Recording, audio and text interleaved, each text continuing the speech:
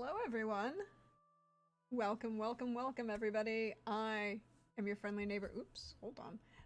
I am your friendly neighborhood Prax. Welcome to the channel. It is uh,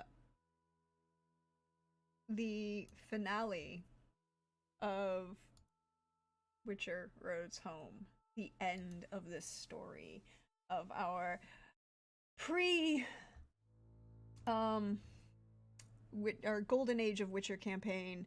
Uh, with our wonderful friends, all of whom are here to, well, will be here, shall we say, to tell this story. And I am here for the end of this tale. But we should go around, let everyone introduce themselves, say who they will be playing for the last time. And as we get to finish out this story. So why don't we start with Lindy. Hey, Lindy. How are you? Hello. Hi, tis I, Laugh Love Lindy. I will be playing Countess Brenna von Bedler of the Cat School of Witchers. She has made a lot of decisions over the course of this campaign and has given a lot of people sepsis. Mm-hmm. Um, and I feel like that is her resume, basically, at this point. Very excited to see what happens. You know what? So am I, actually. I'm very excited to see what happens and see where all of this goes. Um, and then next up, hey, Billy. How are you? Hello, I'm Dandy, a little sad, but happy. Um, I am playing Ardzo, him, um, who's become a master at curing sepsis. Master, like God tier. If you know a person with sepsis and can reach across multiple planes of the universe, you pluck up Ardzo, boom, done. Like it's nothing. And he can If someone MacGyver it. close to you has gotten sepsis, please. Please contact. It's like, don't you need antibiotics? Nope. Give him a banana peel, a rubber band, and a cantaloupe, and that sepsis is gone. Um, and I guess also Ardzo really great at complicating romance, for himself and other people. Uh, and friend to many, and stalwart fool. Really looking forward to what this episode has to offer. Indeed, indeed. And then last but not least of the current represented people here, hey, Simon, how are you? Hello, I'm Simon. I'm good. At Wandering DM, of course, that you know, playing Kaderin of Vedern for the last time, in our finale today. And I am someone who can totally vouch for the services of Dr. Arzo. And I can tell you that currently in 1.25 cases out of 2. So like, I don't know what that is in percentile. 35, and it's like 62% of cases, he has cured it. The other 40% is, in the making, or in progress. Yes, he is under treatment, shall we I say. desperately need coffee. Yeah. Shall we say they are under treatment. But we have all of you back to tell the end of this story, and we will have a trooper. He will just be fashionably late because Lord Maff is, of course, eminently fashionable. Extremely fashionable, isn't he? But thank you all for being here. You will notice that there is a box here. This box, it exists. This box right here. I will open this box at the break. I have been told not to open this box until finale. I have held off. It has been sitting here for weeks, and I have been restrained. But this box is here, and I will open it at break. make sure all of the wonderful players have an opportunity to see it. Such But- patience. That's. Mm-hmm. I feel like you're in the 1% of humans. No, we already knew that because I'm an anomaly. I can actually eat just one Lay's potato chip. And Billy's like, cannot compute. I can eat one if it's like the last one in the bag. No, I can just have one and stop. You know who else can only eat one Lay's potato chip? Demons. Okay. You say these things, Billy. I'm just putting the pieces together, Prax. Mm-hmm. I would like to point out that right now your dwarf is in a castle under siege from the Wild Hunt, attempting to create a shit ton of fist tech to bombard the enemy army that is besieging this castle. And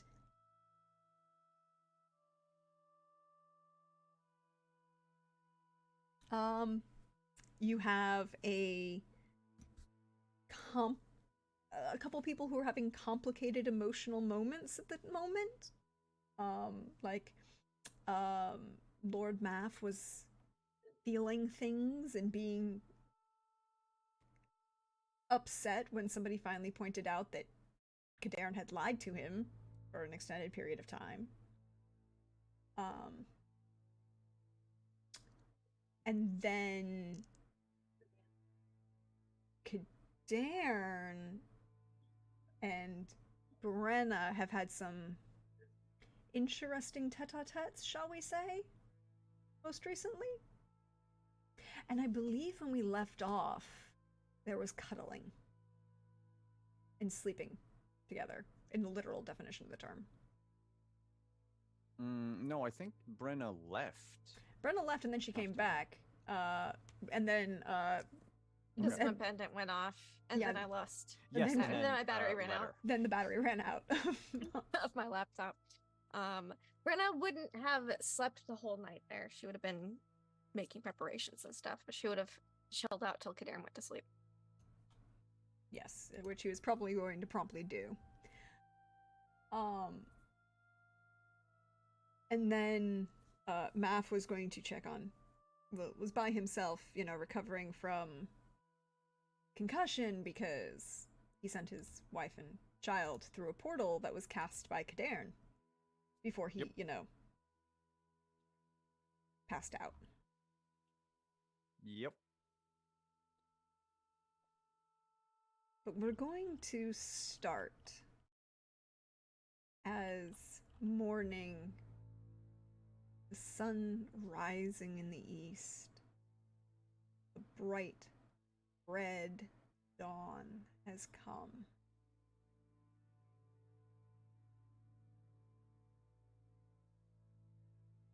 The day is upon you.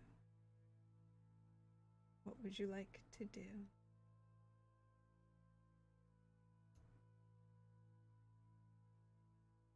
I imagine Ardzo's been up all night making fist tech, and he's like in a fever, probably like he's got a lot to make, so he's not as precise. So maybe catching some fumes, so he's a little elevated. Now, Eleanor was very nice to you and did set up a small breeze spell to vent out the window to provide some ventilation. But you probably still have some fumes, yes. Oh yeah, it's probably what's kept me awake all of the night. Oh, I need you to roll a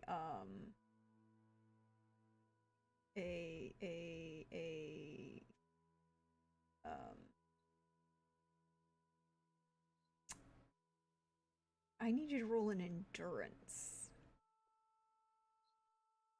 so that you don't become addicted to all this fist tech that you're making. Oh no. It's a 14.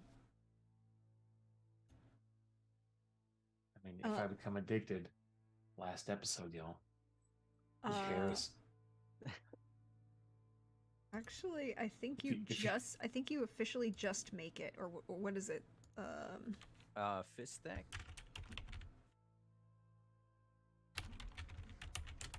Nope, wrong page. Nope, wrong page. Oh no, it's a DC 18. Sorry. Yeah. Mm-hmm. Oh no. Well, it's if you use it, it's a DC 18. You're not using it. You're just Wafting. contact high. Yeah. Second hand fist check. The second hand fist tech. So I will say you're not addicted yet, but you could very easily become so. But it's like looking real tasty. Yes, it is. All right, there it is. So that's what Arzo's been working on. That's a little glimpse into Arzo's life. So as dawn comes, you have the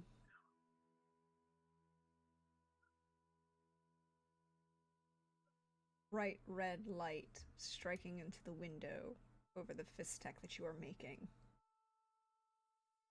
it look like it bleeds upon your table. Where do we find Brenna at dawn? Probably getting ready for the day. Probably made some preparations, knowing that there's gonna be some shenanigans tomorrow. Like have the siege catapults, have like have like things ready, giving orders to that like the night before, that way people don't have to like scramble in the morning. Making it look like there's something obvious going on. If they're set up gradually throughout the night, it's gonna just look like basic siege defenses. Rather than like, oh, they're doing something suddenly. So she probably would have given orders to have that set up. Sharpen her sword, make sure everything's good, and then probably would have meditated near Alienor. Just to keep an eye on. Oh yes. This is where we also would inform you of what you missed out by your laptop dying on you. Oh yes, please do. Yes. I for first originally what I was going to say, what you originally heard, I misspoke because I misunderstood. You still have the vial of Alzor's blood, or did? Okay. Yeah, because I hadn't given it to Math yet. You hadn't given it to Math. I thought you had given it to Math. No, I hadn't. So I told him I had it to give to him, but I hadn't given it to him yet. That was that was me, GM, making wrong note. Okay. So what does happen is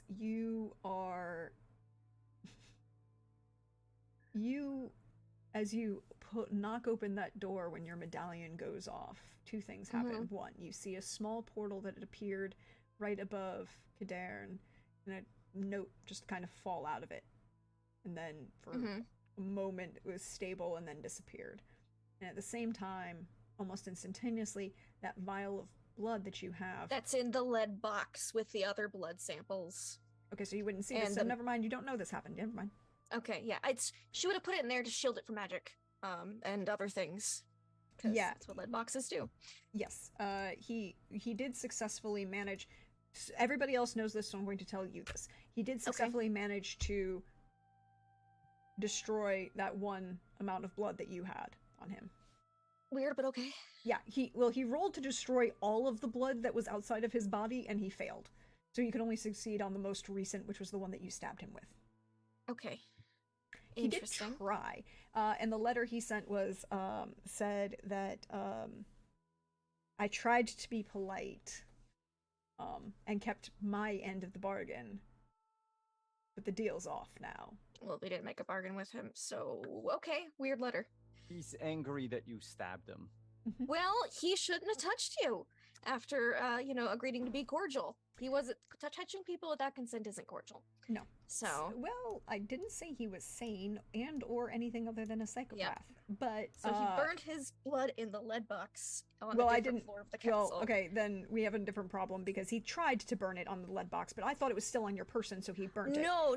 She's been putting all the blood samples and random like important shit in that lead box that we have. Okay, then we will find out. As in, he tried to do it because she gave one of the keys to that to Math Yeah. while we were off in Yeah, and I think that's where Oxenford and stuff. that's where I got confused. Is like you handed him the key, and I thought you had handed the key the to the lead vial. box. Yeah. Okay. No, it's got a pair of Dimeridium shackles in there. It's because in like the raw Dimeridium we Then have, it's all the like what we- anti-mage stuff, then- secret box stuff. Then we retcon the whole thing, and it doesn't actually work. But you don't know that, and you won't find out because he tried. Yeah, and he just rolled like well that's where enough, but magic- it doesn't. yeah. I didn't know No, where it Brenna was. has been taking precautions against magic shenanigans.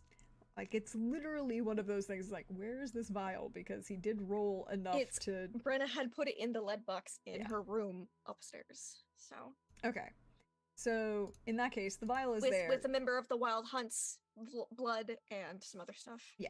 He attempted to do Dimeridium. something. He attempted to do something. Apparently, it didn't succeed because you were preemptive.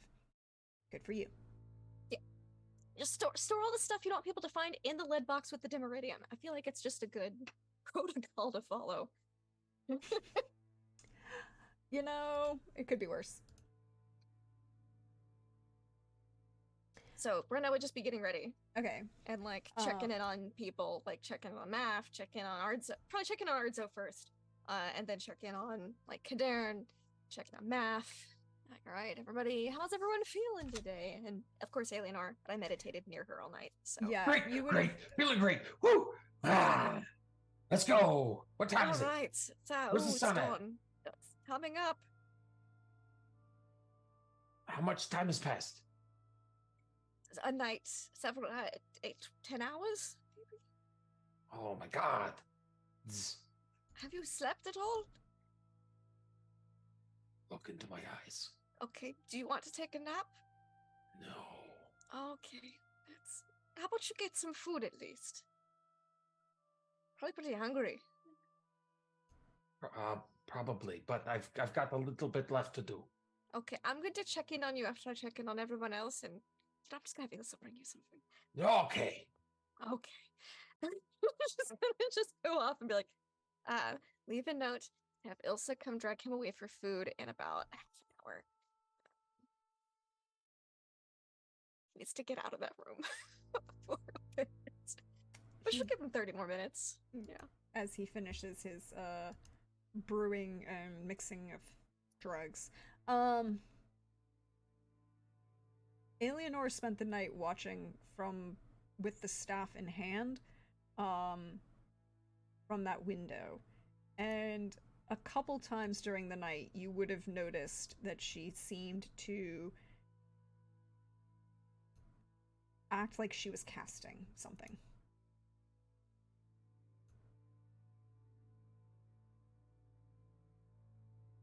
Cool. Just make a note of my pendants going off and just be like, she seems to be okay. As long as she seems to be all right.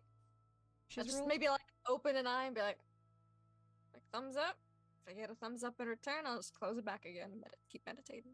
Yeah, for the most part, she's been okay.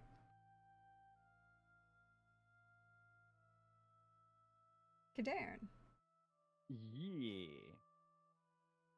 what are you up to as dawn breaks this morning?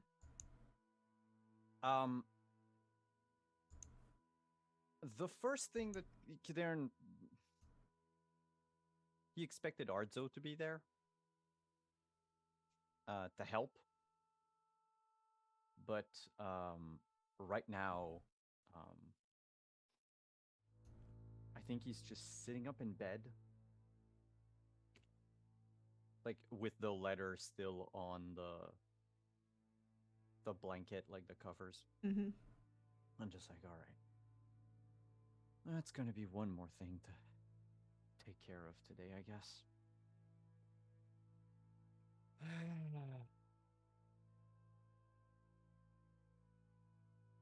He, like, lifts the blankets, looks at his stomach.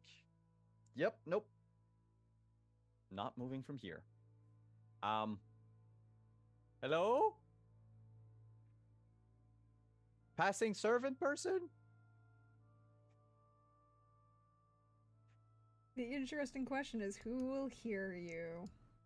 Mm-hmm. Oh no.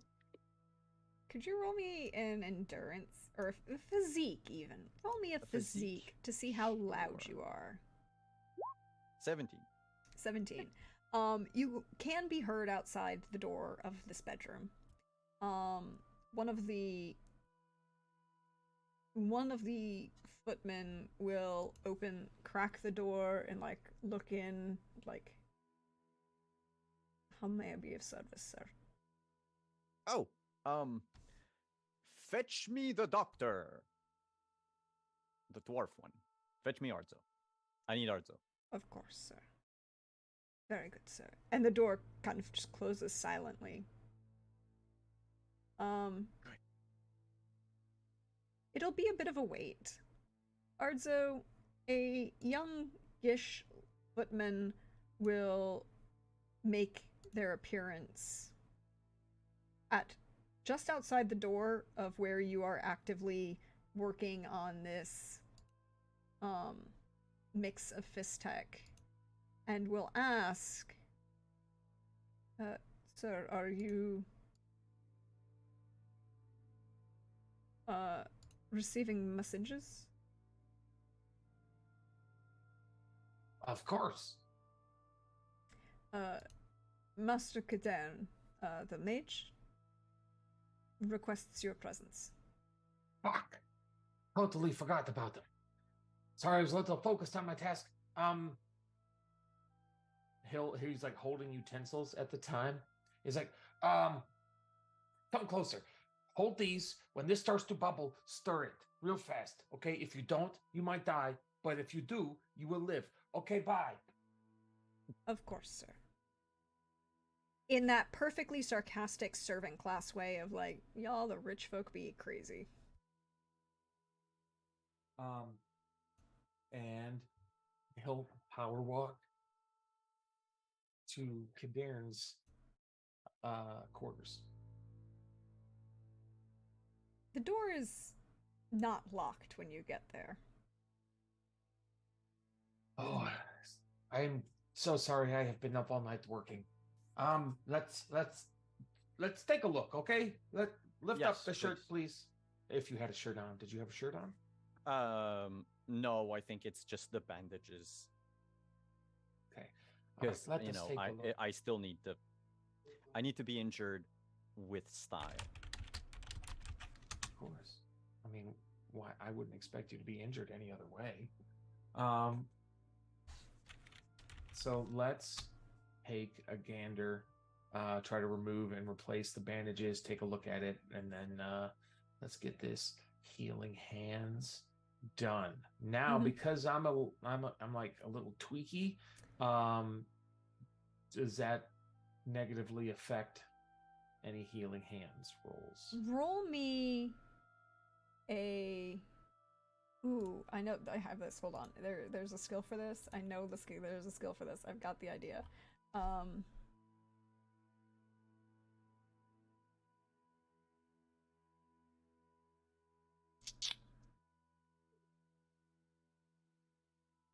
You want to steady your hand.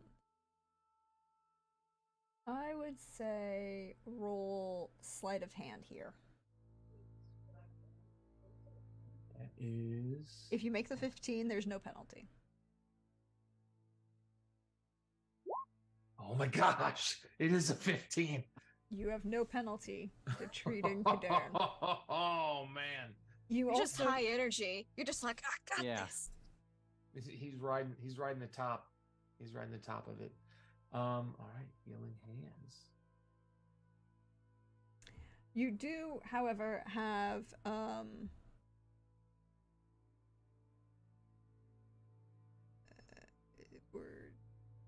Do I still have the 5 bonus for tent? No, you get +2 bonus because you are not in. You did not set up a healing tent up here in Kadern's room. Okay. Yeah. 27. So another successful check on your list. Good. Thank you, Arzo. Thank you. Now, if you don't need anything else, I left some tools of my project in hands that I shouldn't trust. Oh, bad. Yeah, not a good idea. Could you just do me a favor? Yeah. Um, Quick. if you can just flag down any servant and ask them for Brenna. I've Okay. been thinking. Oh boy. Okay. It's Yeah. nothing Um. Yeah. nothing dirty. All right, nothing dirty. I wasn't worried about the dirty. I was worried about the thinking. Not in the bad way. Well, you see, sometimes I I say there's normally a filter between what I say and what comes out my mouth, but for some reason, not now. But I will do that. I'm going. Okay. Goodbye. Uh, I'll like, turn does it around. look like Arzo has like bloodshot eyes and like dilated pupils? Like, Mhm. how obvious is it that you're on cocaine? Uh, Secondhand cocaine. Secondhand. yeah. There's it's fumes, but Probably the bloodshot eyes more than anything from just staying up all night, plus fumes.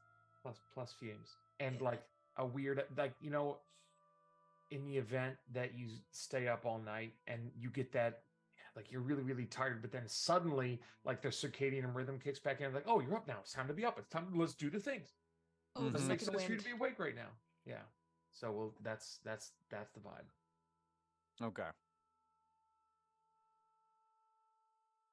And he'll bolt back down to the factory keep an eye out for some servants Mm-hmm. power walk back down to the room. There's Does he you see will a have servant? you will pass by at least one. Oh, the hello. What is your name? Siegfried, sir. Siegfried, sir. Do you think I could trouble you to get Countess Brenna and get her to go to Kadern of Adern's quarters to help tend to his wounds and discuss ideas and thinking? Okay. Are you all right, sir? Do you In the nutshell, maybe. Of course, sir. Okay, thank you. Thank you. There's just this poor like footman holding a bucket of like firewood that they were taking to one of the guest quarters, looking around kind of like I don't that doesn't seem normal, but that's above my pay grade, so I'm not going to address it right now and go just do the thing I said I was going to do. Not my problem. That's a not my monkeys, not my circus kind of issue. And then go back to the his workspace, and hopefully the footman didn't do too much damage. No, the footman was very precise, as you notice that he's stirring very precisely, just the right amount to keep it from boiling over. Hey, good job, good job. Okay, I'll take the tools back. Thank you. Of course, sir. Is there anything else you need from me, sir? Ask Countess Brenna for a raise. There's this small kind of slight smirk of like, aw, thank you, but okay. But we live in a feudal system. I can't ask for a raise. No. Good try though. I appreciate the thought and concern. Before we get to Brenna being greeted by this footman, Siegfried, I need to ask a very important question of Math.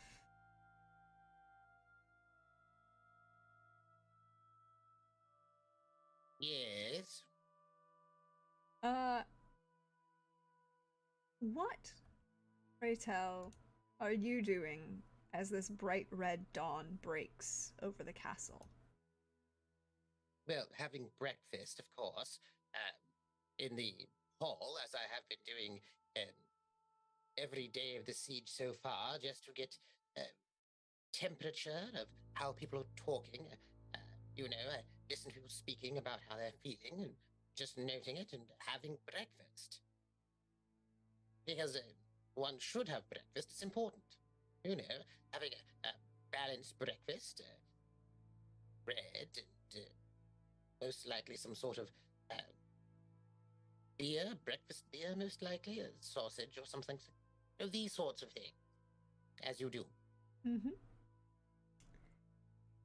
It's important to have all of your nutrients so you can have their strength, you know, in the morning.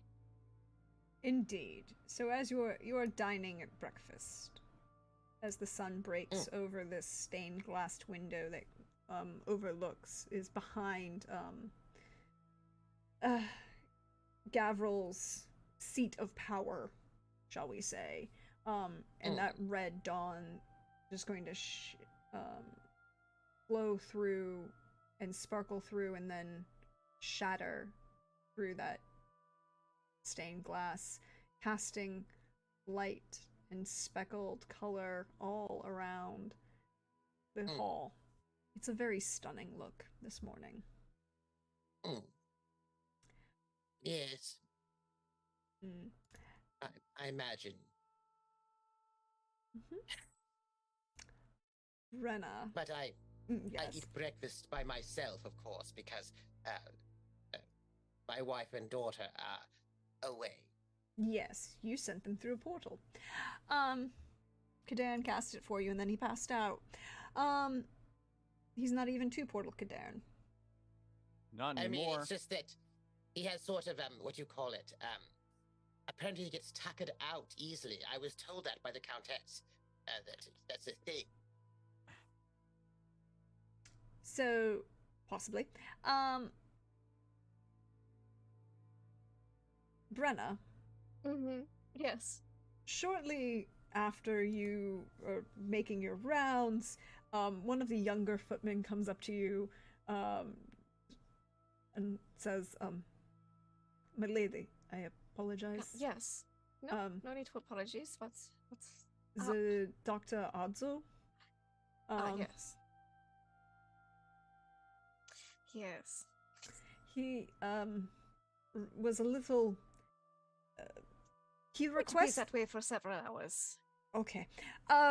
He requested that I inform you that that he needs your assistance tending to the mage Kadarn.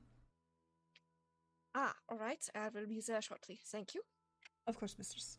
And he continues down the hall, and you just perfectly polite, on task. Yep. Walking into people's rooms and putting firewood down, and then walking out. Yep. Yeah, no, she saw it, so she knows what this guy probably saw. It's just like, it's just how it's gonna be for today. Okay, guy, it's fine. Don't. This is not a you problem. Okay, just don't worry about it. And she will make her way to Kadarn's room because apparently Arzo needs her assistance in there, so she's walking with haste. Mm-hmm.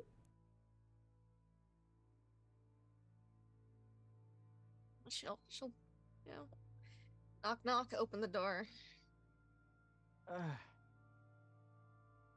Good morning.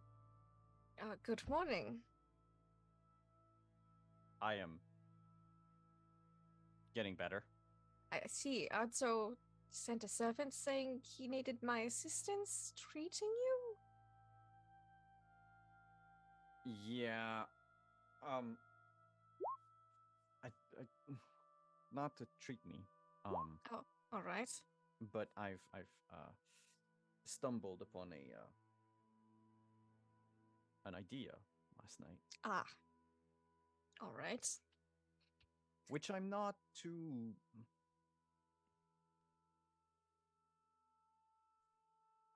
warm at look. I'm listening.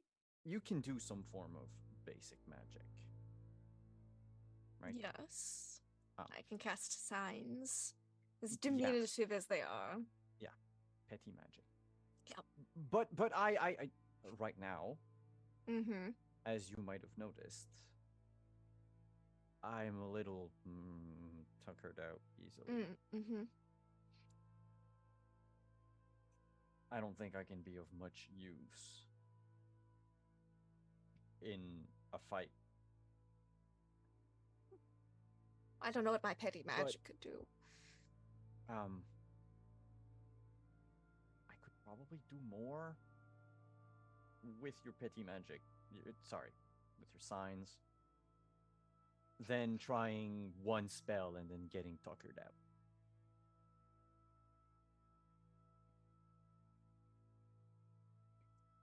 What is it you're wanting here? I need you to be my teacher, but like not in a sexy way.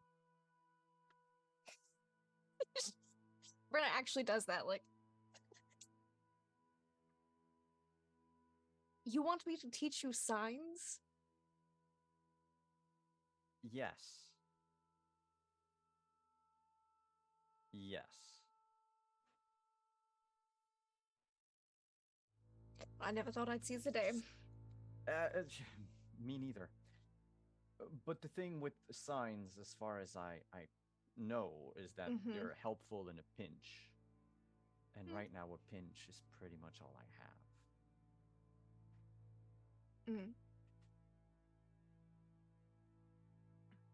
It does take time to learn these signs. You know that, right? Like, it's not just a instant thing. Yes, but I don't know how long I have. That's a fair point. This, so might as well not wait out for one and just try everything. Well, which one are you most interested in learning? Says Kven, Yerden, Axi, Igni, Ad. Don't recommend Axi for you. How do you know what they do with names like these? It's kind of couldn't you have named us. them? Couldn't you have named them like shield, fire, fart? That's not a sign.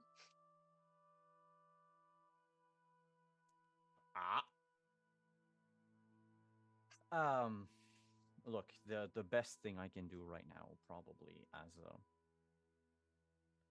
right. Kven is a shield. Yeah, I think I would go Yerden's a big magic circle on the ground. It slows other people down. Axie would stun someone a bit. Igni's fire, like ignite. And then Odd is like telekinetic force. It's a ignite.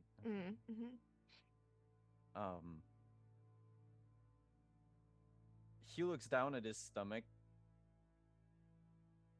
and goes, I think I'm gonna need the shield. Right, Kven. So how does that work? Right, well, you use some magic. Take some stamina, and then it will shield you a certain amount of damage directly to your person. No, I mean, I get the. I kind of know how shields work. I wasn't sure if you knew how Witcher shields work. I mean, it just seemed so beneath you. Yeah, I guess I deserve that one. No, I meant.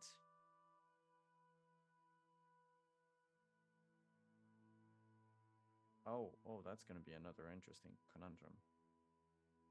Don't you do like wave, like hand signs and speak words?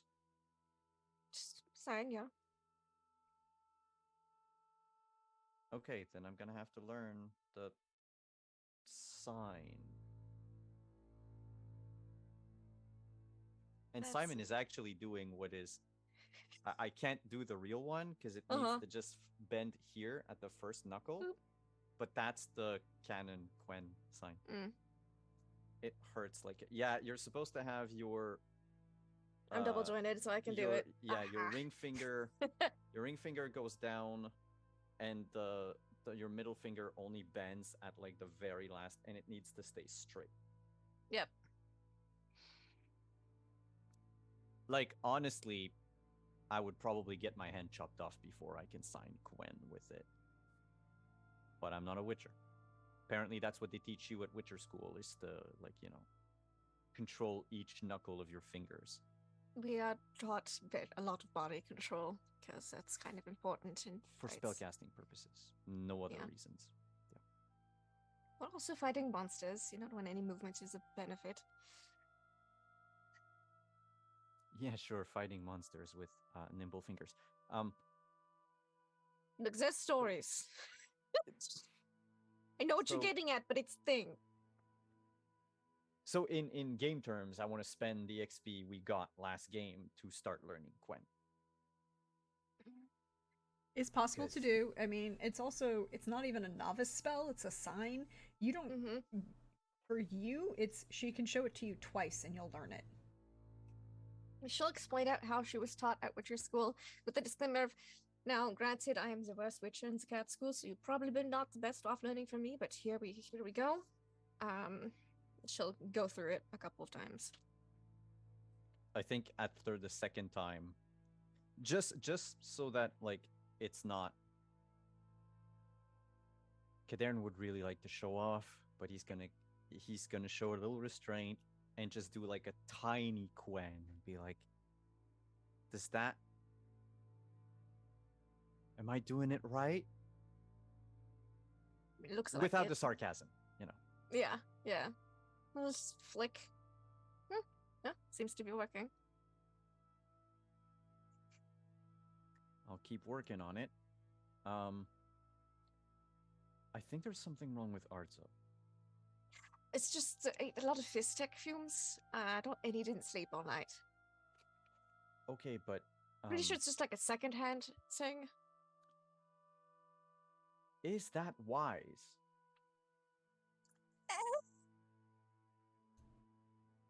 If something happens, He's going to be wide awake and ready for it. well, I guess we could probably send a rabid ball of teeth and claws into the wild hunt. I think it'll wear off sooner than like actual Fizz-Tech. So, because again, it's the fumes. I told Ilsa to drag him out of there for lunch in like probably about another 15-20 minutes or so, for breakfast rather, to get him some fresh air. So that'll probably help. Some food. He hasn't eaten all night either, I assume. So that'll help get it through his system. Okay. Then I'll let you be.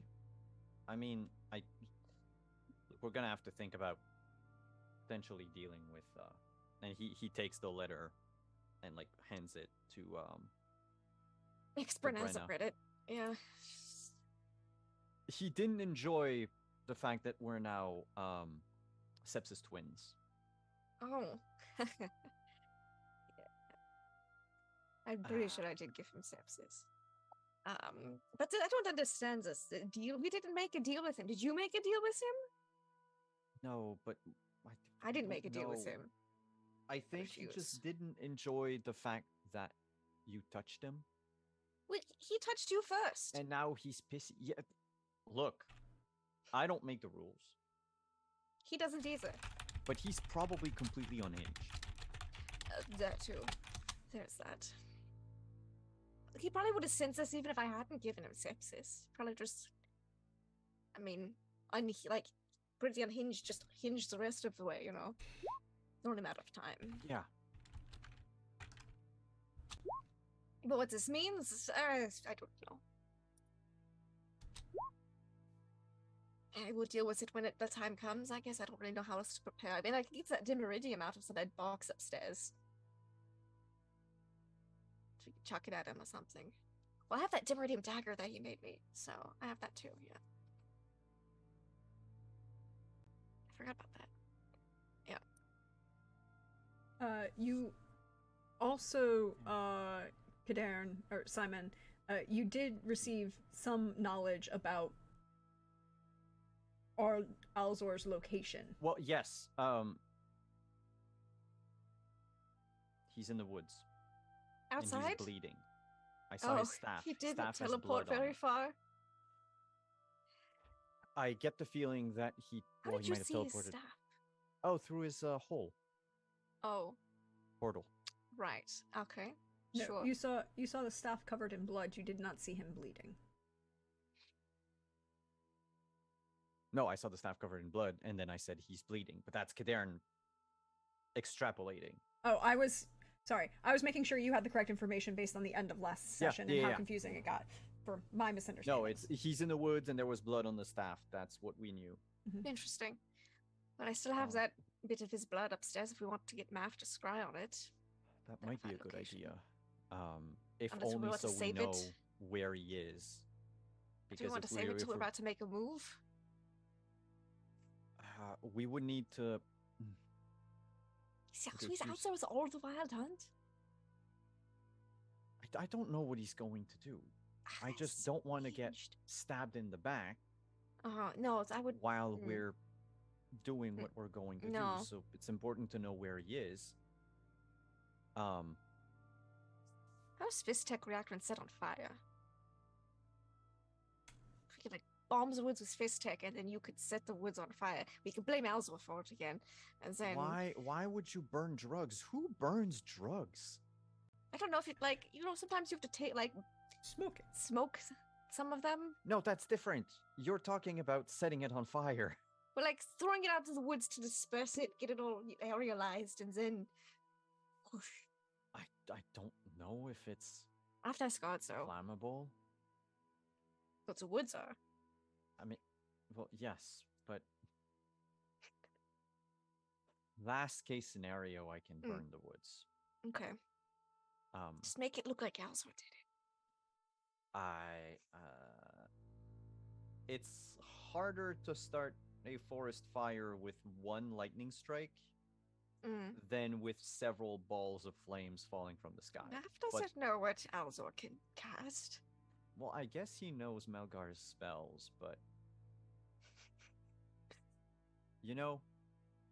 at that point, who cares? I think we'll have other problems if I set the whole Math will region care. on fire. We'll apologize to Math later, and we'll plant trees. Don't know if it'll also, get to the apology something stage. controlled burn. Like it's part of the cycle of nature, or whatever. I mean, I'm part of nature, right? I'm part of nature. I'm a part of this world. So in my you're all part cycle of- of life, Kadern is born, Kadern grows, Kadern sets fire to forests, Kadern dies, his body decomposes, turns into fertilizer, which then grows another forest for another mage to burn. It's not a strong of life. excuse, but it's getting there. It's getting there.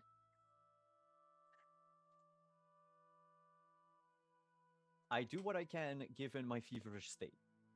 Right. Well, But yeah, no, those are my ideas. That's it. All We right. need to know where he is before anything Okay. happens. right. So you want me to get Math to do that now, or I think we would need to do it before we decide before we exactly decide what what's we're going to do. with the wild thornberries? All right. So yes. I think we can say their names now. I think they I don't know. It's still a little weird. Also, I think they'd find it really insulting that we don't call them by their names. That could be entertaining as well. well, given that they don't speak Like our if we say it language, insultingly. but they don't Like even I'm sure they know it's the wild hunt because people scream the wild hunt when they see them. If we're like, oh, it's the wild thornberries, they'd probably but- assume it's an insult. when you think about it, they might not even understand common. So they just hear the words, but to them it could just mean like run. I mean, they have all those peoples that captured. I assume they know a few words. Are they? Or they is learning the language of their slaves beneath them? I imagine it's just kind of osmosis. You pick some things up after a while, even if you're not trying. I guess. I once knew a guy from Ophir that spent about a week with Vikings from Skellige, and he picked up on the language immediately. It was very strange. Interesting. But I guess I can get Lord Math. Is there anything else you need? Have you had breakfast yet? No, no one thought of me. Retta doesn't laugh. It was just me. She'll just nod, understanding, like, oh, yeah, checks out, makes sense. but like with like a smirk because she can't completely hide that she's joking. Like, oh yep, so forgettable that Cadarn. You Sure, you well, would think I'm not even considered a guest here. Oh, is that severe? Maybe they just thought you were in a coma from all the sepsis. I will go get you some breakfast and get math. Make sure to get some fresh air. Okay, I'll be back. Anything Alright. else you need?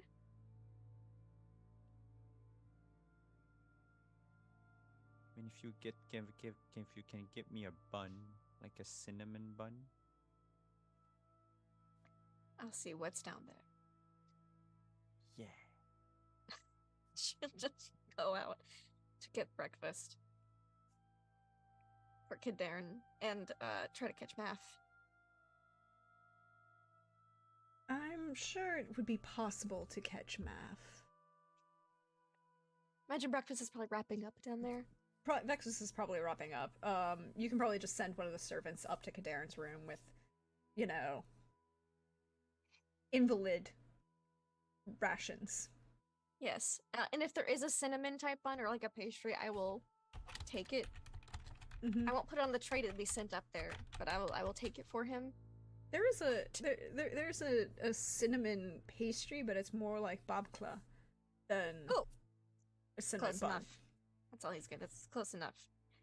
He'll be after receiving the invalid rations. He's gonna be excited about anything that's not those. So I'll just pick him up one of those and approach math.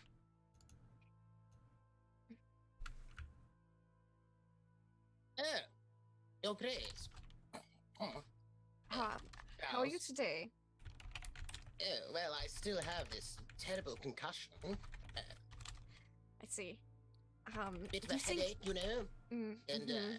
and also sometimes bright lights are somewhat distressing. No, I don't have any pains in my rib cage. That's all well and good and done. Well, let me see. I find the bed to be somewhat extravagant. The guest room you've given me seems to be quite fancy. You know, so I'm much appreciative, but It's I have not one of really the been- fancy guest rooms. That's my favorite part. But I have been unaccustomed to sleeping in such an extravagant room.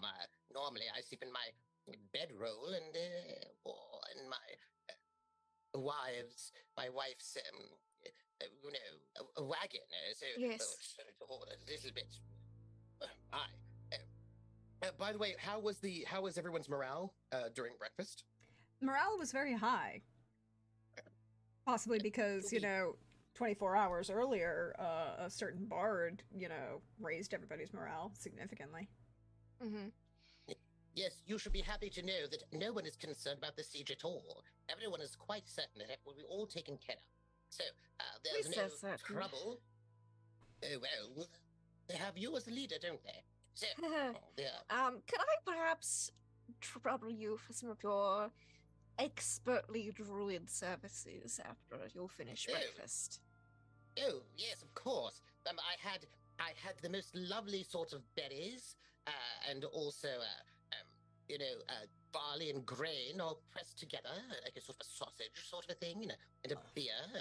Had a little bit of, it was a lovely breakfast, indeed. Oh, yes, I would love, should we go? Only if you're finished eating. Oh, yes, of course. But I will take this lovely cinnamon bun with me. Take this cinnamon bun with me. Where are we going? We're both holding a cinnamon bun. Oh, you have one as well. Yes, I do. Mm-hmm. Oh, I toast you to the cinnamon bun. Boop. I'm waiting to take a bite of it in front of Catan.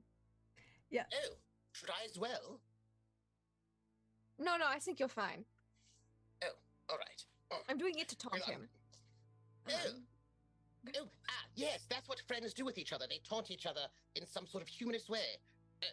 I've already eaten a bite. Well, I'll wait for the rest of it.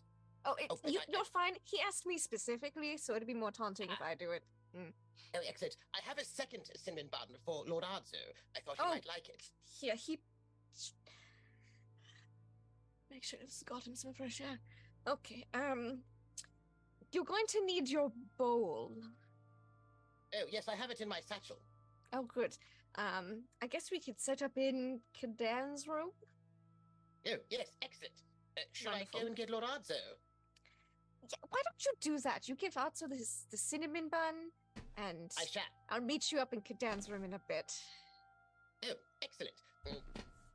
I hope you slept well and had pleasant dreams. That's I what they say when you're friends with someone. just meditated. Oh, you know, meditation is excellent. It keeps you one with nature. Keeps That's you what alert. I like.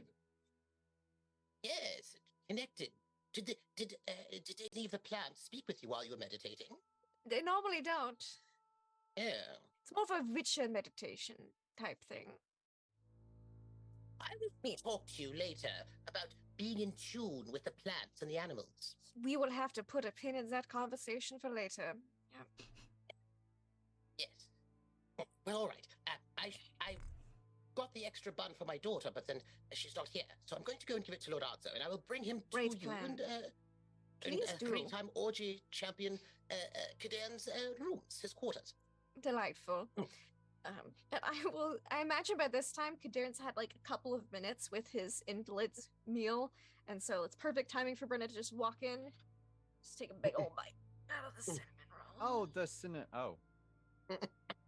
Did you get me one? Hmm? Did Oh, you? this is yours.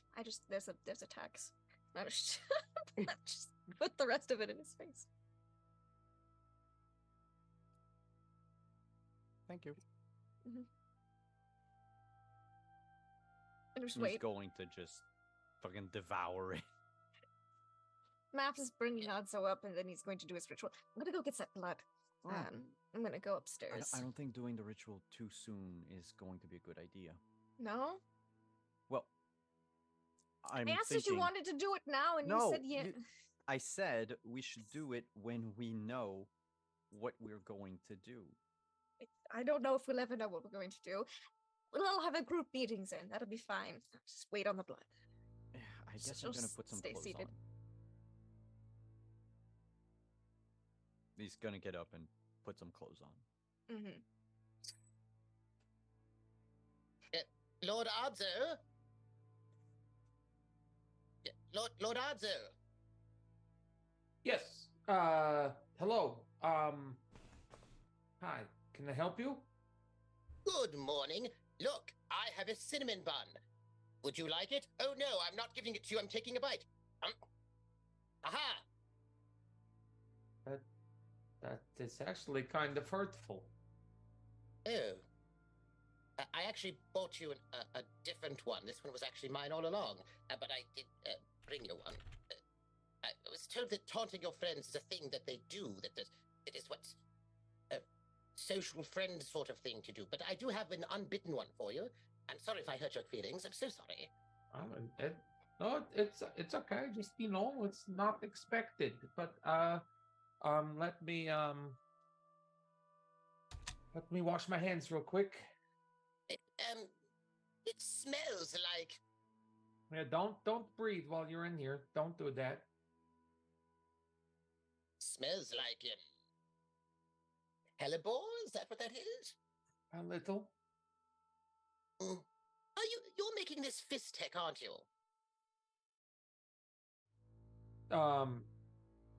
Yes, not for the consumption of the people inside of the castle, but more as something to use against the folks on the outside of the castle. Well. And now he's at the point where he's like baggaging it up into small pumpkin-sized satchels. I have a question. Yes. I'm not some sort of expert in such things. I mean, now please don't get me wrong. I have certainly had clove in a pipe and whatnot at various times. I'm quite adventurous, in my own way, with herbs and whatnot. But isn't Fistic one of those things that people take to make themselves more ferocious in combat? It has a lot of uses. What is important is that a lot of it does a lot of damage. And it actually does not make people more ferocious. It makes them euphoric and analgesic. It'll make them feel good. Oh. Is that a good thing? Yeah, they'll be focused. If it is effective, they'll be focused on feeling good rather than keeping a sharp mind for a siege. Ah, I see. Well, And all right. perhaps it might even allow us to conclude this event without mass violence. Oh, well, that's lovely. I must say, well, I find that, there's like 1,000 people out there, Yeah, there's a lot of fist tech in here. Oh, well. And I've got a plan to how I would like it to happen. But regardless, let us. What did you say that was happening? Oh yes, the Countess, Her Grace, wishes your the pleasure of your company in the 3-time Orgy Champion Kaden's room. All of us, actually. I think there's going to be some sort of planning about, all of that sort of a thing. Okay. I guess I can put this on hold. Is anyone else in the room? Okay. I can put this on hold. Yeah. Okay. As long as it is a quick meeting. Oh, well, I don't know. But nonetheless, I have a few ideas myself. So, about things that I hope will be helpful and useful. So shall we? We shall. Yeah. By the way, Lord Arzo, you should know that if you need, well, if things get tricky, in terms of violence and all of that, and things are dire, or you just need it, and you need to let your more natural self free, or you know what I mean? Uh-huh. Give me the word. Okay, well, hopefully it will not come to that, but I will keep that in mind. Because if you need it, you should just give me a signal. You could go like, Lord Math, dear friend, or something like this. I don't know exactly how you would do it. You can improvise and just let me know, and I will know, and then I will, we can make it happen. We should probably, if that is to happen, make it something very specific so it cannot be confused with anything else. Right. All right. So maybe not, but something similar, like a. You work on it. I'm sure at the moment you'll let me know, and I'll know. Connect it that way, and I can help, and then you can get free your more natural self. Oh, okay. I will find a way to communicate that to you. Yes. Yes. Well, you should get out of this room. It's so stuffy. Come. We should go. Yes. Yes. And then he pats you awkwardly on the shoulder.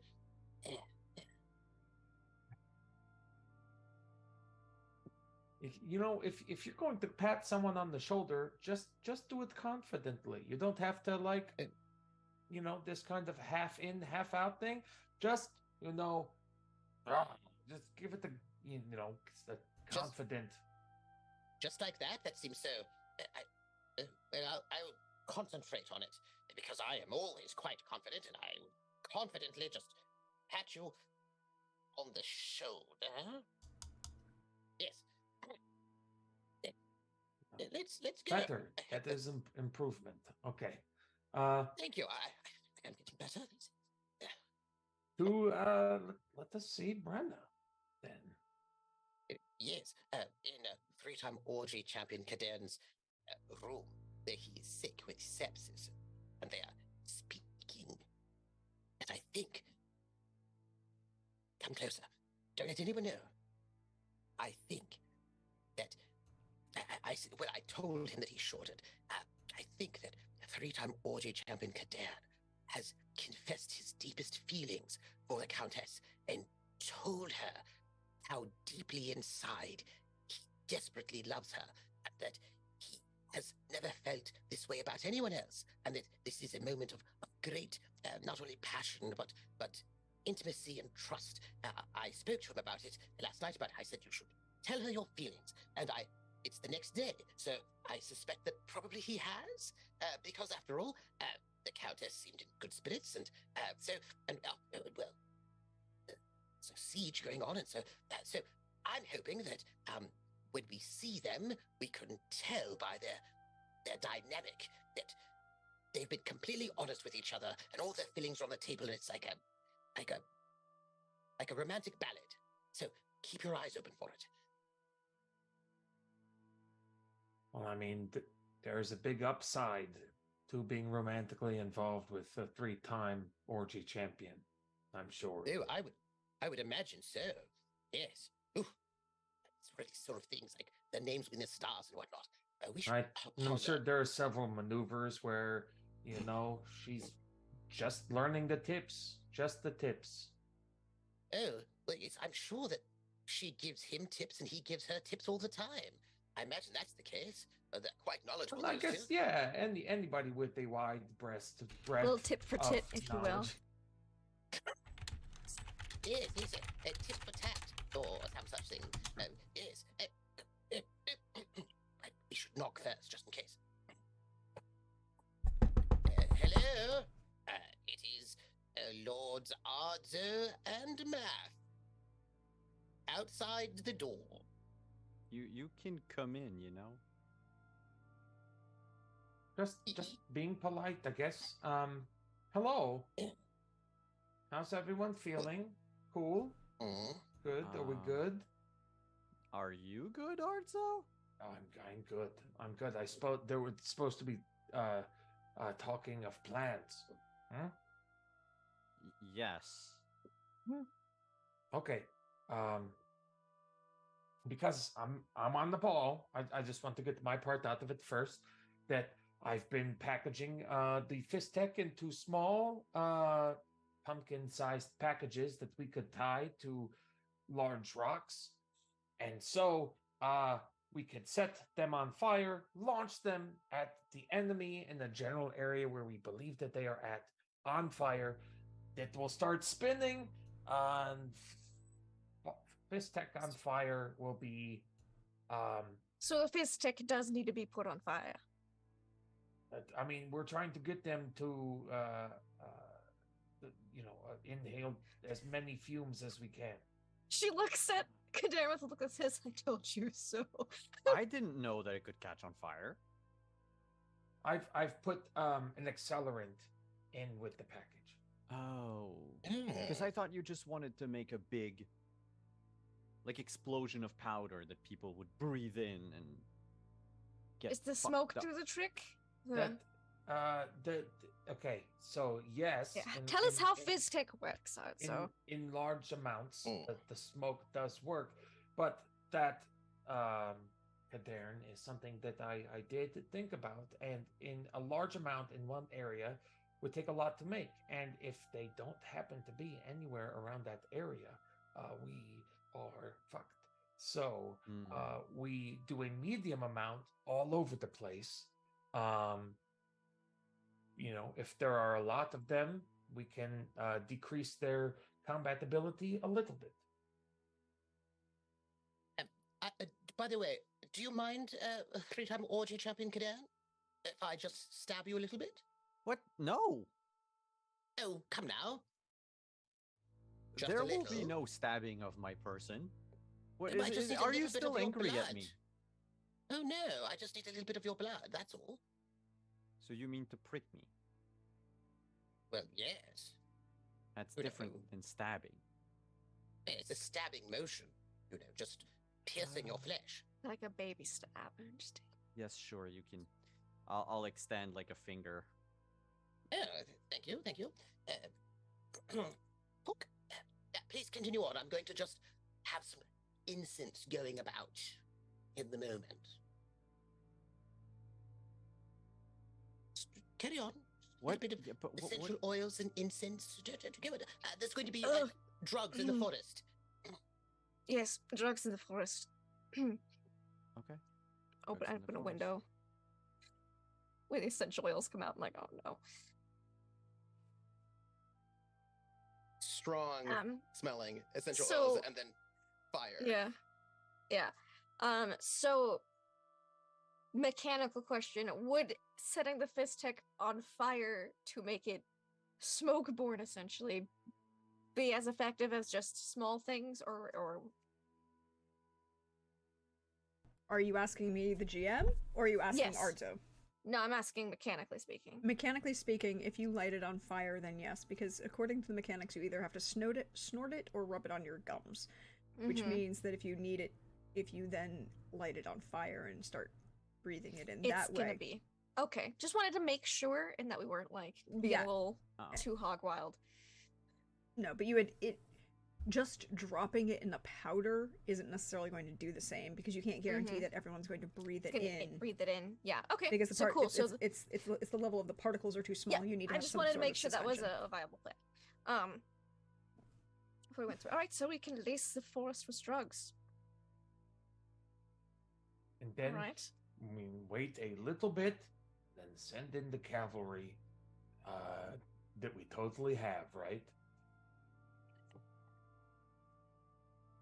I think maybe like a strike team would be more effective. Yeah, I don't think cavalry in forest would be. Yeah. Not okay. I'm not a tactician. Apparently, Alzor is outside in the forest somewhere. Oh, But that Dan, what is your will?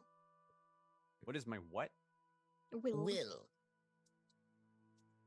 The fuck are you trying to do? It is currently 9. Excellent. You may have a +3 on one roll. Oh, it's the blood and bones.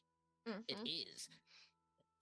While you're talking about all that, I'm just like sprinkling smelly waters on you and signing over you in the background. Lord Arzo, do you mind if I stab you?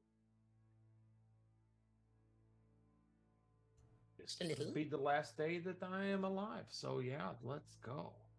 Yes, thank you. Give me your hand. And get stabbing, get a bit of blood, and they can do about drugs. I'm going to be sprinkling essential Right, oils. so I guess what we on could do is your carpet torso. bomb the forest with drugs. Have Math scry on Alzor's blood to find out where he is in the forest, maybe, and then go deal with that, and then go deal with the captain of the wild thornberries or whatnot if they're affected as well. Nice. You also get a +3 on one check made before sunrise. Let me say it this way. Lord Arzo, I have been able to attune you with nature. And when you're so attuned with the flow of the earth, then you can bend the earth's will, you can sort of flow. You know, if you don't log and cut down trees, nature smiles upon you, which means that you shall have nature favoring you sometime before the sunrise tomorrow. Yes. I'm so afraid that your grace, I'm not able to aid you with this for another few days if you don't. It's Uh, fine. Thank you, though. Oh, Yeah. yes, thank you, and thank nature for helping me. Yes. I'm going to.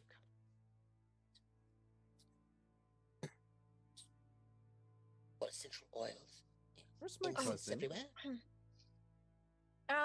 Last I saw her was right before breakfast. She was doing her thing, like I told you last night. I could go check on her if you wanted. That might be a good idea. All right, I'll go give a look. Eleanor! Go out the door. I mean, she was just down the hall. Yeah, that's why I just yell out. I like open the But if door she- and I call out. So you don't leave the room? No, I'm leaving, but I say that as I exit the door, swinging shut behind me. Everyone hears me. Just be like, Eleanor. As soon as the door shuts, a three-time Orgy champion Gideon, did you express your feelings for the Countess last night, as I counseled? No, I didn't. It wasn't the time for it. Oh, of course it's the time. This is the most dramatic moment. You were laying in bed, ill. She was ministering to you like a druid or doctor, your doctor.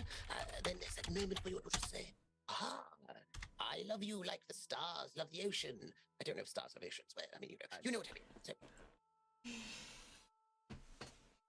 Do I hear this as I walk away? You have to make you have an awareness check because you Sure. are a witcher and he is I- whispering Yes. and the door is closed. That's fine. Yeah, that's fine. I'm just because I'm looking for Eleanor anyway, so I probably like listening for Eleanor, but I might pick this up. I just I wanna mean, see. I did ask her something. Yes. That's Did you- kind of. Ask her to run away with you? I That's pause. very romantic. No, I asked her to teach me something Oh. in a non-hot way. Okay, but when did you tell her that you would die for her, like the seas, or the sand at the beach would die for the morning sun, something like this? No, Romantic words? no. Why not? Because imagine I don't make it tomorrow. Yes. Yes. Yeah, it's kind of gotta hurt. Oh, well, yes, but you see, in all of the stories, when you love someone desperately and you share that moment, then you're always full of inspiration during a big battle. It's one of those things that, like, before the battle happens, you'll say, "Oh, I love you, and so it is true, and so the skies rise, and so in your eyes." You know, but it rhymes. It's lyric and a ballad and all that. Yes, you I was are never not a very good poet. at that. I got that. Yeah. No, I was never good at that part of the druidness. But the point is, it gives you inspiration. It fills you with you I know. thought- I've read a couple novels where they said it in the heat of the moment, like in the heat of battle. Yes. Like that Yeah. can also be a thing. Oh yes, that's true. So, all right then. The moment before the thing happens, then I feel like I should say it, in the most deliciously dramatic way. And Lord Yes. Ards and I will be there to support you.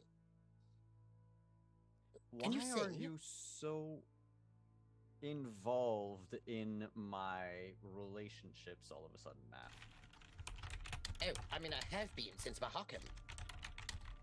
We've been discussing your relationship with Her Grace since Mahakam. It's been quite some time now. The discussion in Mahakam was, I don't know, I felt it was kind of different than this. Well, you said that you and Her Grace were in a secret relationship that you did not want her stepfather to know about, and that's all sort of dramatic, sort of clandestine relationships and whatnot. And then you had that whole pirate ship thing there, and in Oxenfurt, and on the boat and all that. It seems, and now that we are such. Am I going dear to have friends. to keep an eye out for your eyes out in the future? Oh no, I'm not in love with the Countess. Not at all. No, my I meant, eyes are are only you for my always- wife. Are you into my relationships because you saw us go at it? Oh no, that was only about 30 seconds. The minute I saw that you were not in trouble, at first I was like, oh no, he seems to be, someone's in trouble. Someone's tied. Oh no, this tying up is not a trouble situation. And so then I just put the bowl away. My bowl is quite clean, just rubbed just over. I did not.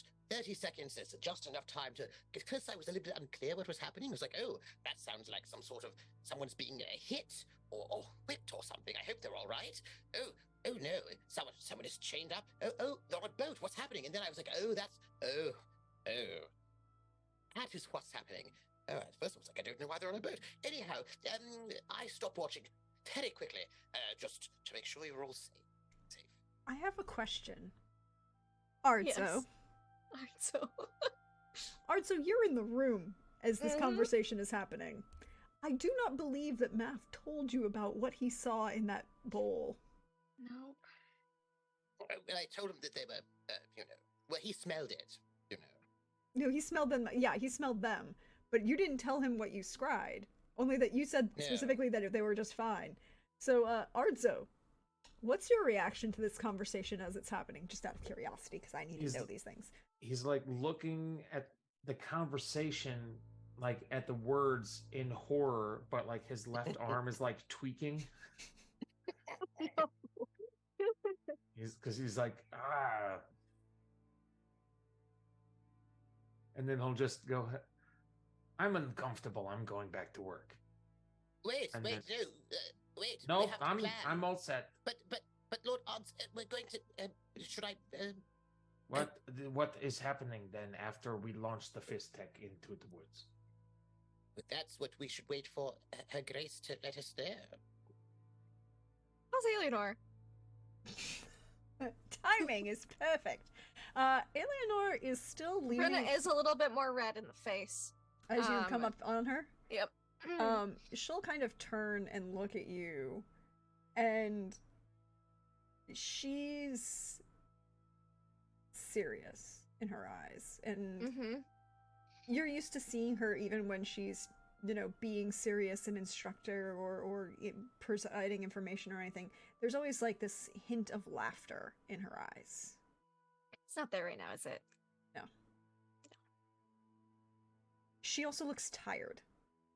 Uh-huh. Is she sitting down at least? Yes, in the window seat. Okay. She's leaning, because you've got Good. the. If like, she the wasn't, I large- was gonna bring a chair over. She's got the large stone casement of the window, and she's leaning against the side with one knee raised on the window on the frame, and then just one leg dangling, looking out the window. She's still holding the staff. As she then will look back at you, see you red in the face, and go, I wish. I close the door and they start whispering about me like 2 seconds after I leave, as if I can't hear them. It is Interesting things. And then way too much detail. Anyways, how are you? I would like this to child. I'm looking forward to this being over. Same. Dan asked me to teach him Kven this morning. That was interesting. Useful for mage, if they can do it. He seems to have picked it up pretty quickly. We're formulating a plan. I think Arzo has cooked up a whole lot of fist tech. Going to essentially carpet bomb the forest with it. He's added an accelerant. Apparently So, Alzor is also out there somewhere. Well, perhaps you get a 2-for-1 and you get to murder 2 people. That would be ideal. So we're just kind of formulating or trying to figure out a plan. If you wanted to join us, or if you had any input. I will join you. And she kind of stands up, and as she walks over to you and puts a hand on your arm around your shoulder, yeah, give oh, we're just gonna help you out. And then she'll go, and then she'll lean in and she'll go, oh, I'll help you out. I'll also be there because I want to be as entertained by this conversation about you as everybody else. Don't let them know I was listening. Of course not.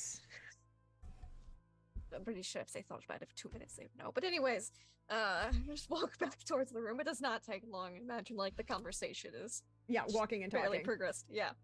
And then you. the 2 of them walk in. Yeah. Alien- Make sure my the click of the heels of the shoes are heard as we approach. They're coming. Be incognito. Don't say anything like. Door opens. Hello. Yes, and that's why the sunflower is called a sunflower.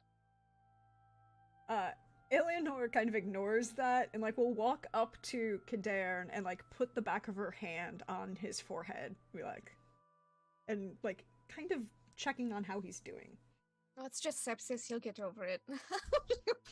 Out in the chair. I've been here before, and I've got Arzo to help mend me, and also stones and oils and stuff. Oh, Hmm. Well, and she'll kind of like sit on the side of the bed, facing everybody. It's like, all right, what do you need to know? As much as you know would be great about what's going on out there. I mean, you stayed up all night. I did. He kept trying to break into your home. I kept him out. Ooh. Erden.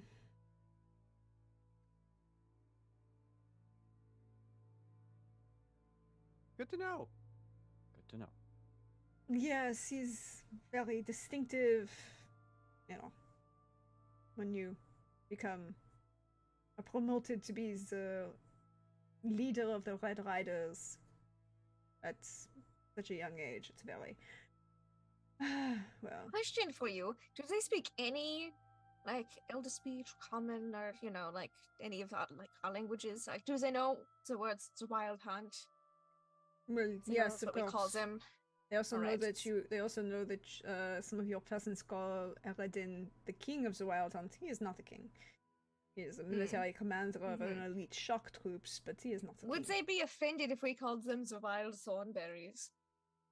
Probably, but they might also just kind of be offended about you addressing them in general. Noted. I mean, But it just gives a little, like, mischievous witcherly smirk.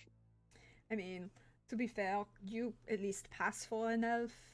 Those two are human, and they are only worth enslavement. Two's an elf.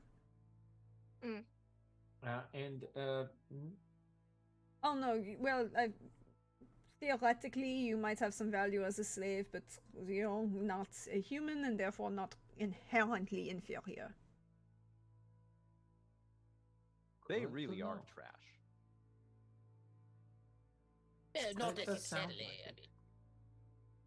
I mean, I'm not. I don't like their business at all, but it is true that the ancients have a wisdom beyond all sort of ken of the younger races. And Sometimes being the ancient makes wisdom- you a dick, like the Wild Thornberries. So, I'm pretty sure that it wasn't about them being ancient that made them a dick. It's they kind of object to humanity and its think actions it's on increased various their other. dickishness?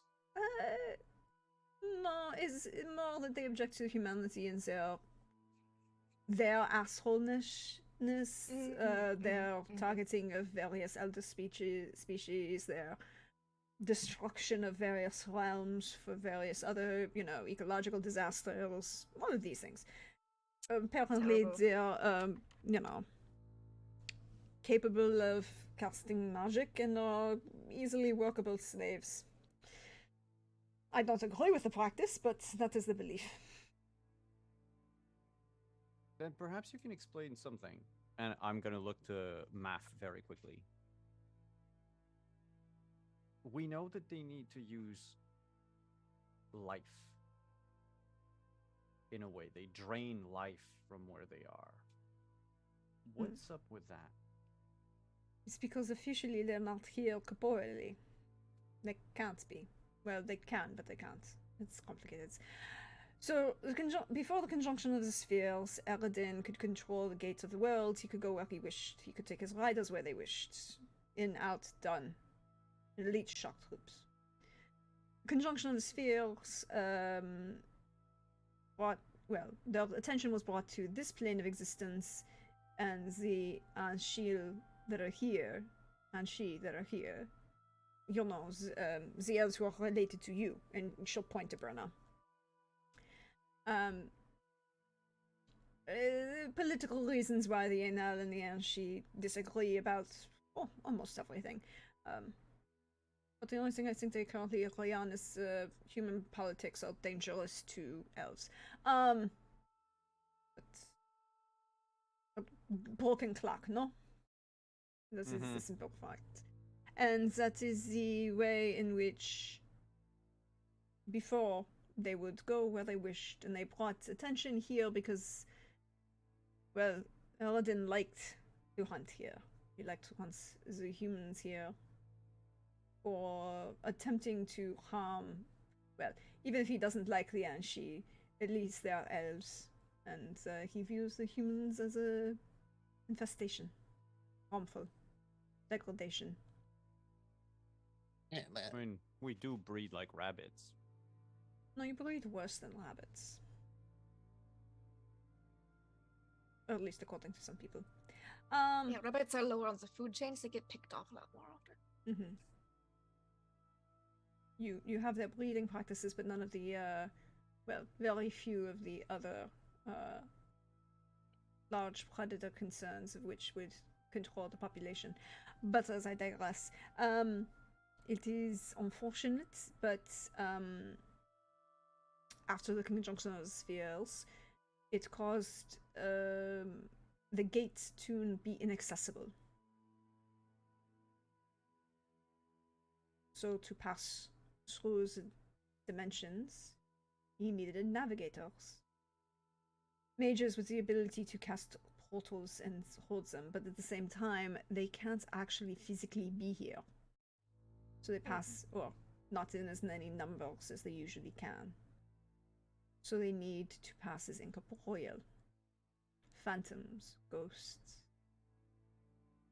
The sucking of the life force through them, what lands they cross over, it stabilizes their corporeal presence on this plane of existence. So is there a way to make them force them incorporeal? You'd have to be able to cut off all of their ability to do magic. I do not think you have that capability.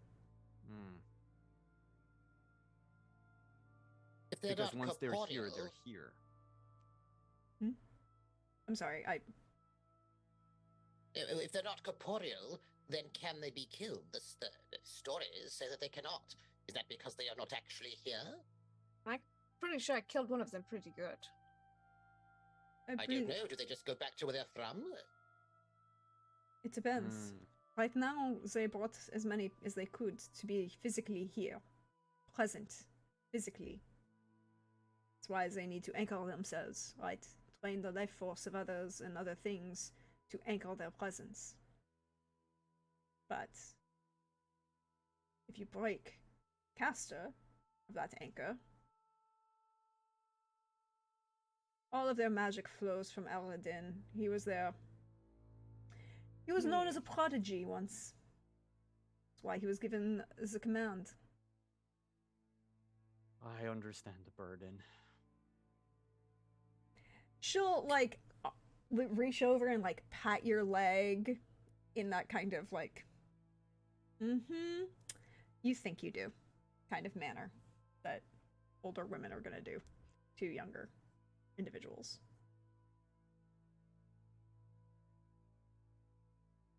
So we kill him. That was why I said I'll ride out, draw his attention, and then Brenna stabs him aggressively.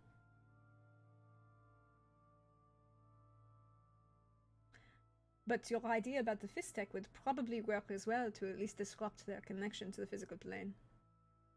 Oh. It's hard, you have to concentrate. Right? Any casting requires concentration. How, if we disrupt their connection, how long would it just be before they are back? Without a navigator, they can't cross. So all we have to do is just disrupt their connection, killing him, which would be a bonus, or no? Unless He he's can a navigator. function. He's got enough magic that he can function it for himself, at least in small numbers. This movement of large scale, that is why they needed the mages. And Bernard, and the sacking of Bernard, gave them a number of them.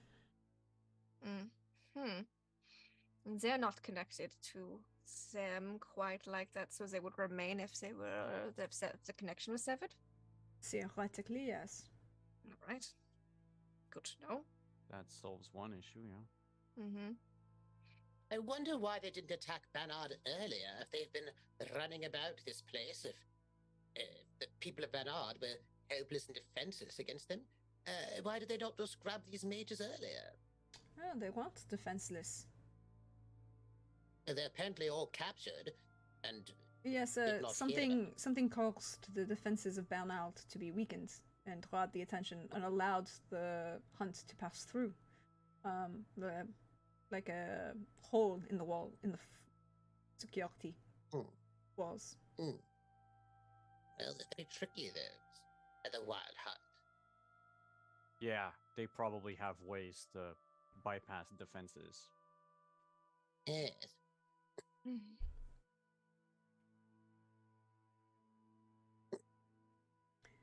So, Nothing that I would know of. Yes. Well, it's probably something otherworldly. Definitely.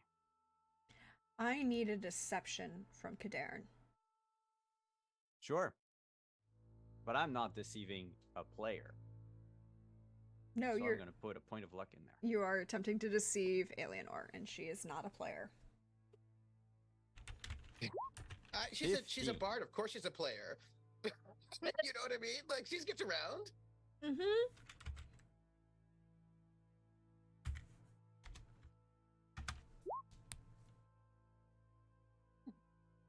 $24.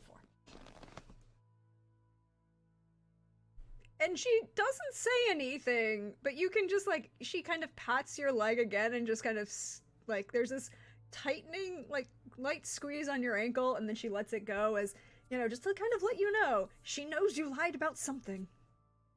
Mm-hmm. But she's not He gonna. doesn't hide it. But but she's not gonna ask about it in front of. Others. Yeah.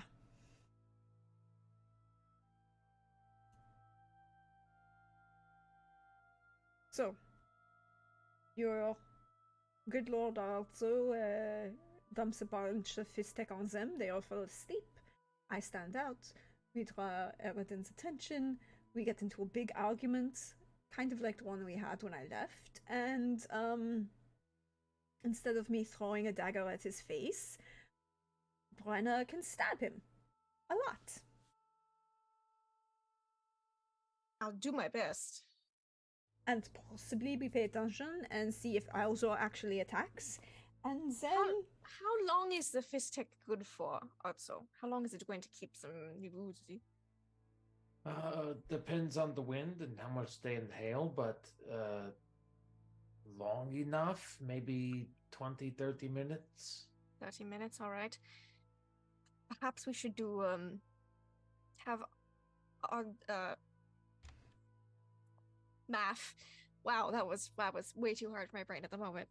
Perhaps we could have Lord Math scry on Alzor's blood right before, right after we launch the fist tech. We could see where he's at or what he's doing. Maybe 10 minutes after we launch it to see if he's affected by it and what he's up to. I will note that if he is like your cousin here, then we might only see him in a forest and not be able to tell where he is, only that he's in a forest somewhere. Well, if he's I'll in a just note it. forest with a bunch of fizz tech smoke in the air, we'll have a verified Well- guarantee if he's there. Or if we can see any, if he's like sneaking Yes. into the castle, or we don't know what that shifty bastard is up to. certainly true. So- Now, if he were in a forest full of fizz tech and then what did you say it was? Or not euphoric? Then chilling, as if he were enjoying a bright sunny day. That would be amusing. I would laugh, but I would tell you. So, no, I describe what it looked like. It'd be good to have an idea of where he's at when this all begins, because it would be terrible timing if he tried to disrupt something in the middle of trying to deal with the wildthorn berries. So. Yes. Yes. My understanding is that he wants to kidnap you, the three-time orgy champion Kadan, and your cousin for his strange ritual that Mm-hmm. he wants to do. So imagine when everything goes down, if he's smart, he would probably try to kidnap one or both of you during the middle of this sort of thing. I I would have the imagine. same. Yeah, I have the same feeling. Question, Odso. How do we make sure we don't get secondhand face tech high? Can we just like handkerchief? Oh, yeah. Because any I was going to go recommendations? some sort of fabric. Yes, but Mhm. I would also wait about 5 to 10 minutes after launching the fist tech before we go out there. Go out there. All right. And at this point, we're going to take the break for the evening a little Sounds like early. we've got a plan. Yeah. I think you have a plan. But before we actually go on break, I have a box. Oh, you do? Yes. I have a Open it. box. Yes, you do. Yes, you do. I have a box to There's a open. box that you've been very disciplined about not opening. Been If very it was me, I would have disciplined. had to hide it somewhere so the ADHD would make me forget about it and then be like, oh, wait, I have a box. Nope. It was literally all sitting in the exact same location. It never moved. It just was there. Okay, so it's the hard to open version. Just been there collecting experience points. Yeah.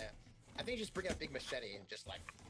I think the box, just like Arzo, has about 150 IP. Or I do it that way. I worry about you. I worry about you, Billy.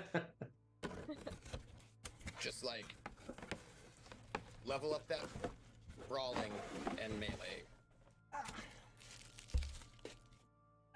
Go away, box. Okay. So this is from the wonderful, fabulous Hawkeye, who is in chat.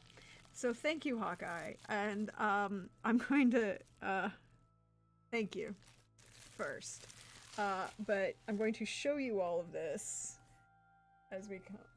Oh, wow, Isn't that amazing? Ooh. Look at that. that is amazing. That's classic. And then I make sure. Oh, there we go. And then we have all of you on the inside. Wow, That looks so good. Well, not the inside. The It's a- outside inside. And then Hawkeye is so good. they So are. good. This is so great, Hawkeye. If he hasn't, Thank you if so he hasn't much. started an Etsy to sell the stuff, bro, Right? get Yes, on this is it. absolutely gorgeous. It's amazing. Um, And the fact that you were able to lace it with so much personal stuff is just Mhm. amazing. Wow, and then it's that's just beautiful. lined on the inside, but this is absolutely gorgeous.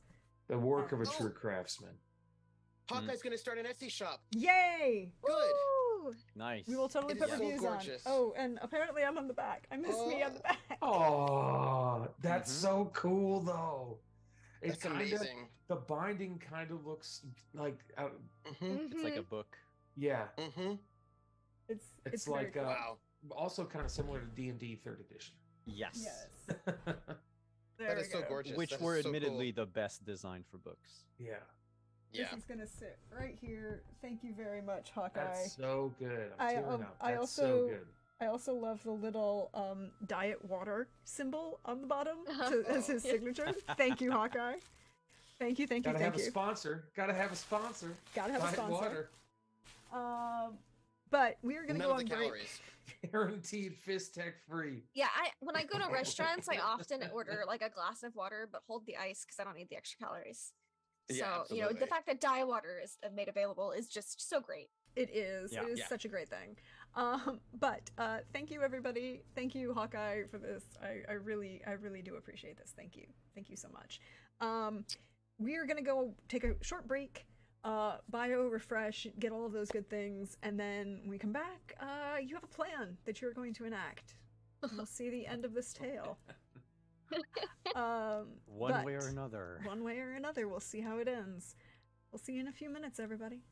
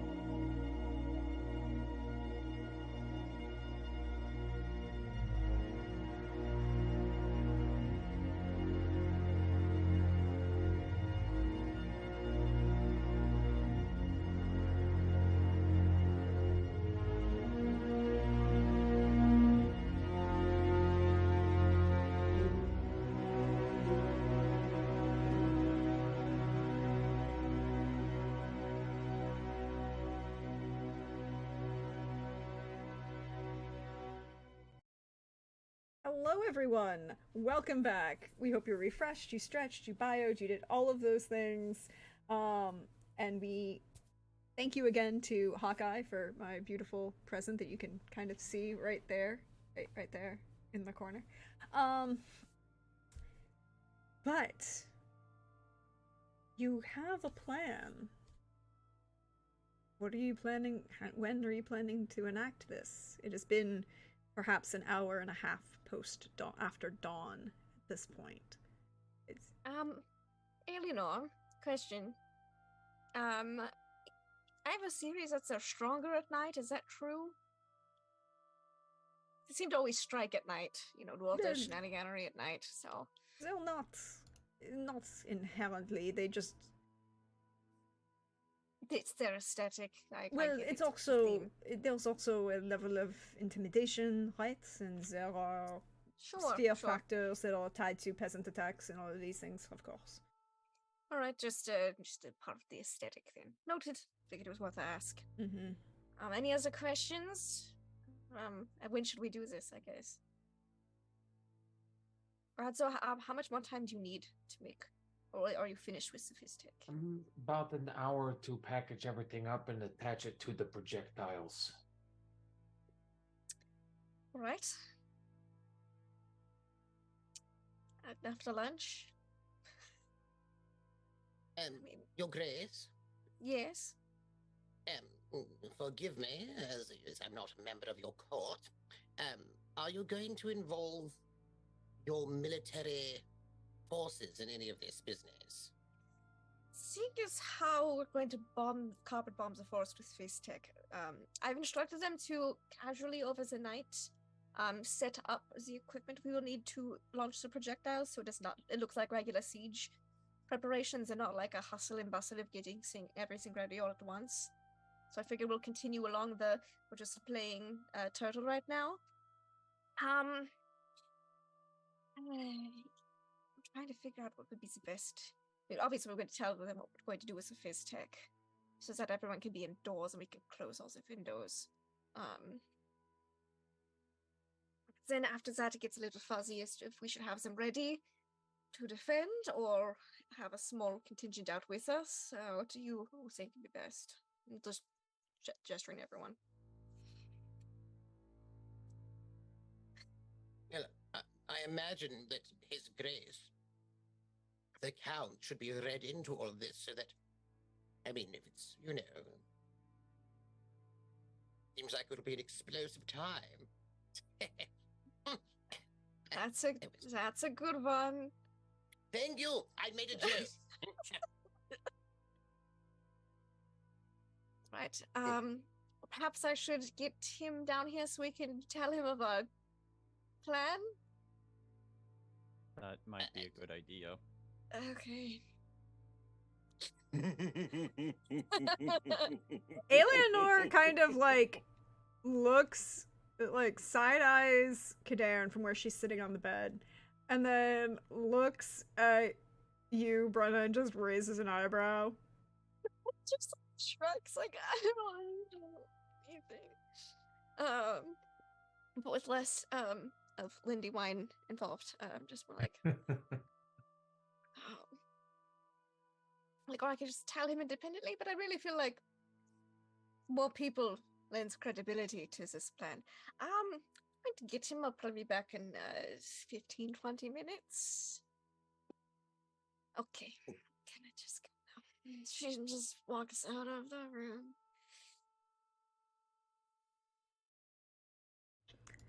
Well. This is gonna be it. Pull out some granola.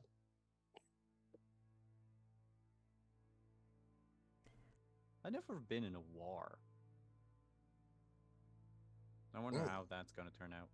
Very loud. Well,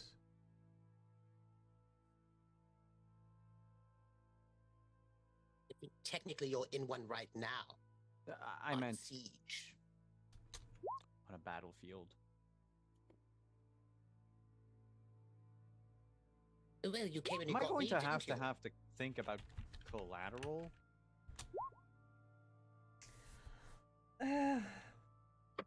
No. You never think about collateral at the time of the attack. You think about collateral after the fact or before the fact, but not during. You can't. You have to focus on what's going on. It's very loud, disorienting. You focus on what's in front of you and who's in front of you. You keep going. You don't stop.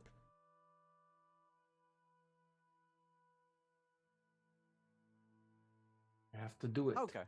Business as usual then. And for a brief second, you feel her, like, almost as if she seizes slightly and grab when her hand is still, like, resting on your ankle. And it just, like, seizes just a little bit, and, like, you feel her nails slightly dig in, and then, like, she intentionally lets go. Like it was an unintentional response.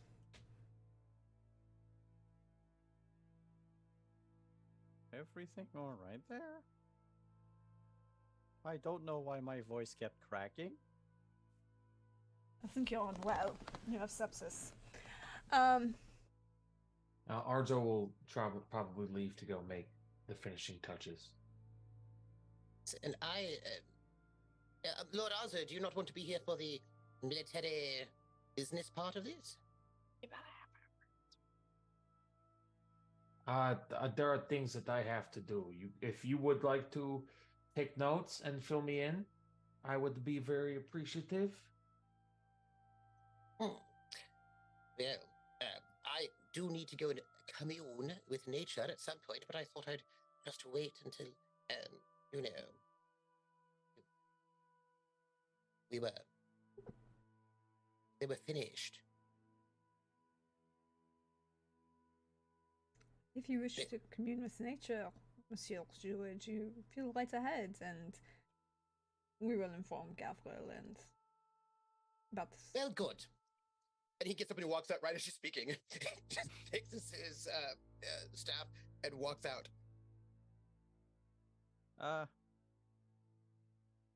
Please don't all leave me alone with Gavril. Oh, I'm not leaving. And she'll get up and close the door.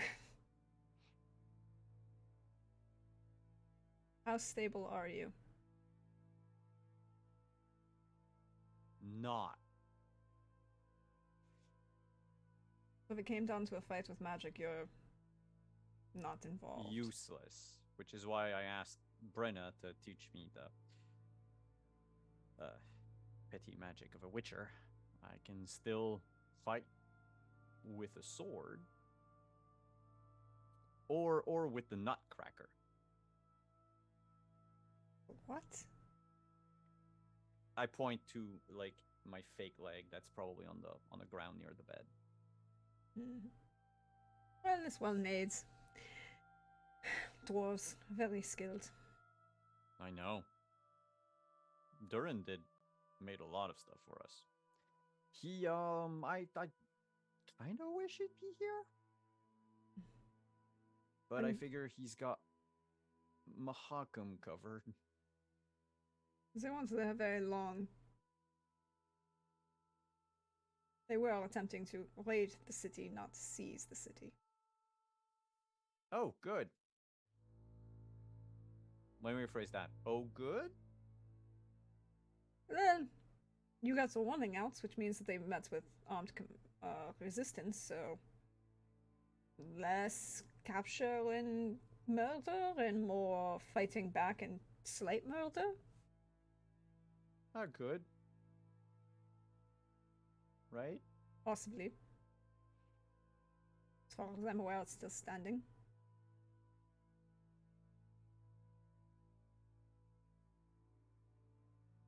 Oh, it's at least that. What happened at Bernard?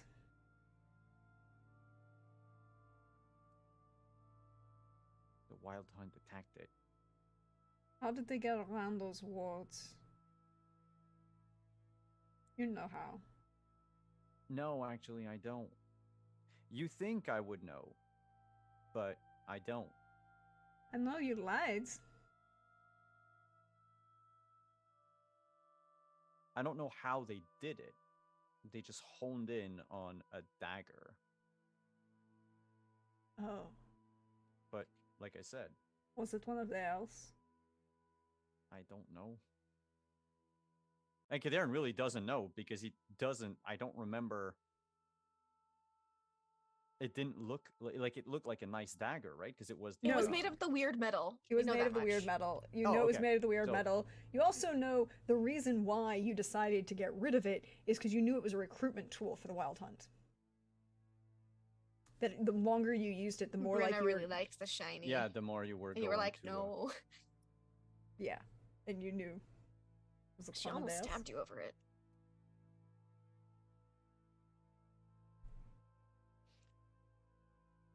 Yeah, they had. They were giving out free knives. Recruiting. Interesting. I don't. Yeah, I don't understand that part. Sometimes they need Yes, but they're more liable to recruit non-elves in a place such as this than elves. So why would they bother? because after they get you addicted, they can put you on the front lines and let you take the brunt of an attack from a unicorn horde. They really are losing a war to horses. Sentient horses that stand twice as tall as anything that does outside and has a giant freaking horn in their head.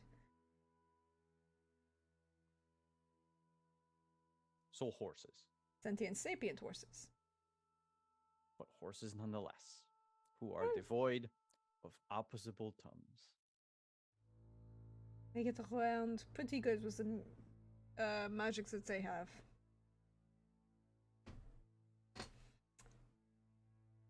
So Still, you had the I dagger. like our chances then. You had the dagger. Oh, I left it in Alzor's study. So they could go to their own sympathetic magic down. Probably. You have to understand that for all we knew, this was a tool of Alzor's. Because we didn't know that he was against the Wild Hunt. Well, So- don't know if, well, perhaps he claims to be against the Wild Hunts, but more in a you're challenging me, this is mine, go away kind of way. Not personally valiant hero defending the world sort of way. Well, yeah, it led to that. Well, it would be an interesting problem to deal with. Well, that's kind of why I want to make sure that their prisoners can escape. Hopefully they can.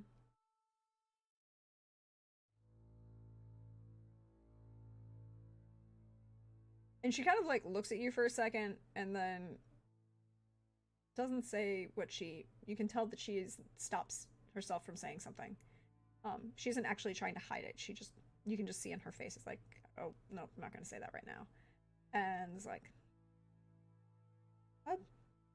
So what shall we talk about while we wait for Gavril to show up and you and Brenna can talk to her husband and maybe you can discuss the fact that he wants to watch.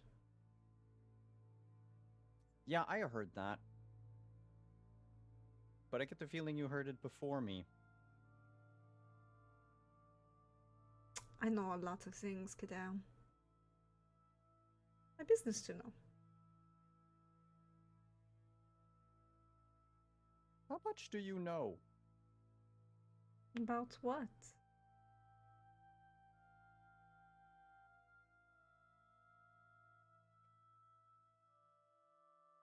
Let's keep on track. Eredin. We were married. What do you want to know? Weaknesses? Like he favors his left side more than his right side? No, he is fully ambidextrous. He trained himself to be that way. He's a very skilled mage, but he's also a very, very skilled swordsman. large two-handed greatsword as his preference. He does enjoy cleaving in twain vertically versus horizontally. Says it creates a better blood spray, more intimidating when the commander folds in half and the army behind can, eventually just fold in half and he stands there shaped like a skeleton looking intimidating, covered in blood. You got any food allergies? No. No sensitivities or dietary restrictions the last time I heard. No, mind you, it's been a few hundred years, but quite sure his diet hasn't changed. Develop these things, yeah. Ah. Also very possessive, very angry, slightly narcissistic, but very dedicated to his troops, and I'm going to make him very, very angry in about 20 minutes. As soon as we go outside. Well,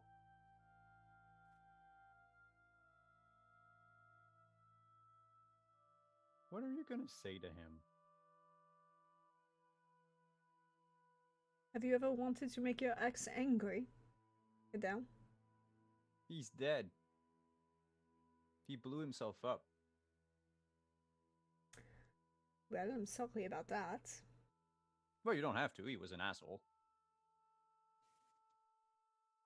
Well, I'm about to make my asshole dick of an ex-husband very angry by insulting pretty much everything about him.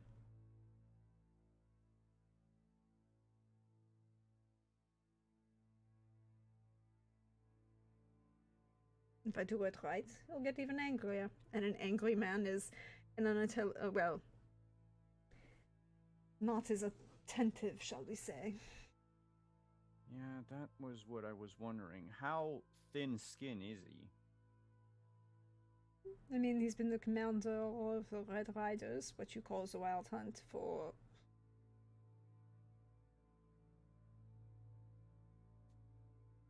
500 years. He's never been challenged before, has he? I mean, in his authority. Like, no one's ever... I get the feeling no one's ever talked back to him. Not and live to tell about. Well, that's not true. If you were young NL and were being a smart-mouthed asshole, you might just break your jaw. And put you on the ground. The problem with him, Kadarn, is that he is as skilled as his reputation holds. So... there is no exaggeration. Well, the height is a little bit exaggerated. He's not 8 feet tall. Yeah, I get that. It's an ego thing. It's a horse thing. Misreported stories aren't the same thing as an ego thing.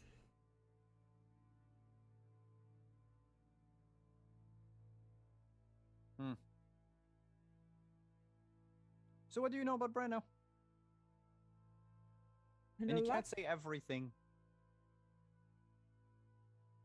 I'm not going to tell you Brenna's secrets the same way I don't tell Brenna your secrets, Kadarn.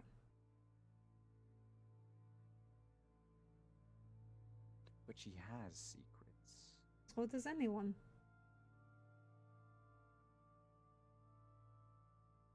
If anyone tells you they don't have secrets, they're lying to themselves.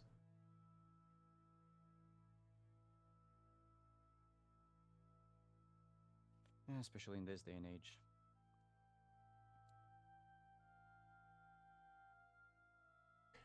But I will say, if it works, I'm happy for you both.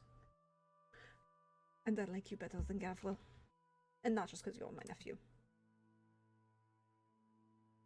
Yeah, right, I'm the nephew. Well, technically great-grandnephew, but... I've been living a lie for the past couple of...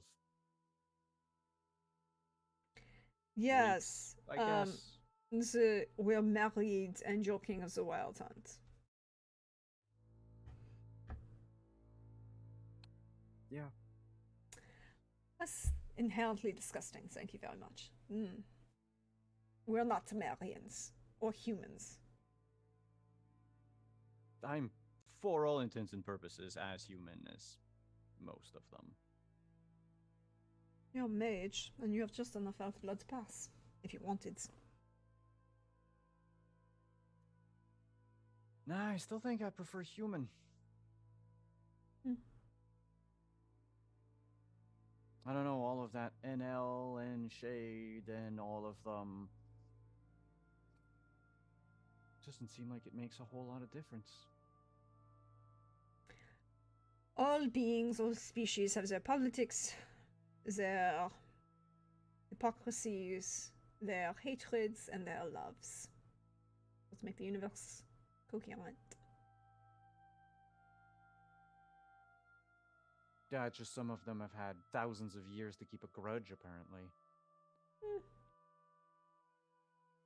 Also true.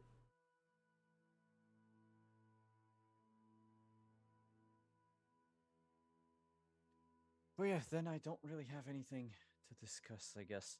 I'm a little, Do you on want, edge. Do you want help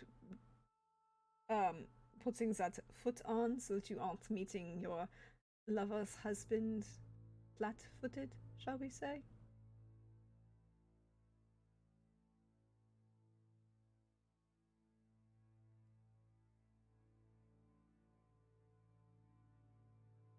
I don't intend to send a signal.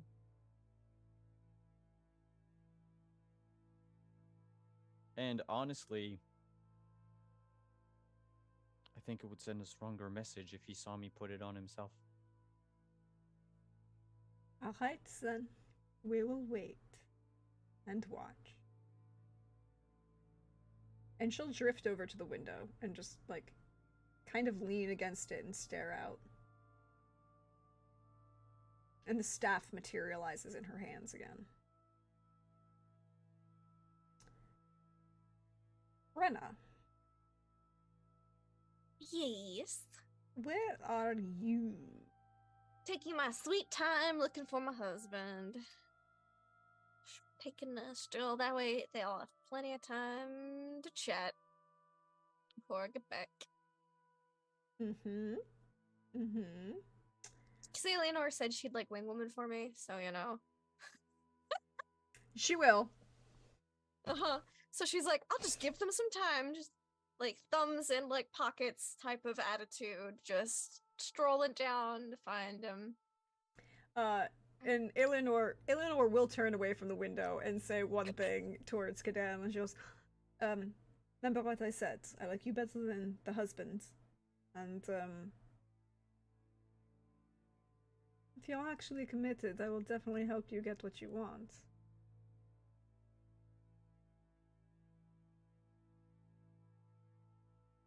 What do you think that is? Attention and affection.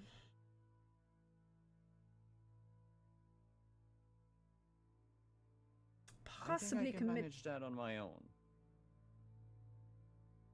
Well, at least you've got the affection parts down.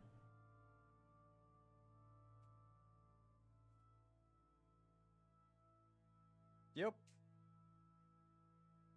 And no complaints about your stamina.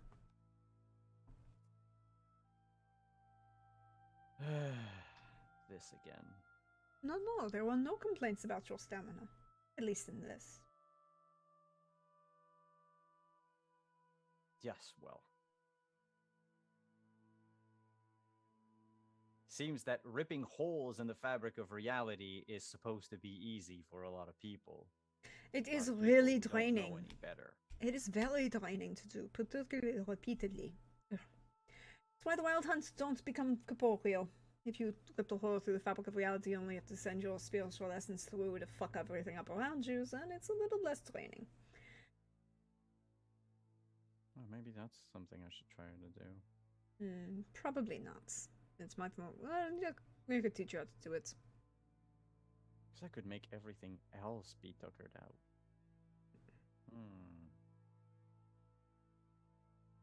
Ardzo.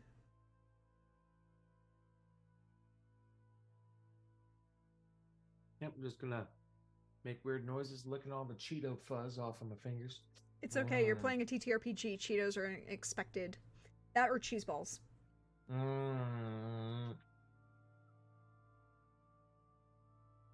Good. Cool. Now that everyone is thoroughly aroused, let's get started with my turn. I need you to roll me an alchemy, please. Yes.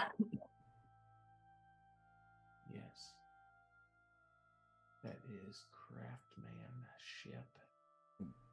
Mm-hmm.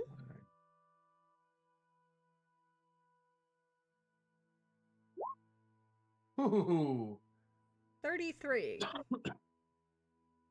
So, in the next 20 minutes, you will finish all of the materials for Fistech that you have within the castle, right? Like everything that exists. You will have a total, based on last week's roll and this week's roll, of 100 5-pound units of Fistech. 105-pound units. 100 5-pound Five You have units. pounds. 500 pounds of fist stick. Oh my god, that's so much. What's a quarter ton of Fistech? Mm-hmm. That you made in a 24-hour period. I made it in 24 hours, but peace out, guys. I'm getting rich. Well, you're not asking any money from Cavril for this. Right. So. But I could just, I guess, go in cahoots with a wizard. Well, once and we get the teleport entire out. enemy army hooked on it, they'll have to come to you for more. Oh god, an interplane drug lord. Mhm. Look, there's a guy in Belhaven who still wants your who thinks you're wonderfully employable, and there's some really nice people in Beauclair, that were looking to do business with you. Yeah, but I didn't want to cause large-scale harm to those groups of people. It's a different story with these thornberries. All right, so 500 pounds. What I want to do is separated them into like 50 10-pound bags and tie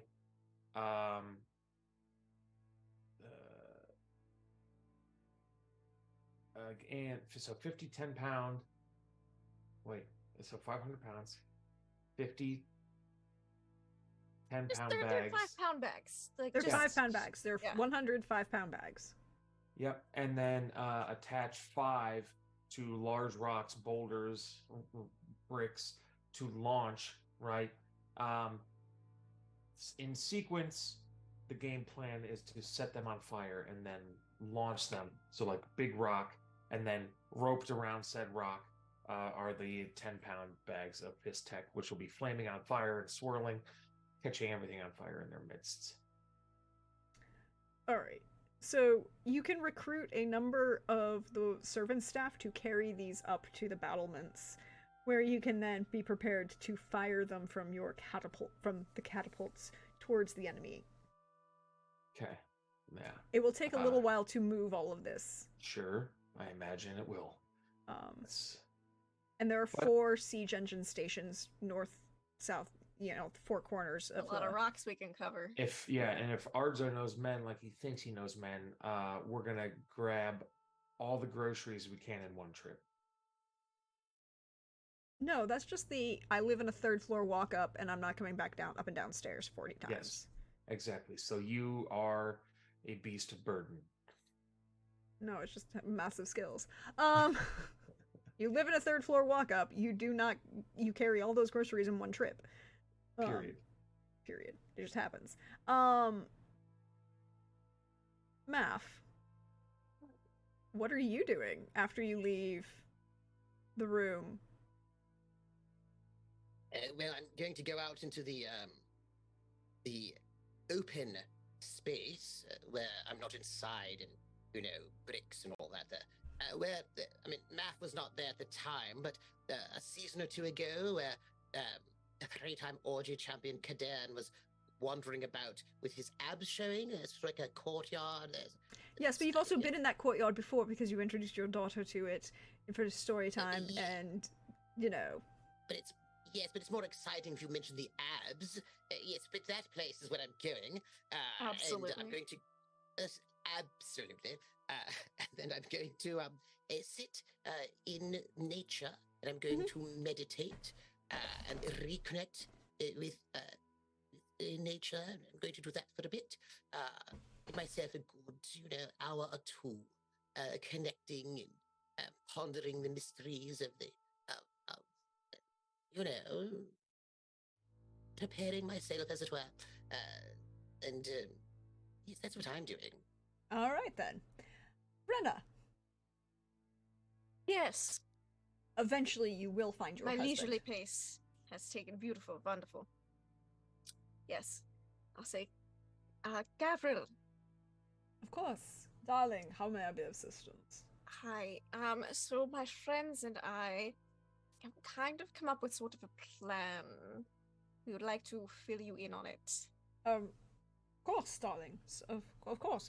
And he will stand up and, like, come over to you and, like, wrap his arm around your waist and, like, lean in to kiss you on both sides and then just start to guide you out the door of his office. Yep.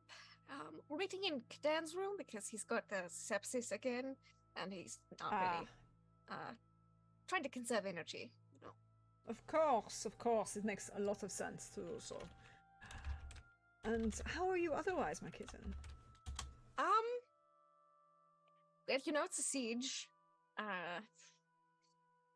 There's a wild hunt out there. It's not great, but we're doing the best we can, and we've come up with a plan. She's trying to seem confident about the plan, but she's a terrible liar. It's going to do something. So, do you think it is that's bad, but we should not? I think it's the best shot we've got at minimal casualties. All right, son. That is what we will do. Because... All right. Well, let's let you hear that first before you commit to anything. So our plan is to shoot cocaine out into the forest. But it's not cocaine. That's the thing. You guys keep calling it cocaine, and it's not. It's because it's just But there's like shoot ecstasy out into the forest. It's an analgesic. You're shooting. You're shooting downers into you're shooting like laughing gas or that's a good one, laughing gas. Yeah, but it's not as much fun to say as cocaine. But you're shooting in anesthesia that is snortable into the Look, Odso made 500 pounds of drugs overnight. We're going to shoot into the forest. I don't say this now. I'm just gonna wait till we get there so we can sit her down and be like, so here's our awful plan. So yeah, we'll go down there. And greet Eleanor. Eleanor? See, Math and Odso I bet Odso's busy with preparations and Math's being Math. Oui, c'est vrai. They wish to Math wish to bond with nature. That sounds like Math. Okay. Odso said he would finish wrapping up what he's been working on. So let's have seats and say what Odso's been working on. And Gavril, with his arm around your waist, will guide you to one of the chairs, like a little away from the bed, where Kadarn is. Yeah, that's fine. And he will. Kadarn's been irritating her a little bit, anyways. And then he'll lean on the arm of the chair and like rest his hand behind you on the back of the chair. This does not surprise her, but she is curious as to what Kadarn's face is. She's gonna roll terribly. She's gonna roll terribly on human perception. Obviously. On Kadarn? Yeah. A 10. She has no idea. So she's just gonna sit down and be like, so our plan is, you may have noticed I ordered the catapults ready through the night. Just a nice casual sieging pace. And he will turn slightly so that he's still got seated on the arm of the chair with his arm resting on the back so that he can look at you and maintain focus on you. It's like, but of course, darling, I fully trust your judgments in all things. Well, Odso, I guess I just say it very straightforwardly. Odso cooked up about several hundred pounds of fist tech overnight, and we're going to attach it. It's got an accelerant in it as well, so we're going to attach it in little bags to boulders and launch those out into the forest to kind of just drug smoke them out.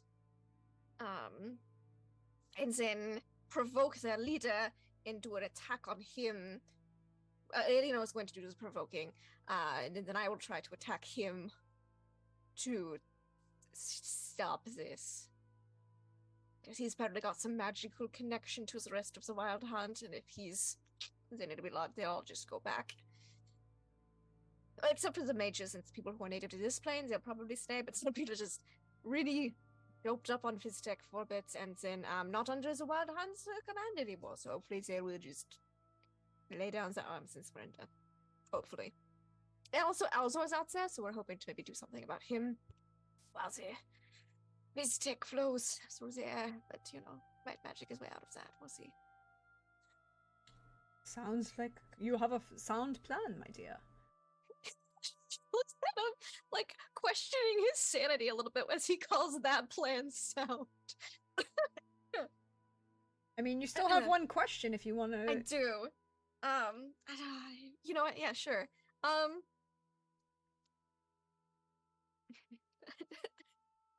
don't know if I should be like, is this what he is? Does he actually think it's a sound plan? I have a better question.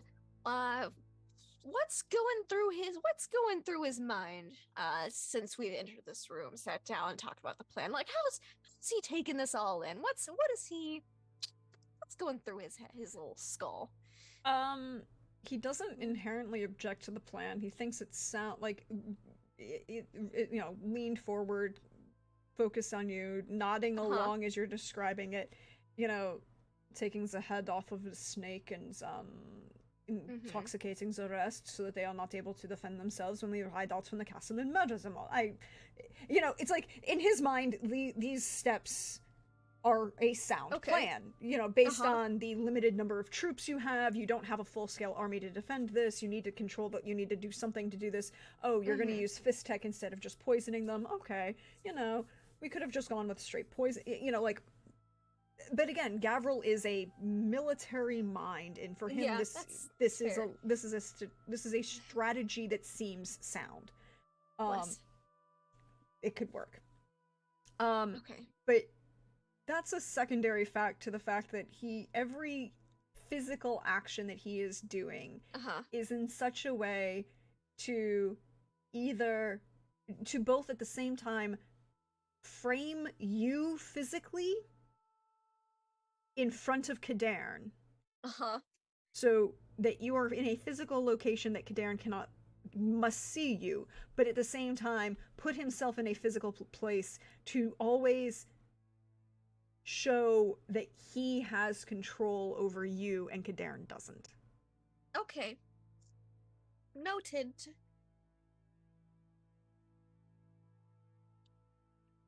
Do I notice that? You can roll human perception. I mean, that was based on one of her questions from when she actually rolled really well. You crit on your husband. It did. 17?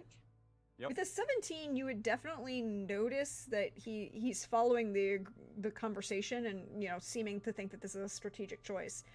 And you would also notice, like, his body position in certain ways is possessive, but at the same time, there's something else underneath it. You may not know all of it, but you can get pieces of it. And, you know, he sat her in the chair directly in your line of sight. He's seated in such a way that he is surrounding her both physically and, you know, emotionally, right? Like, he's not quite turning and smirking over his shoulder at you but at the same time, he's doing everything he can to show you his possession of her.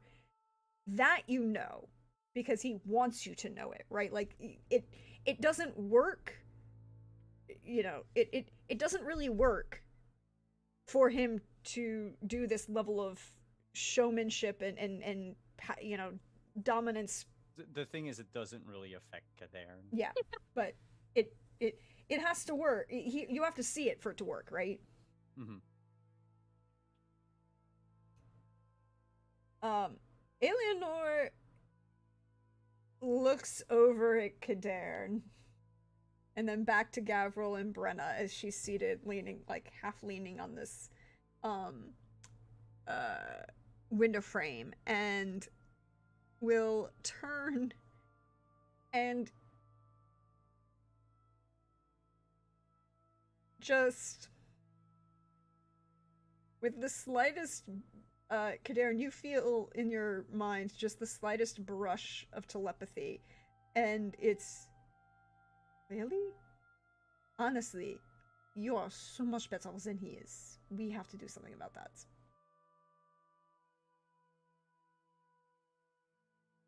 I can't reply. Yeah, I know. She knows that too. But Gavril will lean over and like kiss you, Brenna, That's a weird response to a battle plan. and then get up and say, "I'm gonna go make sure that Constantine and Matthias are prepared to attack on our commands."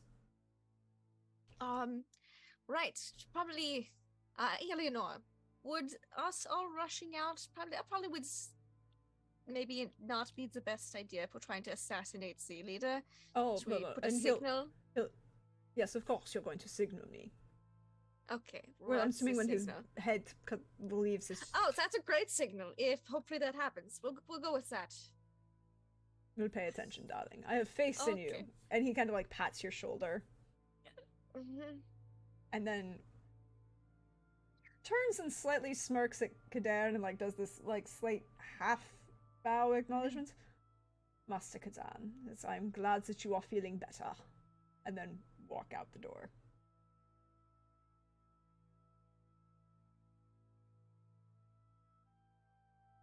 Actually, hold on a sec. There's things going through Kaderan's mind, but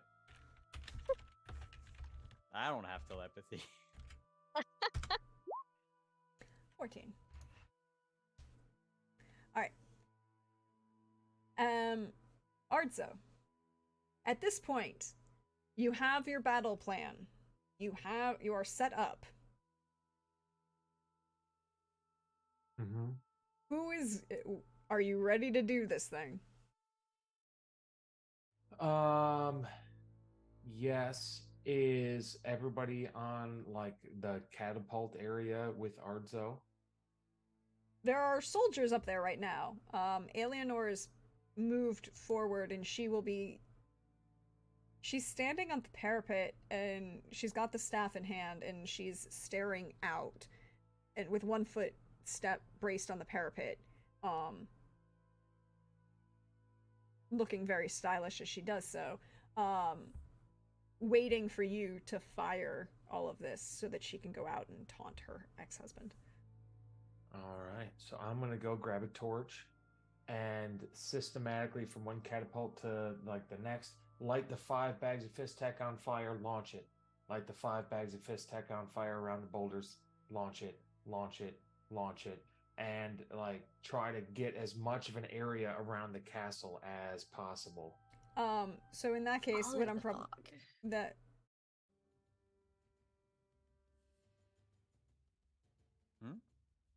What I'm gonna say is then they. Trooper, if you were talking.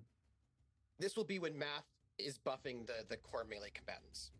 Yeah. And Brenna would also give Math Alzor's blood so he can scry once the fist tech's been kicked in, so we can find out what he's up to, because we don't want to know. All right, I need you to roll for the siege engines. What am I rolling? 1d10 plus 10. Million. Brenna would also get us all like bandanas, dampened bandanas for us all to just be extra cautious. So just a straight dice roll, 1d10 plus 10? Yeah, because you're rolling for the troops on the battlement. Because I'm assuming you can't physically launch, you know, you'd be running all the way around the battlements to do it yourself. They have, I thought it was better than a 10. Oh no, it's 15. That is a 15. It's 15. Yeah. 15, sorry. 15.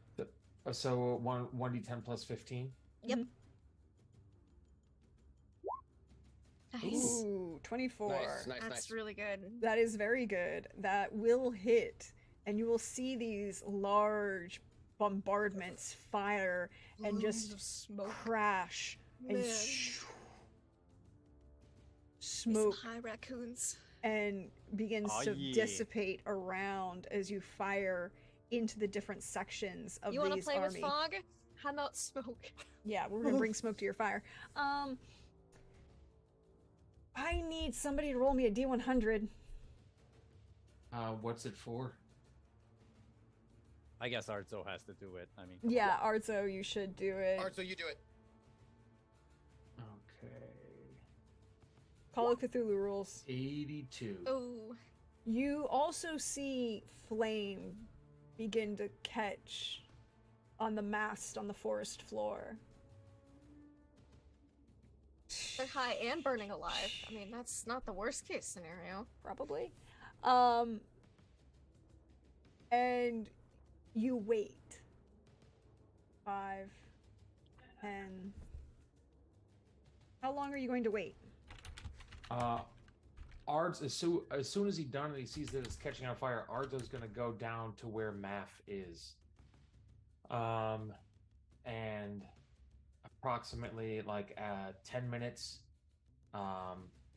after it has had some time to burn and the vapors have some time to actually take effect in the human or the organic body, if there's a signal to give, he would give a signal, or was like, okay, now at this time. All right.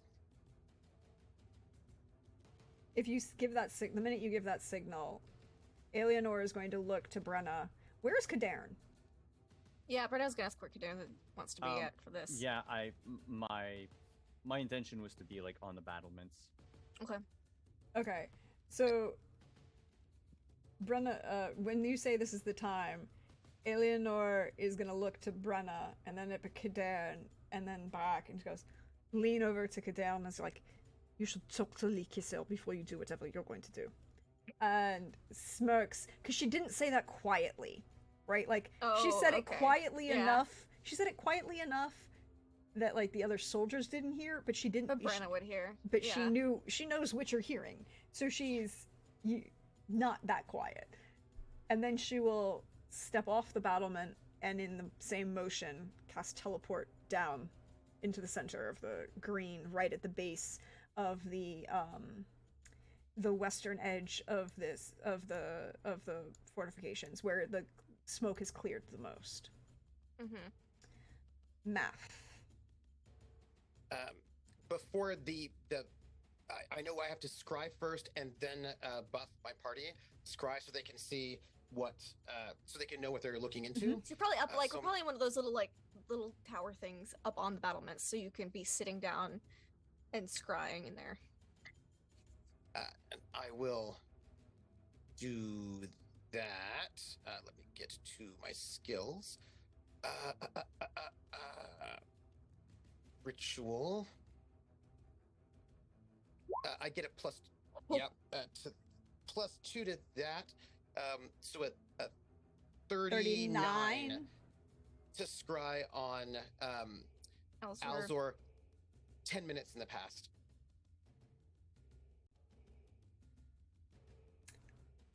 You 10 minutes in the past from when it launched. No, probably from after it kicked in. After it probably. kicked in. Okay, Yeah. so the point at which So it it's would have from this moment. From this moment. Yeah. From this. Yeah. which So is it's probably like a couple minutes into it being whoosh Yeah. around. Yeah. you can see him standing in next to a tree. It's He's standing next to a tree.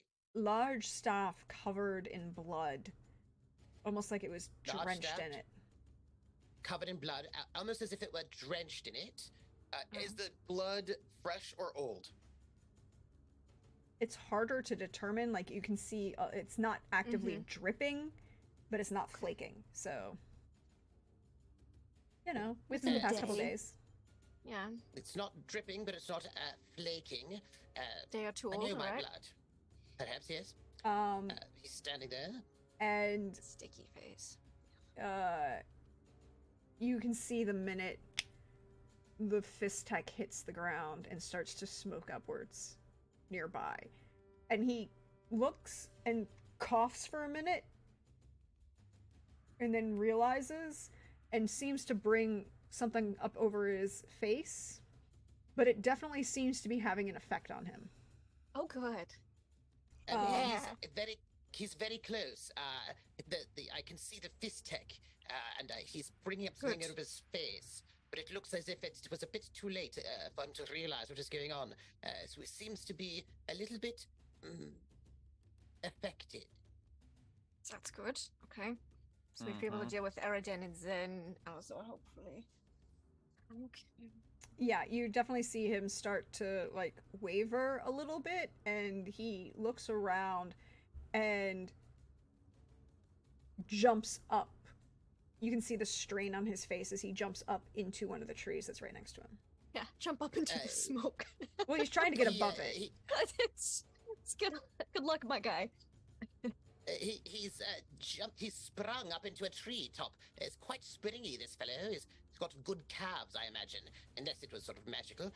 He's Yeah, smoke got a- rises, so it'll be a problem for him for at least probably another 10-20 minutes or so. All right. Yes, he seems to be very close. And then he gets, once he's into the tree, he kind of tries to find like, it seems like he's climbing into a position of a defensive position within the tree. Looks as if he's taking a defensive position inside the tree. Listen close, Your Grace. He's about, and I sort of give an estimation of how many feet up he is, right? Like, because we've got a tiger ready to pounce. I want to get like as good as possible a description so that she's not surprised, like right? 15 feet at most. Okay. 15 feet. And I describe the tree in loving detail because I know my trees. I'm sure. Like Tolkien talked about trees is how you describe this tree. Yes. Each of the tree has a bit of like this and a bit of a shade like that.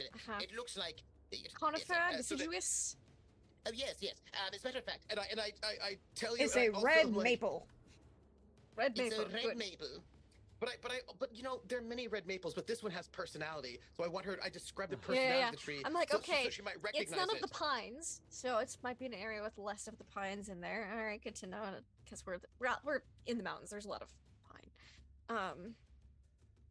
School. She'll just make notes about where approximately, like, there might be more maples than others, like which side of the castle maybe. But then be like, all right, well, I guess he's going to hunker down for a bit. So I'll put like hood up, cloth up, sort Yes, out. one moment.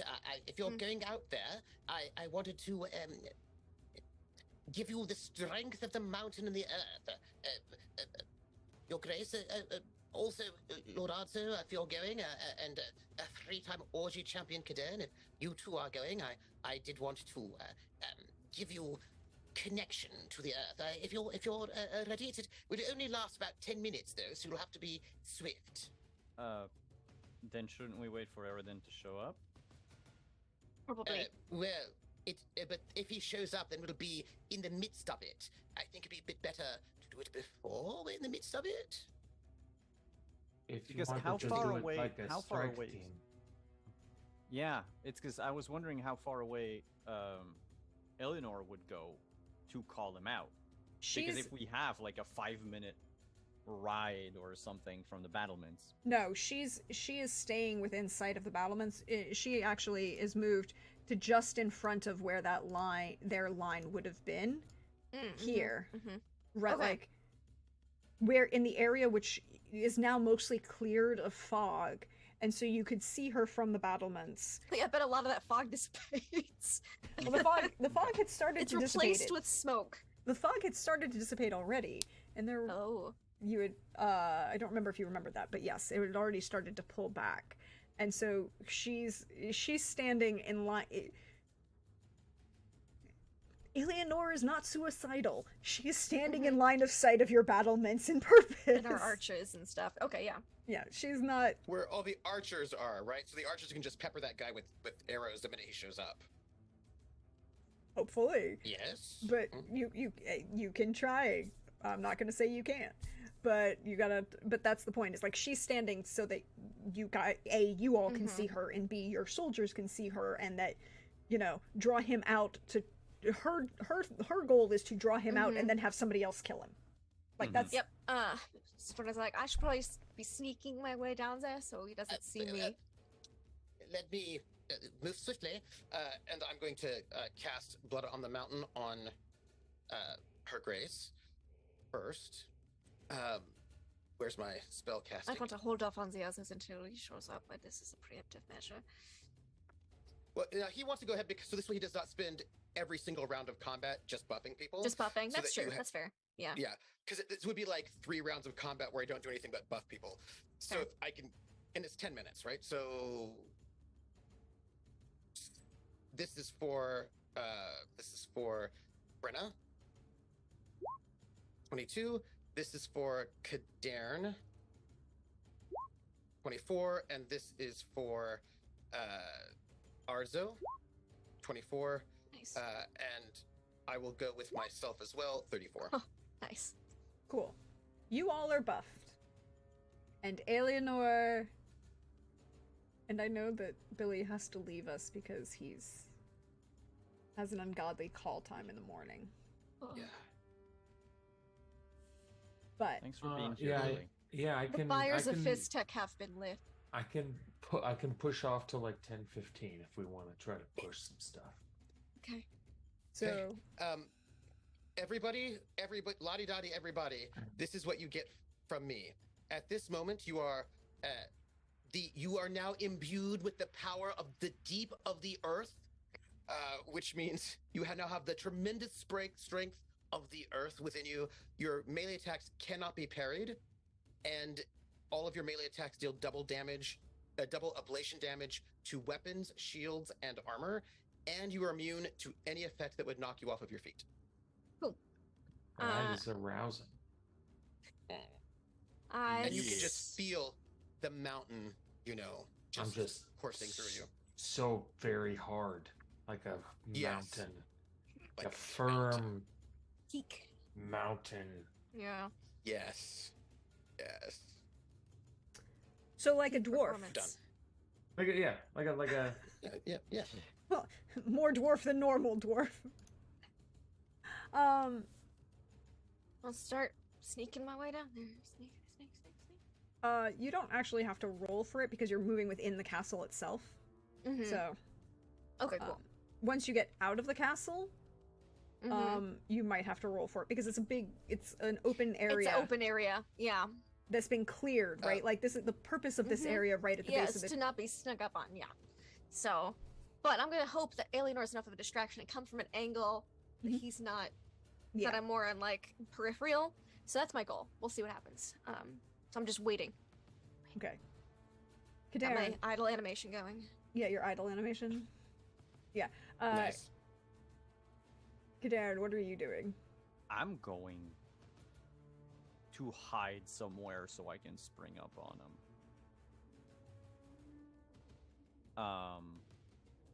But Kadaren isn't that great at hiding. So just to throw him off. Oh crap! I can't keep that for too long. Nope. I'm gonna hide. Okay. I stand out. Well, that's the point of this cleared Oh. area right in front of the wall. Yeah. But and then Ardzo, what are you doing in this moment? Are you going to, I understand that you might not be able to stay the whole time, but are you going to engage? What are your orders? Yes. I will be.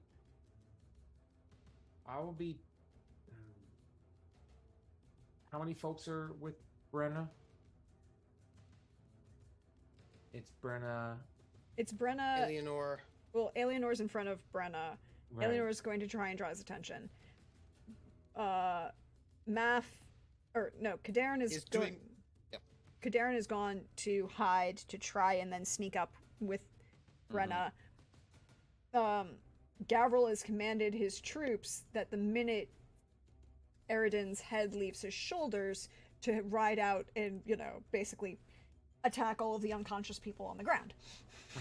Brenna would have made a point to be like, try not to kill the human mages. They're abducted students from Banard, and they, once released from the Wild Hunt, they should put up a fight.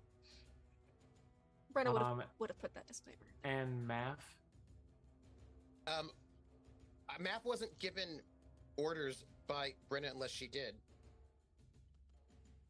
Right. Be ready for anything. Keep an eye out for Alzor too. She would have said that because, you know, he might pop up. So having someone just be aware would be a good thing.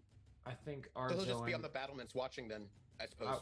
I feel like Arzo will have a plan with Math because of our affinity for nature.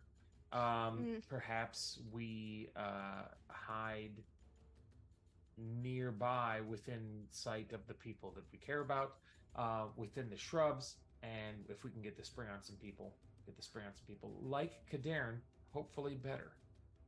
Yeah. Yeah. I mean, I'm the diversion now. Well, you're part of the diversion with Eleanor.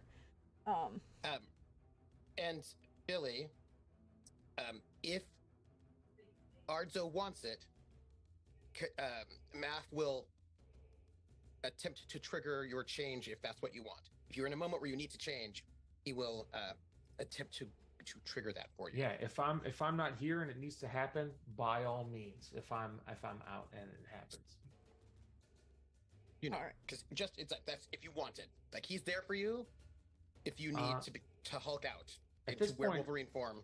Arzo's about winning this thing, so That's what it takes to win. Any means I feel like if you've got that trigger and you feel like it can be the difference in a front line or two, then you have that power. If you have the power to do it, he's consenting to your decision. Okay, but you can't leave until you tell me what the signal is. What does Arzo do to give the signal?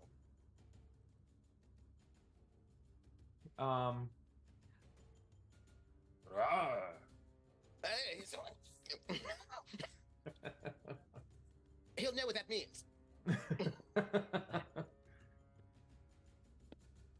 So, what we see is the camera is going to pan. You can just see the stealthed version of Brenna right inside the walls, waiting to pounce out from them to attack. You can see Kadarin, who has made his way slightly stealthy and is kind of like creeping along the outside of the wall, outside of it, attempting to hide behind a bush, but there really isn't any because they've all been cleared. And then you've got in another small portcullis area that's been opened, you've got Math and Arzo. It's still within the walls, stealthy, looking out as Eleanor reappears, staff in hand, her hair long and slightly blowing in a wind that isn't really there. And she fully stands perfectly erect. She looks phenomenal.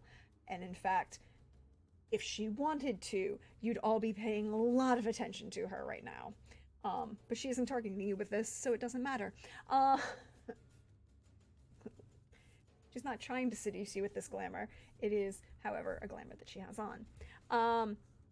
And she stands in the middle of this open space and negligently leans slightly seductively on the staff she's got in her hand on the ground. And you can see that it's got this very large steel capper at the bottom.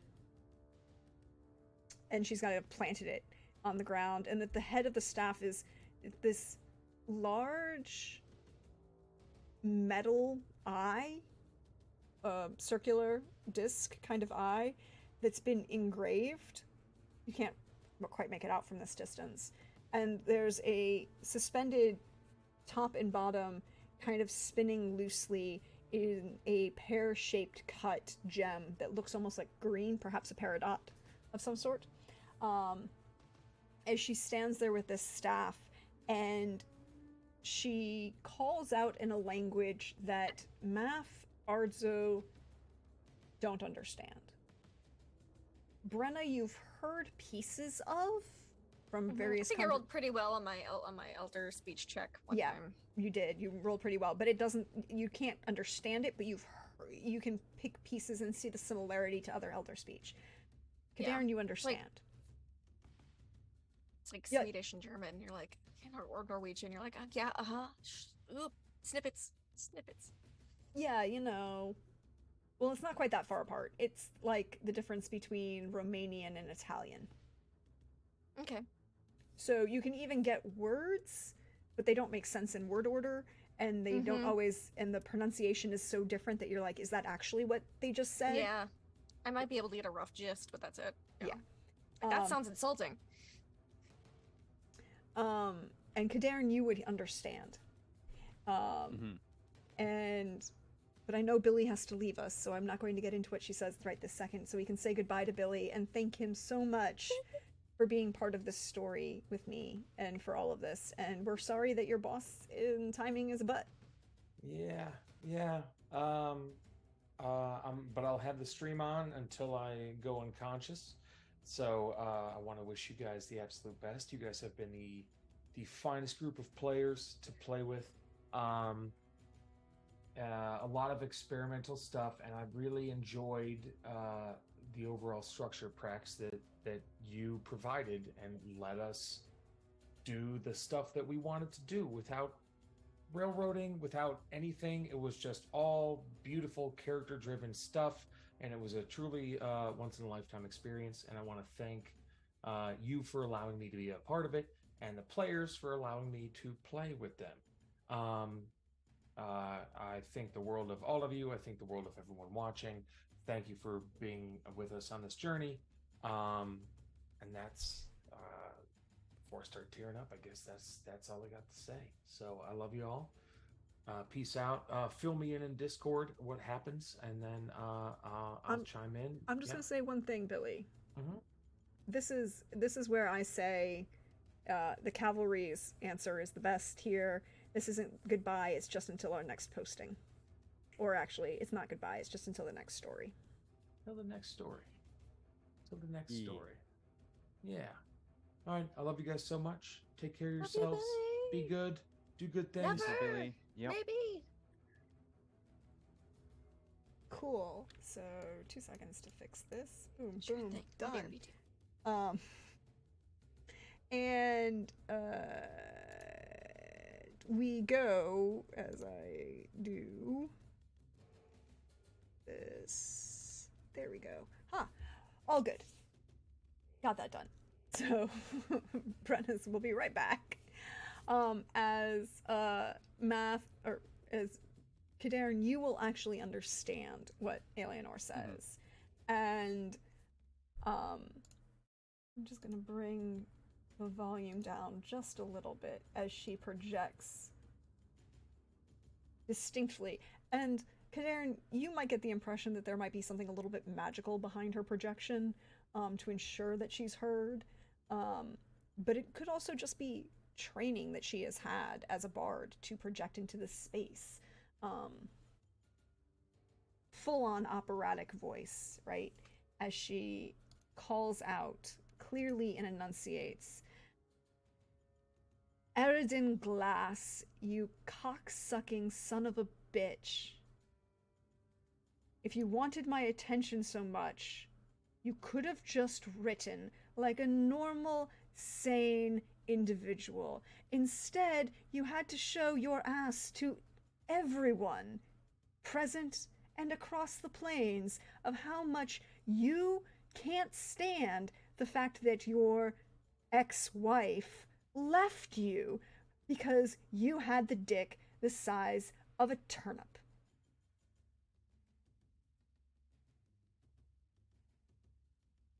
Is she talking about root vegetables? No, and then she kind of like, and then a radish, really? And you realize that the way she said that, Kadarn, there was a metaphor there that you didn't understand. That you literally understood the words, but the metaphor kind of, the idiom was missed. Lost on me. Yeah.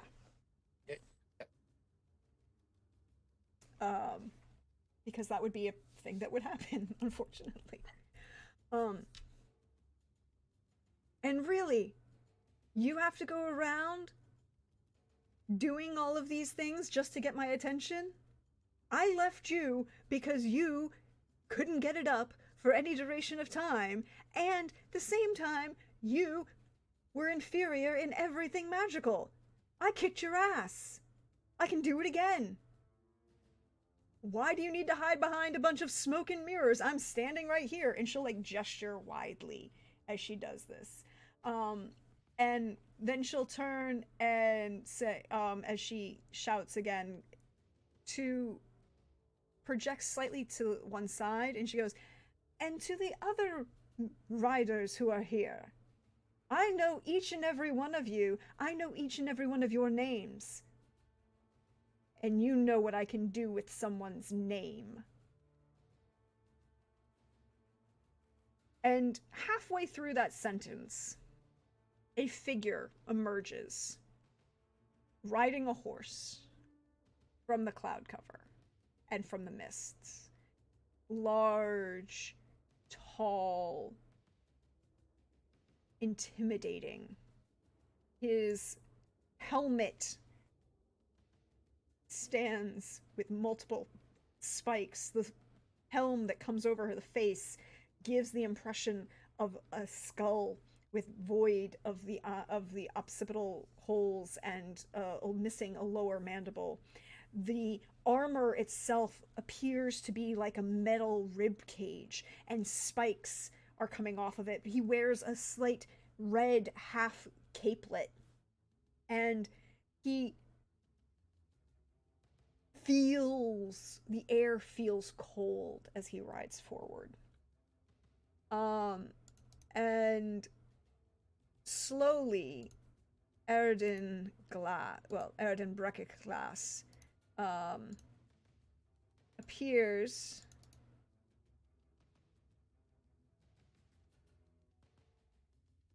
What? Why is it not?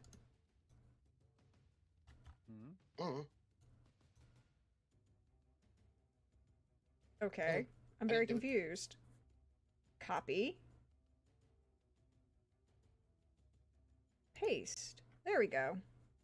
Didn't like that. He is now in the chat, or he's now in the dock. As you stand and you realize Alianor's 5'5", maybe 5'6", depending on the heels that she's wearing. This individual is a tall, strong, wide-breadth-shouldered individual standing over 6 feet, maybe 6'5", 6'6", a full foot taller than she is. And he pulls this giant longsword from the saddle, and as he dismounts in one motion and comes forward and just stabs the sword right next to him into the ground. And you see Alianor shift a little bit. Not much. She seems to lean even further on this staff that she's planted, you know, using as a support, and just kind of stands there watching, and then she'll say, "Is that supposed to be intimidating? You haven't scared me since you were 3 years old, Erden." Sorry, that was... Oh, I thought it was like No, she... like a pet name for him or something. No. You notice that she is calling his full name every time she says it. Yeah, she's angry mom. Yeah, she's probably doing a spell. Like it's probably some kind of ensorcelment or some such. Names.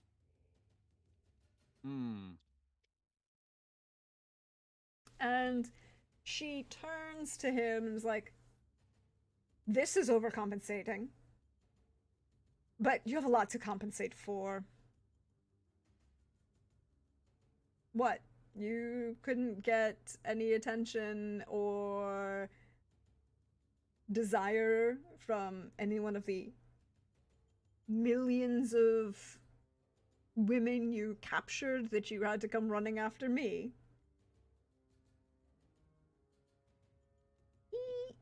does not say anything at this moment.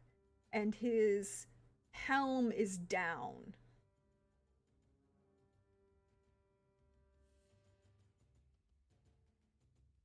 You said it's like a half skull, so we don't even see his like mouth. You don't. Right? You don't. The helm itself comes forward, and if you look at it, you realize that it's the faceplate of the helm is like you would realize because you've studied armor crafting, Kadern, that the faceplate of the helm is probably a good like 3 or 4 inches, or a good distance from his actual face to give Yeah, it okay. so that you can't actually see his actual jawline. And it's designed to be slightly oversized. It's a little bit in front. It's not full up on his face. There's a lot of illusion in this craftsmanship. Well-made craftsmanship. And he keeps his hand on the sword, and you see the head cock. And you see the helm kind of come up, like the faceplate, not the helm, the faceplate come up, because he's not 100% an idiot. No, take off your helm. He's not that mad yet.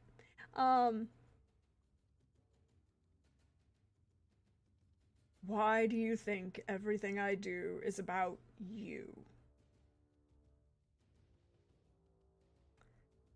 Well, you're the one following me around like a lost little lamb. Maybe you should go and see if you can find what, that horned rider was looking for. I'm sure you can get some attention that way. Oh, but wait. You've already had that kind of attention from a unicorn. How'd that go for you? And you can just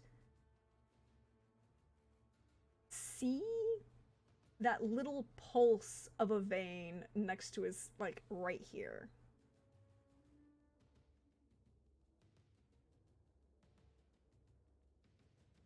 So is Neil with you? I know where he is. He's standing over there, isn't he? You're so attached to Neil. I wonder what would happen if we took him away from you, like a teddy bear.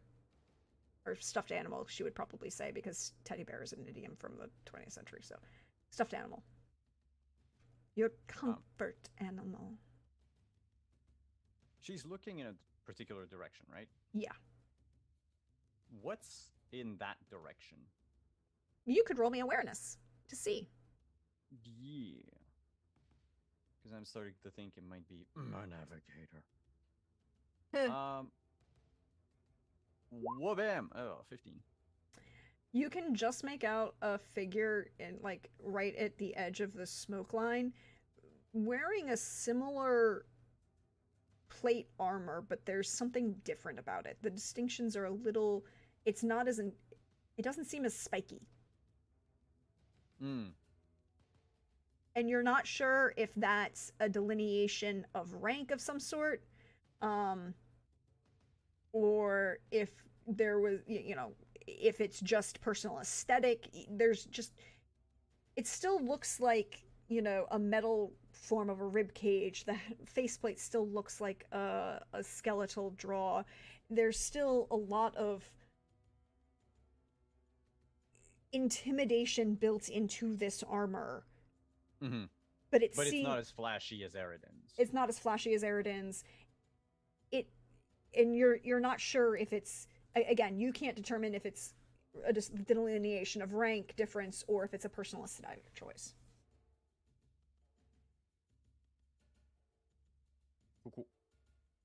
So, I'm here. You have my attention, Eridan Glass. What are you going to do? Oh, wait. You're going to do nothing. Just like you always do. Because you know I'm better than you in every single way. And the last time we had a conversation, you spent 4 months laid out on your back. Because I shattered every bone in your leg.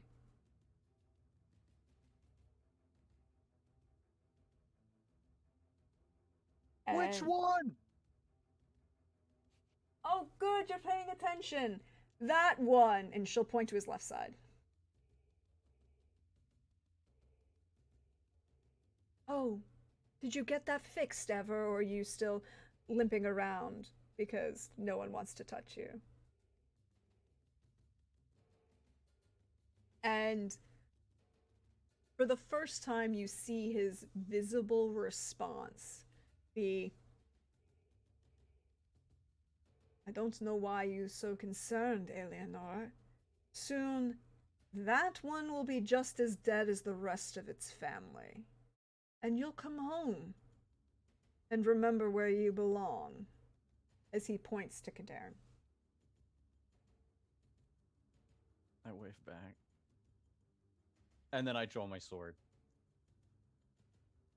I imagine I'm on confidant, just waiting to charge this motherfucker. I mean, you can do whatever you want at this point. He is fully, it's like, he's now walked up, so he's kept He's a little closer. Yes, he's a little closer. He's outside the tree line. He's kept the helm on, but he's removed he slid the faceplate back. Mm-hmm. Cause he's got to be an ass about it, you know. Yeah. Well, no, he's walking up to a castle that he's besieging. He's not taking the helmet off. He's not entirely. Well, no, stupid. but he's gonna show the faceplate. Like, Yeah, not yeah. just stay fully, because he's got to be like. Yeah, he's got to be an you know, asshole. Yeah. He's got to Yeah. be an asshole. That's what I meant. I meant like, yeah, that's what I was Yeah. talking about. He's got to show the faceplate, because you know.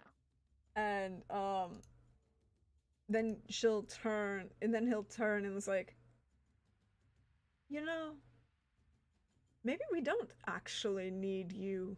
We'll just take that one home with us, and I'm sure after a little while he'll be trained appropriately. Oh, you're going to attack? Yeah, don't threaten Cadarn. Okay.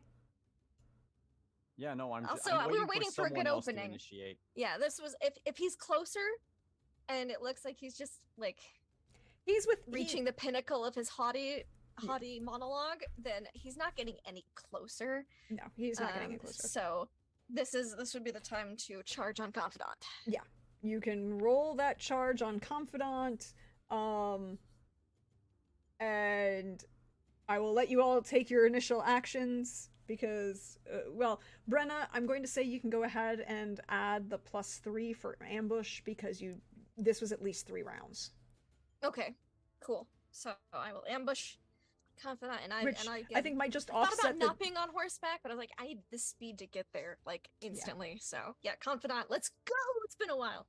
So, oh gosh, what does a charge all do? I should have had the Witcher PDF open. It's So, been the forever. charge- 1,000 damage. It actually will. So a charge, because confidant is a warhorse, will happen He is a big boy warhorse. He is a big warhorse. You will roll the attack, as if you are rolling a, it's a strong strike. Well, it's rolled as if it is a strong strike. Mm-hmm. And it is, you can, move up to your run speed, or Yes. in this case, the run speed of the warhorse, and make a Yes. strike of -3 penalty. Strong But if it strike, is, basically. yeah, but if the attack is blocked, you can make a physique check against the opponent's physique roll to knock the opponent prone. So even if they block, you can use the weight, and that physique check isn't your physique. It's the It's confidence. It's confidence because you're on the horse. He's got good physique, Exactly. I imagine. And then, I rolled his stats and all. Yeah, Yes. it is. And then I deal an extra 46 damage. Because the weight of the Oh, horse. let me sure. Yes. Yes. It's the weight of the Mhm. warhorse. It's fine. I damage both based on speed of the charge. Modifier table. Yeah, it's gonna be a lot. Yes. Beautiful. Okay. So let's go, and I get a +3 for ambush, so it basically negates the -3. Yeah, it'll basically negate the -3 from the So it'll charge. basically be a straight strong strike, basically. Well, basically a straight strike. Straight strike. Oh, Okay. no, strong strike. It'll be a straight. Straight strong strike. Because strong- Well, no. Does a strong strike suffer the -3 penalty right automatically? Yeah. Yeah. So it doesn't suffer any penalty. So it'll just roll it as Okay. if it is a fast strike. But You'll, we'll treat it like a strong strike. but it will Okay. treat it like a strong strike. How much luck Or do we have? you just get the strong strike +3, right? That's basically it. Because you get all the. Yeah, if you roll it as a strong strike and then add a +3, you'll do the same thing, or you could just roll it as Yeah. a fast strike. But with But- fast strikes, you get 2 attacks. Yeah, so just roll it as a strong strike and then add the +3. Mm-hmm. Okay. Yeah, Malik, strong strike is you take a penalty to the attack, but the damage is doubled. Okay. And there you Cool. have 3 So points I- of luck from the kindness of Chad at the moment. I thought we had a lot more than that. Is it on the other overlay? 4 and 5. Sorry, 4 and 5 came in and I was distracted. Because I was like, I thought we had like a whole You're at buttload 5. of luck. Okay. Cool. Cool. Use them if you want to. Use them because I'm thinking about just going for a big opening swing here. Yes. Smoke Yes. them if you have them. Yes. Do Yeah, it. you know what? All right, I'm gonna go for his head because I said that was a good signal. So I'm gonna charge out, aiming for his head. Treat it like a strong strike. Yeah, so we should have 8, it looks like. I'm going to According to spend. Crit Twitch. Okay. Yeah, because I thought we had like a whole stack on the other overlay. Okay. So, thank you. All right. So, And by the way, we're on the castle map, right? yes. Could I spend 3 from Yes. the pool, and I will spend 3 of my own to negate the headshot penalty, basically. Good. Mhm. 6. Yes. Okay. Yes. And the second one doesn't matter because it's just a strong strike. 32. He Yes. is going to attempt to dodge as you ride out. Because riding a warhorse is not quiet. It's not. It is not quiet. He is going to Fingers crossed. attempt It's to gonna be a very impressive hit if it hits. yes, it will be a very impressive hit if it hits. He is going to attempt to dodge.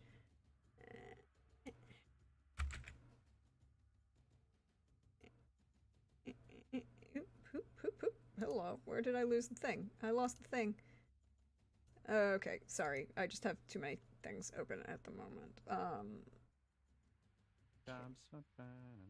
It's the life of a GM. Just too many tabs open and too many things open at all the Yeah. time. 27. It will hit. It will hit, but it will not be a crit. Not be a crit. Oh but no, it is. that's It is. okay. It is a baby crit. A baby crit. Yes. No, because it's 7 for a Oh. baby crit. Oh, it's 7? Yes. Yeah. It's Oh, only- yeah, 'cause it's- yes, it's- because it's only 5 difference. Yeah, Math. it's But it's sorry. okay. Sorry. I was looking at Mekton. Mekton baby crit is 5. It's all good. So, Unfortunately. strong strike to the head. Mhm. So double that, 44. and then triple that, and then add that. 16. Did 40 you random roll the body part? No, I aimed for the head. She okay, called. okay. She took the luck and called for the head, and Yeah. took the strong strike. That's why I spent the luck to negate yeah, the yeah. the negative. Yeah. It's a good thing too. So Yes. So that's a lot. yes, I have to do math. Hold, please. Hold, please. I actually have to do complicated math. So 44 times 3, right? Yeah, so that's 132 132. plus 12, 134. Plus the Nice. 16, so 148. Yes, 148. Unless that also gets tripled for No, that head. would that the damage, the Just the charge random damage damage. is Yep. separate. So 148 damage total. Yeah. And double ablation damage to his armor. Yes, double ablation damage To its armor when it goes through. It doesn't matter. There is nothing in this game that has 148 hit points, even if you take out the 35 for the I plate had to armor. be sure, man. Like- Uh-huh. I'm gonna. we wanted to send a message. We're sending a fucking message. You're gonna take his head off. I want you to know that Geralt of Rivia has the most HP in the entire book, and he only has 55. No, well, that's true. There's some monsters. There is that one are monster that would Monsters have do, 100. but- There is one monster that would have 148. But it's not. He's not it. That horse is the real hero. Confidant is the real hero here. Confidant is the Yep. real hero here, He let me get here and around. And Yes. That's, yeah. and would have definitely let you do a lot more damage. But yes, you do hit, and you will kill. Shook. Nice. Nice. Bruna just rides low, goes for the slice, and I want to catch the head if I can, as it sails through the air. Nice. I'll let you Nice. make enough. turn it into a trophy. Yes. I don't think you can. Yes. You can make an athletics roll to see if you can catch the I head. would love to make an athletics roll to try to catch the head. Yes. Yes. That's just 19. being like extra. Yeah. But extra's say yes. important. I'll say Okay. yes. Like, because I imagine with that much momentum, it goes like, for Yeah, a minute, it'll the go- helmet probably comes off. The and helmet it's, comes like, off, blood and the head hair, and a is- very gruesome pinwheel. Yeah. Because it's Witcher, I gotta make it a little gory.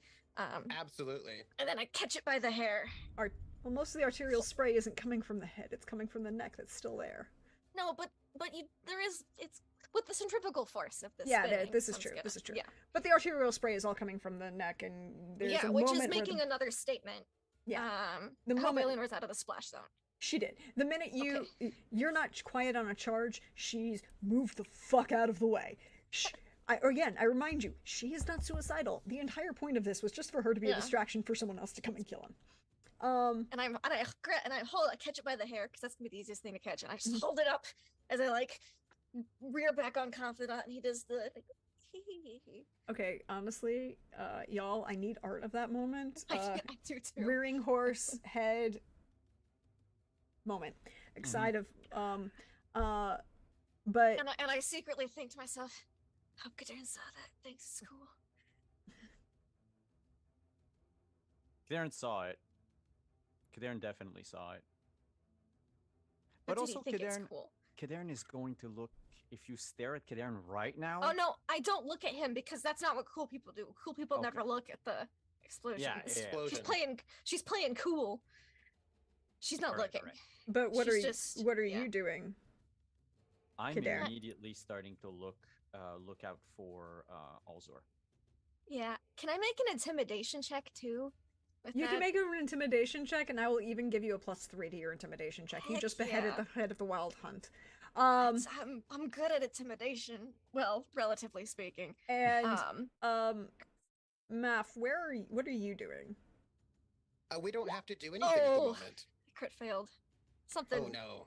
A bunch of trees were obstructing the view for the rest of the army. No one else saw it. Yeah. No So- one saw it. It's all the fist tech. They're all It's- just drugged. Yeah. The thing is, they can't be intimidated at the moment because there's a lot of fist tech in the air. Although, for the most part, the actual members of the hunt themselves succeeded on their roles and are not They they're might not just be going to more addicted, but surprised than anything else. There's that, but there's also, as this body and this head starts to, well, it does have this arterial spray, and then Mhm. you see smoke, black smoke start to arise from the neck with these small bolts of lightning that look like almost heat lightning coming Alzor. out of it, and the whole body, you see all of the smoke that was obscuring the battlefield start to blow away. You see a number of the figures that look like the Wild Hunt, Kadarn, you would see this, Mhm. start to fade in their... They look more and more translucent. And then the body shoots off 2 lightning strikes and collapses on the ground. That was dramatic. Shoots them up or Up. down? Up. I mean, up or sideways. Okay. Yeah, and it doesn't look like Alzor's thunder, it just looks like electrical charge. But the question is, does it also strike Brenna, and she is now the leader of the Wild Hunt? Yes. Like, can there No. be only one? No. Just- There just- is no I'm curious. quickening in this game. I have done putting the immortals in other games, but it didn't make sense in this one. But I see you and respect you for paying attention to that. Uh-huh. You would also see Kadarn. You can roll me an awareness if you're looking for Yep. Alzors, or you can roll me awareness or magical training. It's I was gonna say it's gonna be magical training because I want to sense his approach. My first reflex is to Kadarn's first reflex is basically if I see Alzor appear, like I'm readying a dispel magic. So he wants to make sure that he knows. I'm gonna put 2 of my luck in it. 26. I want to make sure that I know when, like, the magic's gonna happen. Cool. Brenna, as you rear again with the head and be all dramatic. Very dramatic. Math. Letting my dramatic flag fly. My Yes. cat witcher need to strut my stuff a little bit. Just a little? Are you sure it's just a little? I mean, your best friend is a bard. Look, I know how cats behave, and This is fair. they're extra sometimes. This is an extra moment for Brenna. Mhm, mhm, mhm. So, Math, what are you doing as this happens? Just waiting. I mean, the army's defeated, so and Ards and I are still maintaining our position, sort of just hiding, and hopefully, we're good. There's no one to attack, so we continue to wait. The body falls. You see the members, you see that member of the Wild Hunt that you could see through the trees almost go incorporeal, back and forth and back and forth, and then suddenly disappears. Circle back around to be closer to Alienor Mm-hmm. and Kadarn. And she is watching all of this. Huh? Hold on, I have the perfect. I love the fact that you have a prop for this. Is that a chopped off head? We'll find out in a second. Kadarn, with a 26, you feel the dissipation of the magic. There we go. Okay. Wrong color, but yes, we'll work with it. Ah, what color is it? I Black. have His hair options. is black. Oh, I don't have black. He's really, really freaking pale. He looks like a vampire, but he's got black hair. That's true. I got Um, brown. It's not the same. We'll just no, go it's- this we'll one. just work. We'll work with it. It works. We'll work. So you see Kadarn. You can feel the dissipation of the magic, and you realize that whatever was holding the Wild Hunt itself, like the actual riders, the elite group of force on this plane of existence, was anchored to Eridan and required him to be. It was like he was the focus of the spell. It was his spell, and therefore the minute he died, the spell was broken. The same as if, you know, any other mage who was casting a complex spell was killed. Yeah. You realize that he was probably a really, really strong mage. For what he did. He just I didn't give him a chance. It's was. yeah. was. And you can feel something more traditional chaos magic begin to build just to your west or south, I should say, Okay. to your left. It's like down here. Mm-hmm. I think I'll whistle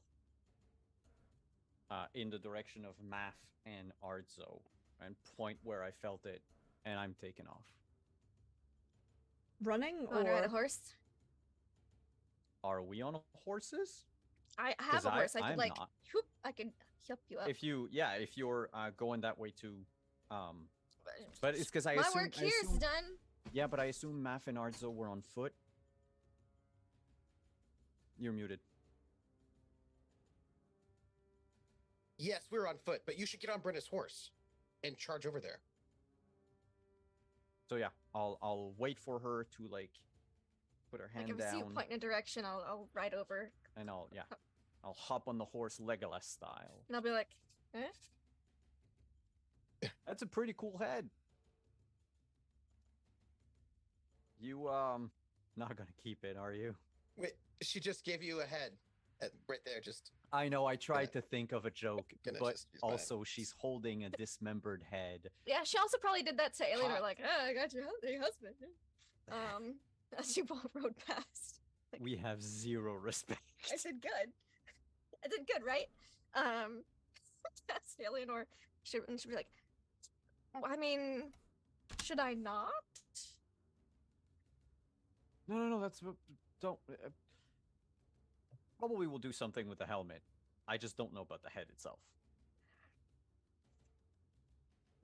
I mean, come on, it's going to rot. I mean, eventually. Ooh, if I put it in a jar. Pickle it. Mind you, as we're writing, Kadern is starting to think it's never been done before. But I am very, very good at mutations. No. Could I use my mutate ability? Because you know I can grow like extra appendages. I'm wondering if I can stitch his head onto someone. No.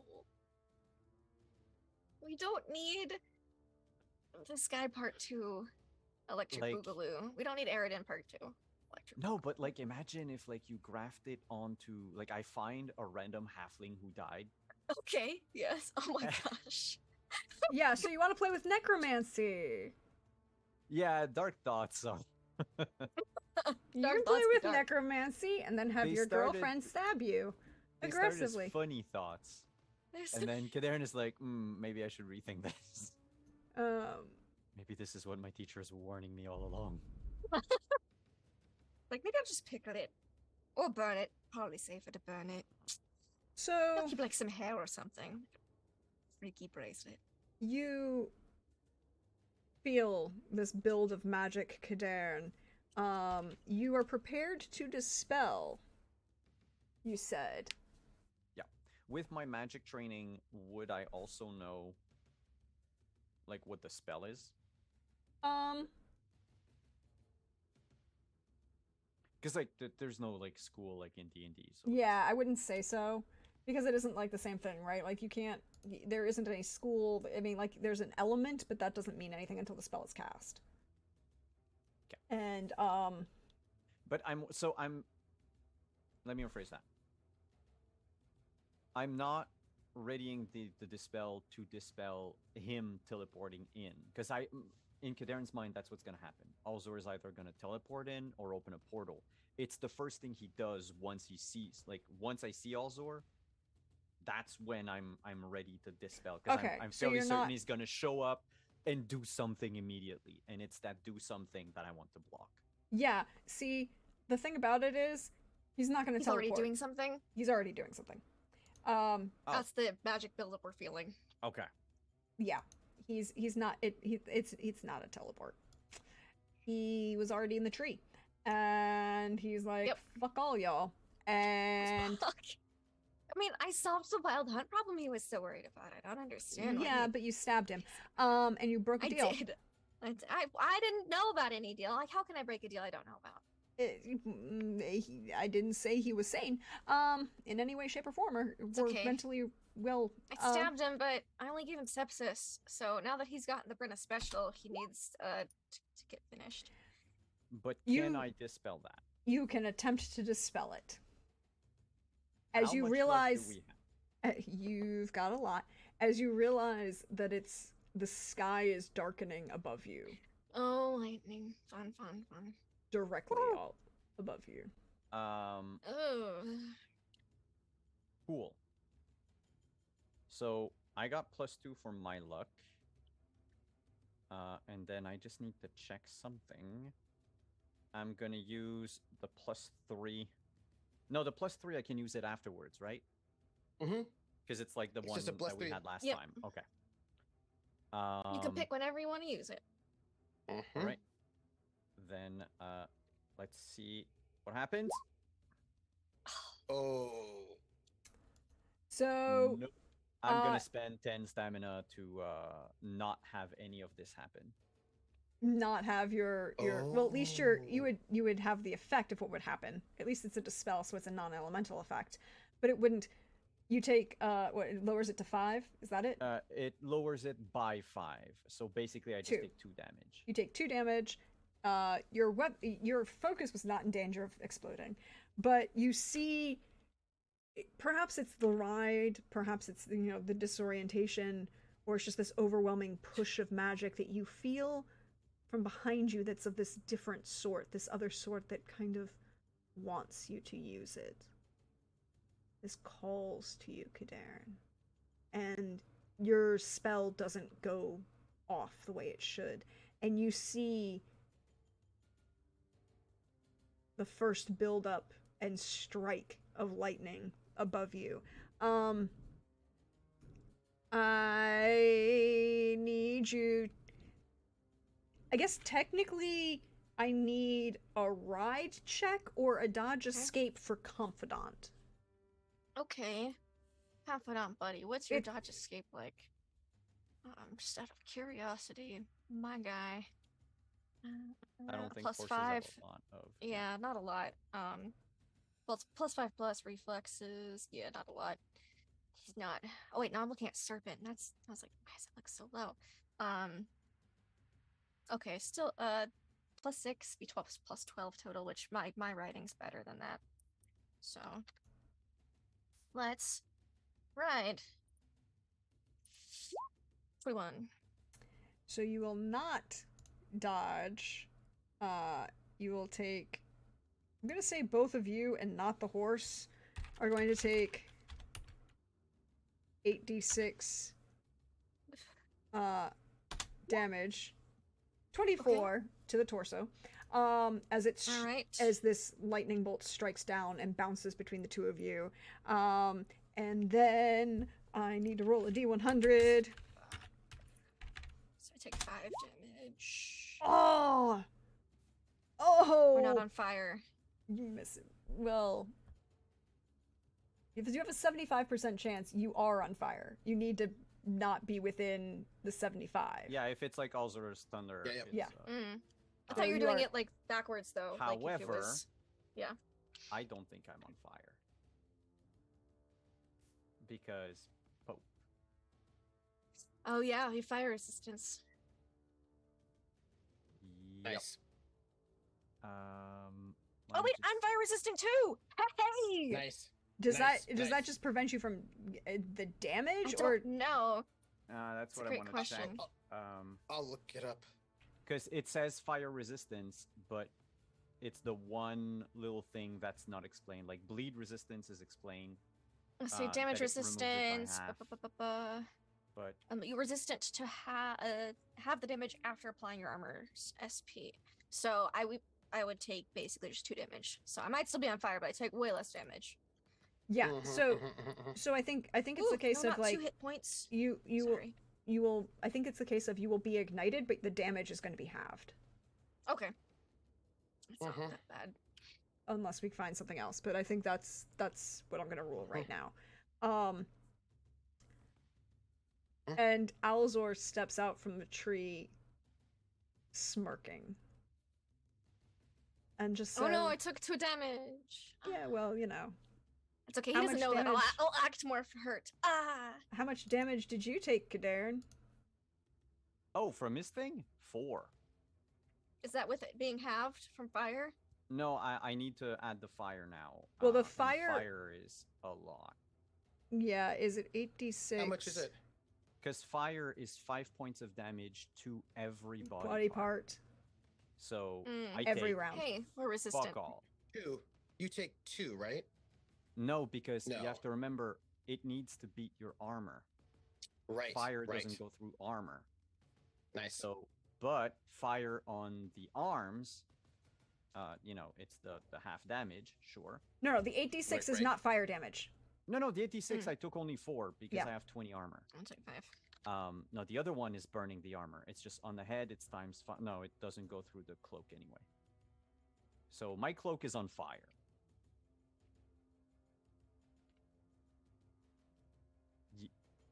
Your cloak is on fire. Your armor is on fire. We are on fire on the back of a horse. We're on fire. Yeah. Mm-hmm. It's a I think very there's a song about that. yeah. I would also like to point out that the passionate lovers are burning together. They're burning are. for each other. Hunka burning love? Maybe. Something like that. Something, probably. yeah. So, Alzor emerges, staff in hand, this tall, lanky individual, and you realize you can see similarities to Bronwyn and him, but he is not the same individual. He seems both at once intimidating and magical, and yet menacing.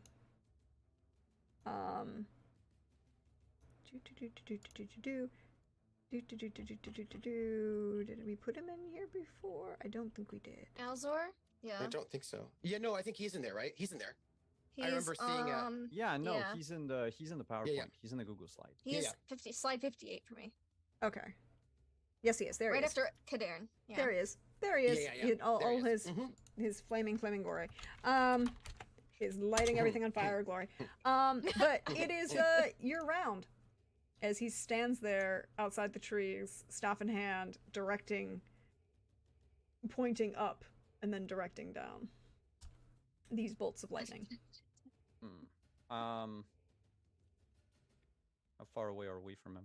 Yeah, it's a great question. You can use your charge to get the horse's charge to get there. In Not time. charge! You do not have an ambush round. You do not have the ambush benefit No, this time. no, I will not have the ambush, but I will have a charge, and I will take that charge. Yes, I will charge. Fuck this guy. And his little magic too. That was a terrible reference. No, I'm into it. I'm into it. Okay. I support you. Um, I support you very much. Okay, so basically, it's like making a strong strike. Yes, it will be a strong strike. Yes, it's a strong strike. I'm going to spend my last 3 luck. I will say that you have 6 points of luck from chat. And I have 5 points of luck I haven't used yet. I'm going to. Do I go for his head? Do I just like try to finish it and like? I Do don't know it. if Finish you it. miss, I'm right behind you, so I'm gonna take a swing. Yeah. Okay, yeah. so do it is what you're saying. Go for it. Do it. Yeah, go for it. Do it. And Okay, if it doesn't alright. work, you've got a backup. Y'all mind if I spend Yeah. 3 more group luck again? Do it. Okay. Do it. Distraction. No. That one. Head. 6 luck. Let's fucking go. Fingers crossed. 30. Rolled worse that time. 30's still Uh, good. 30 is still good. To use 3 of my luck as well, Mm-hmm. because I have it. And I don't try. It's the finale. I gotta give it a go. Mm-hmm. You gotta give it a go. I gotta Got give it to. a go. Absolutely. 27. So you will hit, but it will not be a crit. That's fine. I Yeah, but don't that was a need it to headshot, be right? a Yeah, crit. it's a It was it's a a headshot. strong strike headshot. Yep. Yep. Basically over. It's basically over. Nice. Charge. Nice. Confidants It's- not liking that we're on fire. With the 8 charge. He's like, 75. 75. Well, it's So- 4 more. It's 6 more damage than 23. earlier, so it's 154. something Nice. Like that. Yeah. 23 times. Nice. Yeah, you're gonna kill him again, but he gets to Nice. do one last thing first. That's fine. 146. There we go. Ba-da-da-da. Nice. You're not going to productive, you're but I going to did get more. this to go, but he's going to Brenna's just gonna be like, sepsis wasn't enough for you? So,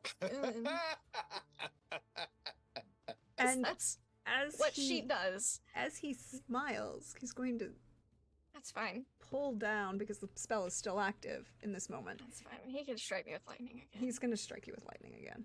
That's fair. Valid. You know? And It's- I'm going it's- yeah, it's and because it's the finale and I have 2 more points of luck left. Yeah, that's fair. Is he aiming specifically for me? Yes. Can I use my heliotrope to dodge this? Nice. From the back of the horse?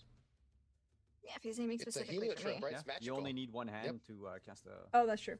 Oh yeah. Sorry. It's my Witcher special Yes, it's mage, a- like it's anti-mage mage thing. thing. Yeah. Yeah. I gotta spend however much. I have to spend half as much stamina as he spends casting the spell. Technically, it's If it works. is it the initial cast? It has to be the initial cast. Well, no, because he's When calling. I'm targeted it's by the- spell, invocation, or hex, I can Yeah. roll heliotrope to attempt to negate it. I'm gonna say, so- but it's the thing is because this is an active spell. I'm trying to Yes. determine if it's the initial Oh, what cost, I have to roll against. Yeah. the initial cost, or the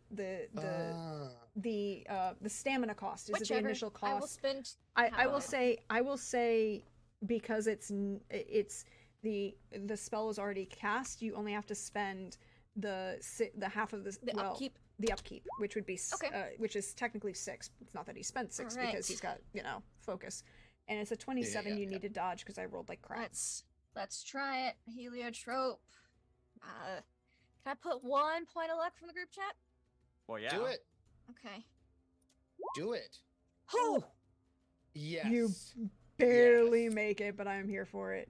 I beat it. Yes. So he Yes. So, draws. Brenna, he- Kadarn sees Brenna do some cool magic, some cool anti-magic Nice. Witcher shit. He's Nice. right there. Yes. Yes. and you see, Oh yeah, Yes. you he's see the impressed. magic pull, like he pulls down just as like you cut the throat, and the head goes off, and the bolt. I get that head too. Like a grab and go.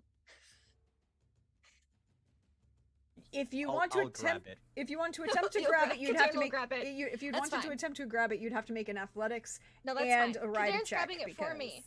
Okay, So- then Darren has to make an athletics check to try and grab the head. Sure. Don't mind if I do. We both need to get some head, honestly. Yeah. Is my- Yeah, absolutely. this. Yeah. Don't mind if I set No, this. don't. I forgot the sepsis. I got a lot of penalties on that. Yeah. I don't yeah, think you yeah, catch yeah. it. No, it Oh goes- no, wait. I'm sorry. That athletic roll doesn't have a -2 on it. I mean, Grab it it. doesn't. It's tiny because. Oh no, you know what? It doesn't have the -2 because the -2 is because of the leg. Yes. Yes, yes, yeah, yes, so yes, it'd be yes. a So 11. it would be 11. 11, and I'm gonna use the +3 that Trooper Oh! gave me for 14. 14 will let you Nice. catch the head. Catch the head. Nice. It'll catch the Nice. head. This is such a Sorry. good couple.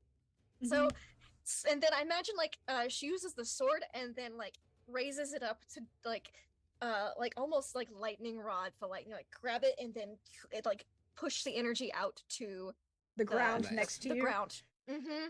Nice. Because they And don't really describe heliotrope much except that you can negate it, which I mean, I feel like it's kind of a redirection. Yeah, heliotrope is supposed to be Quen. Oh, interesting. In the books, it's heliotrope that blocks attacks and everything. So you put your hand Gotcha. up and Mm. it creates the shimmering. But Cool, in the so- games, they were like, eh. Meh, okay. So yeah, so basically like there'd be like a shimmer around the sword and you just redirect it into the ground and So nice. Oh, I am impressed. So cool. And how much stamina was that? it would be half of 6, so 3. Oh, 3. Okay, that's not bad. That's oh, not that's 3 that's total. why I had to sit on that one for a second, but because it's only the single bolt, it would be 3. But with that, you see, well, his body stays. That's fine. Brenna does just gets nothing. like an adrenaline rush from like decapitating 2 Nice. people that have aggravated her for a while in like 5-minute Nice. period of time. And as you look up, Cat Witcher and her is like bloodshed.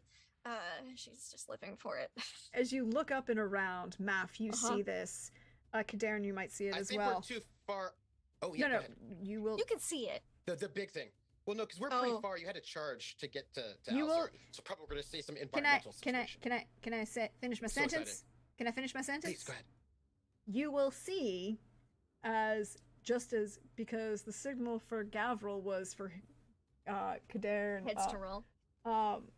for heads to roll, you see the troops and with Constantine and Matthias ride out and start just massacring the unconscious people that are still there. But not the mages. They might. We don't know. Well, she did make that specific request, so she will be irritant if that is not the Yep, case. but you don't get final authority. I'm sorry, dear. Nope. Yeah. Oh, do I see any of this? You'd have to look for it, Uh-oh. and you have to, and it will find out if that happened or not.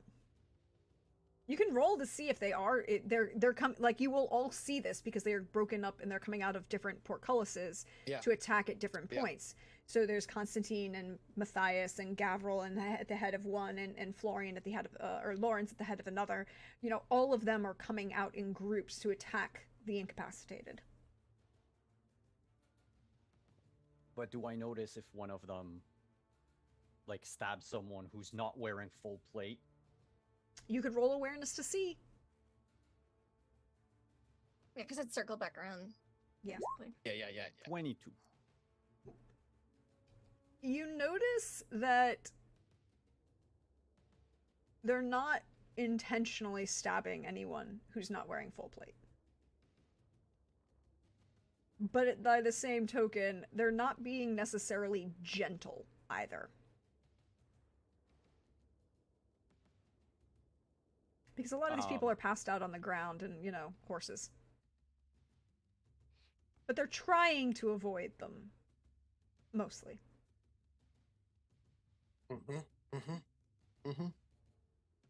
I'll have a word with Gavril. But that's what Now we're going or later? This is so as the battle comes to an end, the music will change. Put ourselves out. You put yourselves out. You can ride back into the rest of the... Oh, you got ahead for me. Yeah, of course. Pleased. And we'll flash forward half a day to evening. Gavril has ordered a celebratory banquet to be served in the hall to all of the guests, to break out the barrels of wine and mead.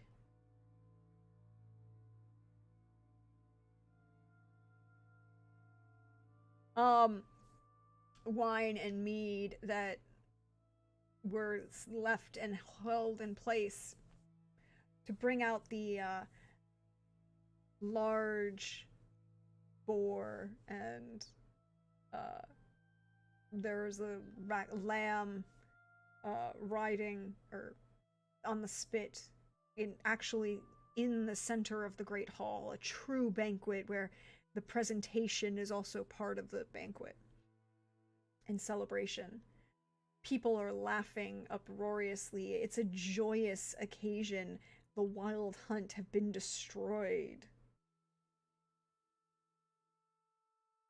Gavril is seated at the head of his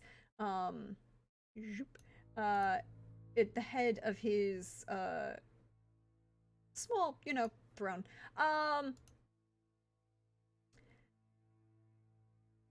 And with that, I ask where we find each of you in this moment as the celebration begins.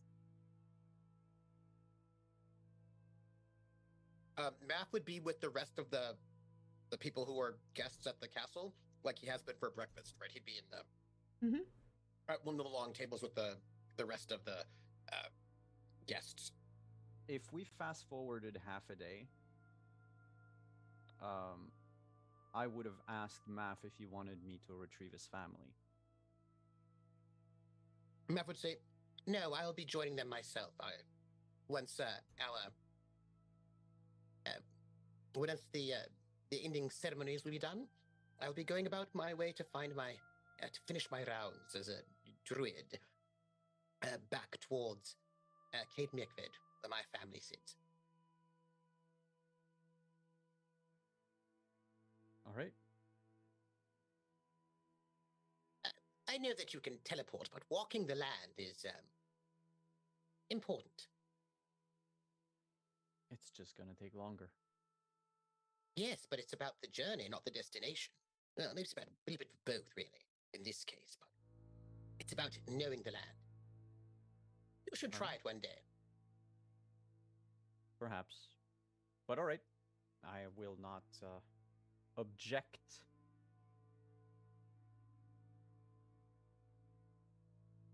And I imagine that Math has dinner and then will sort of pack his things and travel off and continue, like, you know, as he does with his staff and pack and bedroll, and sort of walk the land. But you wait until after dinner. So you're going to leave in the dark. Yeah. Okay. Just so I know. Kadarin. Outside is way better than inside. Kadarin, where are you as this celebratory dinner begins? It'll depend where Brenna is. So, between that all happening and dinner, Brenna, wanting to be thorough, would have had Alzwer's body lugged back into the castle so we could cut him open and make sure he hasn't put his own crazy runes on his innards to revive himself in some freaky kind of way. Autopsy his ass, so to speak. Probably down at the dungeon. You can revive the you can take the body, not revive. Yeah. You can No, not revive. I misspoke. You can bring the body back in. He has not engraved his own innards with these runes. It's like, you gotta check. We've seen some shit. Like, signs of sepsis, good. Yes, you did actually stab him. Technically twice. Oh, I gave him sepsis both times, didn't I? You did. So, no wonder he was so mad. I double sepsis to the guy. Oh, bless. That's even more satisfying, that confirmation. Like, sepsis twice? Is this the timeline? Oh, she's just tickled. And then it's like, great, Sweaty's not coming back through weird inner organ things. I think after getting cleaned up, and she debates for a little while if she brings the heads to the party, and then decides it's probably in better taste not to, because some people are squeamish, and if they were the centerpiece of the dinner table, it might not go over the best. So she'll leave them upstairs, in like a bucket. And then she would have gotten, I don't think she would dress fancy or very ladylike, because this was like a witchery fighty victory for her. And so I think she's full, like, witcher garbed out. And I guess she got all that adrenaline from all that, quick succession murder. So I think she's just walking around, like, intermingling a little, surprisingly a bit social.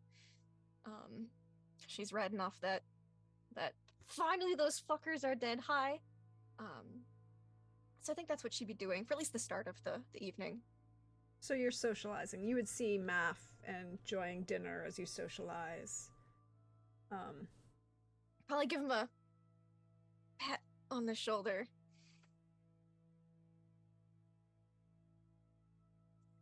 He does not think that pat is at all awkward, you know. It's half awkward. Because it's not quite as awkward as his pats, but it's not like a. Which means it's super smooth. Hell, yeah. Okay. If only if he thinks it's super smooth, he's like, oh, she's so smooth. Ugh. She'll be like, good work today, Math. Oh, I hope that being connected to the earth was helpful for you. Sure. Oh, good. Was. Yep. Hmm. I take it you're probably going to be busy leaving for your family in the morning? Yes, yes. Druids are our job is to wander the earth, Are you going to walk there? protecting and. Oh, yes, of course. Do you not want to walk like halfway there? Didn't she say something about like 2 weeks? Well, probably send some sort of carrier pigeon or some such. But We can, yes, send it some would. word. Mm-hmm. Yes, and then yes, walking as one does. That is, after all. Do you need uh, Elsor's head to take back to the circle or anything? Or... Oh well, if you would like to give it to me, I will give you, of course, all the credit for your heroism. Mm. Unless you need it, because if you need it for some such thing, Do you need it? well, I can just report back. I'm sure they believe me. I'll think about it and I'll get back to you on that. I don't Whichever. think I need it, but it is kind of nice.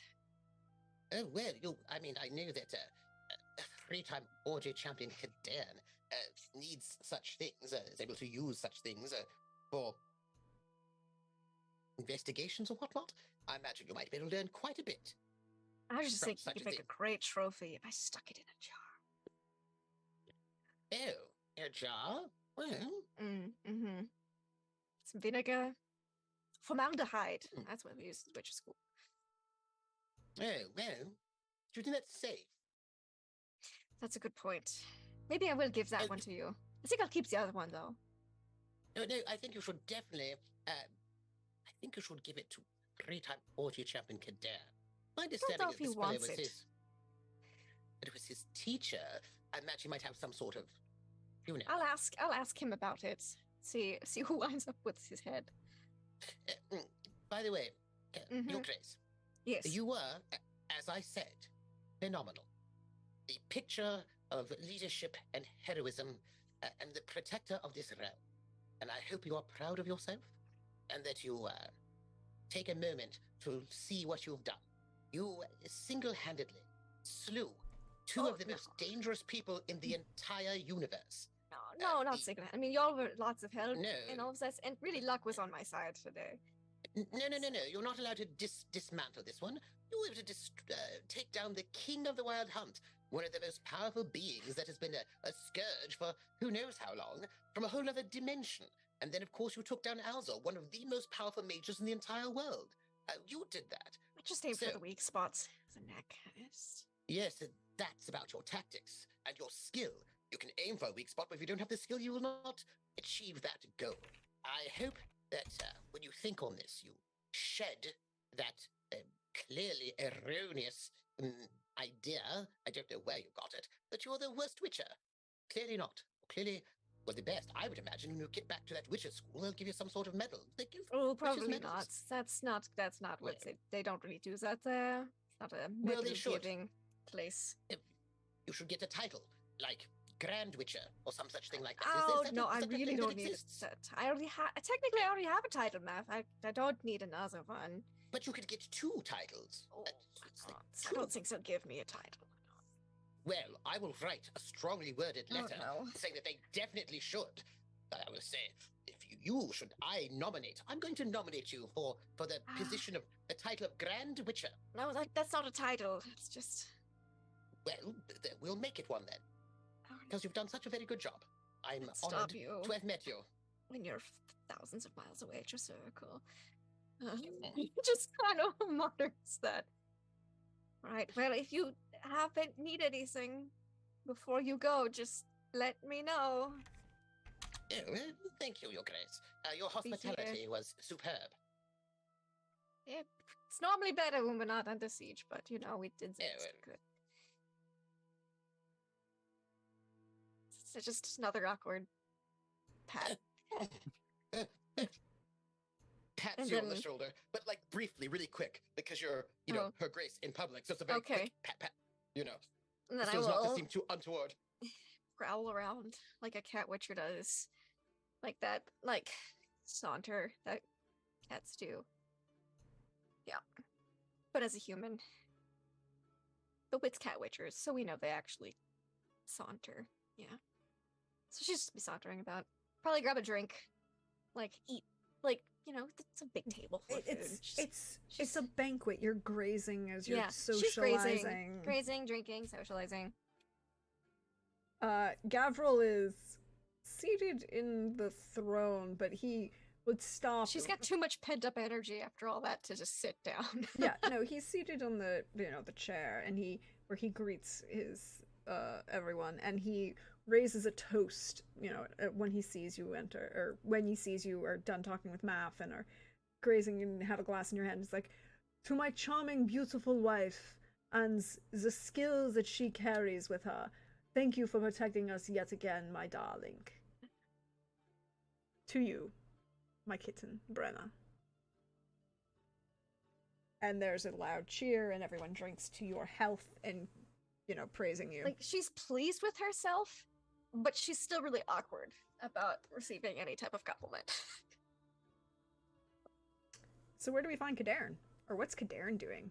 At I this would moment. be sitting where I am the closest to the alcohol. Good seat. Next to one of the tables where the casks are, Probably. nearest to the buttery. Fun fact, that's what it's actually called, where the room off the side of the grand hall of a medieval castle where the alcohol was kept was called the buttery. And yeah, no, I'd probably just be talking to whoever's there. Like, just, having... Is Kadarin at one of the is Kadarin at the important person's table with like the rest of the No, I don't. important people? Nah, He's at the booze table. I'm at the booze table.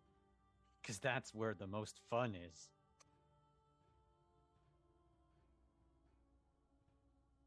I have a very important question because it's me as a GM. I need to know these things. Are you angry drinking or No. living it up on the high life? No, it's mostly like he's going to talk to people to know two things. Mm-hmm. Like, there's party because, for fuck's sake, this is over. Yeah. But Relief. also, yeah, there's a lot of relief. But also he wants to know what orders were given by Gavril. Ooh. That's a good one. I think that requires a roll. It might even require 2 rolls. Sure, Vichvan. Ooh, He's very good at carousing our Kadarin. Yes. So Yeah, are there any, like, There's gotta be some drunk troops. anyone who looks to also be into me? You're gonna seduction roll them. Okay, so we're gonna have a couple Nice. different. We're gonna start with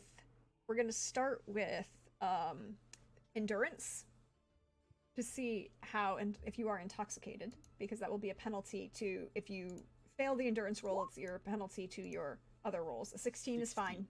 You needed a 15. You're fine. So no penalty for the drinking that you're currently doing.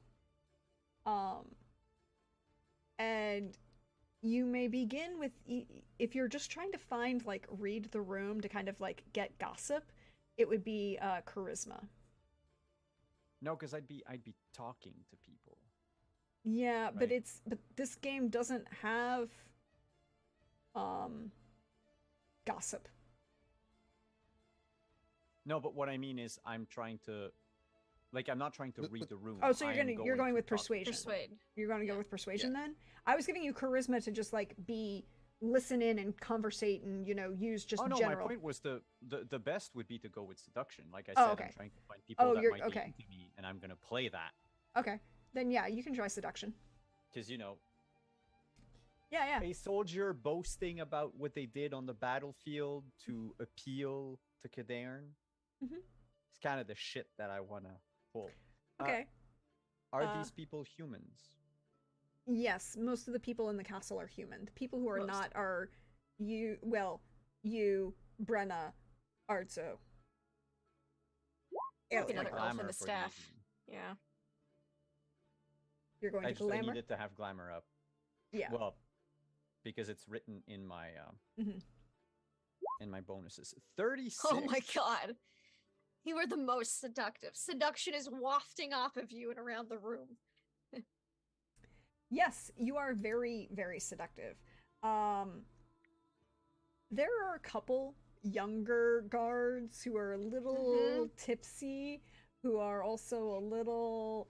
They're not tipsy, right? Because Constantine and Matthias would never allow that. Even if they are off duty, you can't get drunk in public. You're not getting drunk at the count's table. You may have a few drinks. You may carouse, but no more than 3, and then you're done. Because that's like they keep that level of and you saw it, right? From all of the roles that they succeeded on all of the all of those things. Constantine and Matthias keep a really good, strong roll on these guards. But a couple of these younger they're not kids, they're like 20, right? They drink on an empty stomach, so the food hasn't kicked in yet. The food hasn't kicked in yet. They're a little happy. They're not tipsy, they're just a little happy. And so they're a little bit more flirty and a little bit more staring than would usually be acceptable. But it's, they're off duty. They're not being inappropriate, right? They're not making hot passes at the guests that they need to do. But they're making their gaze has shifted from tactical to appreciative, which is a difference that can be felt.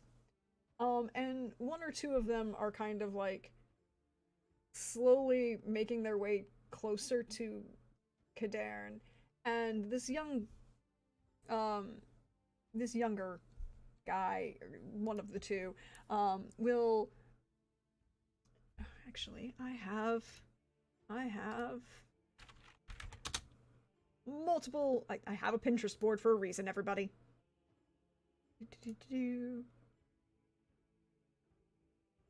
Zoop.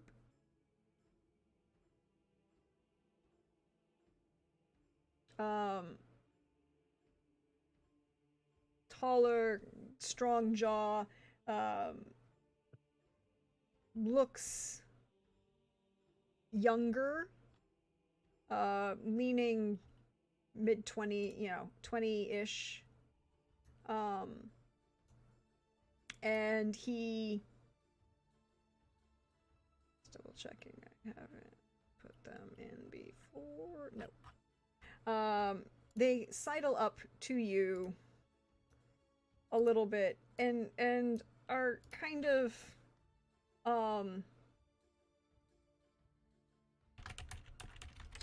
look, Friedrich, he's look at you as the very short cropped hair, turn to you and are like,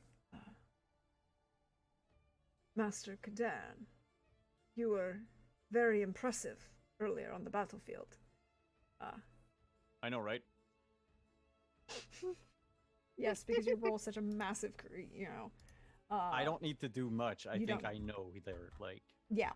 He just unbuttons the shirt to show abs, and he doesn't Yeah, need to that's say basically- anything else. He just We needs to know the abs exist. give advantage. It's been canon for a while. So he will start trying to like chat you up, but at the same time like talk about how what he did on the battlefield today, and how strong he was, and did you see him? He was very impressive riding out with Constantine. And yeah, I think I remember after the fog cleared and everything. Yeah. I have probably no idea who this person is. no, you don't. He is a peon. He is a low level. He is one of the younger guards here. He's good enough that, Constantine was willing to keep him,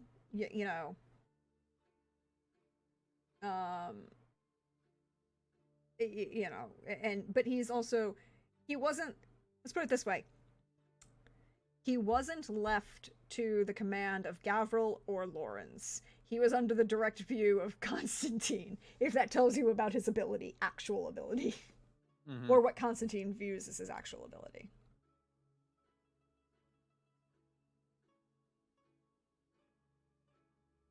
So,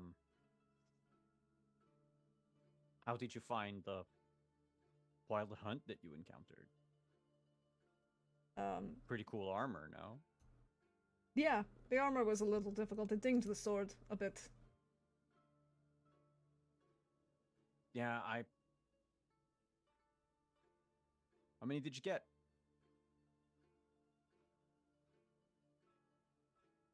30? It's pretty high number. That's a pretty high body count there. Mm-hmm. He's lying out his ass and you know it. And 30, if you don't mind me asking, was there a quota you all had to reach? Or you're just that much of a performer?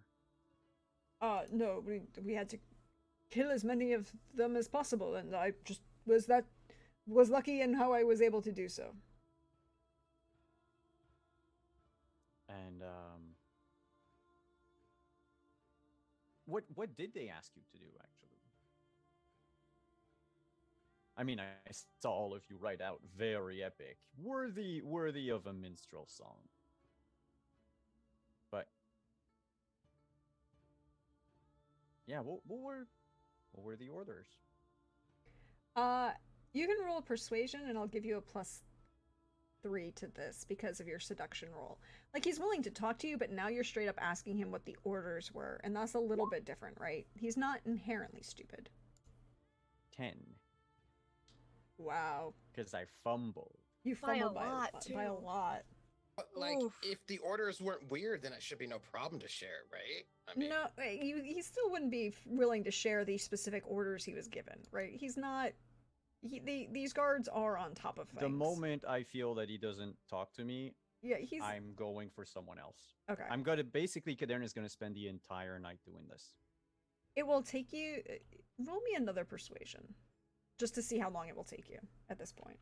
Because I'm trying not to persuade them. I'm trying to have them Yeah, want to tell you, and that's the thing is like it's how your seduction is going with the persuasion, because you know in this case I would say it's the second guy you get. The Friedrich is a little young, so he wants to show off, but at the same time he also is slightly more. You're cute, you're hot, Constantine would kill him. Like there's that thought in his process, right? Like I can't say, and Constantine give me like you know, it's like that walking that line where he's not drunk enough and he's not old enough to really feel that he can go against Constantine to do it. The second guard you come across is a little bit older, a little bit more weathered, and he's a little more aggressively flirting with you. He doesn't lie and you know like I killed 30 people today. No, he doesn't do that. He's much more blunt in the fact that he's like, yeah, I killed a bunch of people today. I didn't really count. And for this guy, you can tell that it had an effect on him. And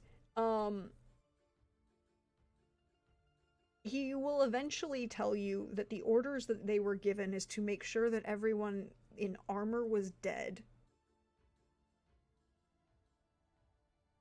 and focus on them. And there wasn't an order to avoid anyone else. Okay. If that distinction makes sense, right? Like, Yeah. Make sure everyone in armor is dead. Orders. Simple. yeah. Yep. That's it. And he would say that, you know, Gavril gave their orders directly to them Mm-hmm. because he addressed the entire corps and gave them these specific orders. I'd like to add that while Brenna wanted to join in the wanton stabbing of armored people laying down on the ground because she doesn't have any Yeah. shame, I don't think she would have participated because she had get down on the horse with her. And Yeah. he's already seen her like that once. He doesn't need to see her wantonly, willy nilly, just be like, also maybe the troops didn't need to see her like that either, enjoying it way too much. So she would have gone back into the castle, like did my part, and that's probably why she has so much pent up energy too, is because she really wanted to do a heckin' slaughter but didn't. So dinner will come to an end, come to a close. Gavril will again toast both Brenna and the mage Kadan and the brilliant Lord Math Varen, and I don't think he would have known because we were hidden the entire time. I don't think he would have, because we didn't actually do anything that they would have seen. well, you were on the. He's praising you for being such a diligent servant to the nature, and he's just praising you as a lord at this point. He's not really praising you for killing people, but he's talking about the siege in general and how great you all have come out of, and we've got these brilliant guiding lights who have been so useful, and he mentions Alienor, and he mentions a couple other of the nobles as well, but Lord Ardso. Lord Ardso healing. and his healing that he's been doing, and he's... If he were a modern politician, you might say he's glad-handing. May I ask if he says the same about other guests who were in the castle, besides because Lord Math basically. Oh, he says something positive about almost every noble guest that's here. Yeah. Not all the other guests who are stuck in the castle, not the peons. A couple of them he mentions by name who've actually did something useful, like the doctor, or Constantine and Matthias, who are his guards, and that. But like, he praises the nobles, even if it may not necessarily have been necessary. And that's what I was trying to say. He praises Lord Math. He's not praising Math as a fighter. He's praising Lord Math Varen and being a great druid. I mean, it's bullshit. It's utter bullshit. He's glad-handing all over the place, but you don't even need to roll for that one. Oh, well, I should actually. Should probably roll for that one to see. And I feel like I should roll at disadvantage. But there isn't an advantage or disadvantage in this system. You can take a penalty if you want of a -2, but you already have a low empathy, so. Yes, but for human perception, I roll against my lore keeper.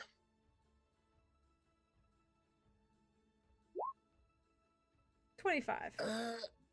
Mm-hmm. Yeah. -2, 23. Yeah, you can kind of get the feeling that he's definitely... Some of this is a little excessive. He's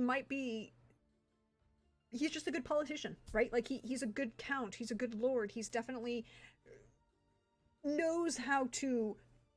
Again, the other purpose of this dinner is to calm things down. And praising certain nobles for whatever they did during the siege is the appropriate action for a higher ranking noble in this situation. Yeah. Whether they actually did anything useful or not. Because I was like, oh, that's interesting. Ah, that's what this is about. Yeah, that sort of thing. Yeah.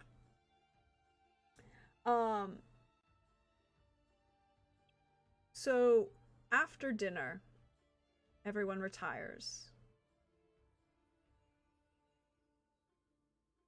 Dawn breaks.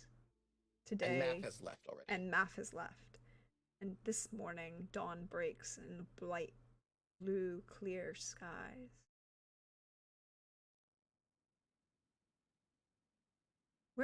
Math is on the road, making his way home. Well, home to the people he cares about. We'll come back to Math. Kadarn, where are you? I think given the sepsis and all that, Kadarn is taking it slow.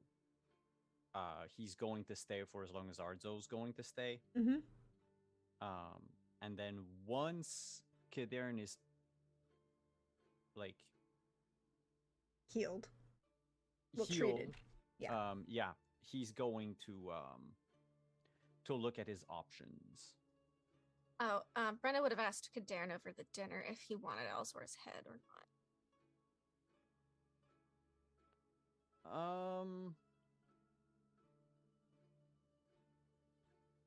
Yeah, I'll take it.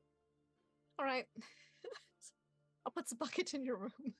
Yeah, I'll ask Arzo to help me treat it. But I'll probably have it.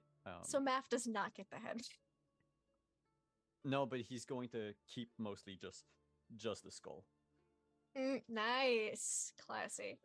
Yeah. To drink out of? To use for scrying? Uses a paperweight. Nice. Yes. But, she had to ask because if Cadarn hadn't wanted it, she would have sent it with Math. But Cadarn wanted it, so sorry, Math. No head with you to travel back. So you are considering your options. I figure that means I need to ask Brenna what she's doing. The next morning? And then the next couple morning.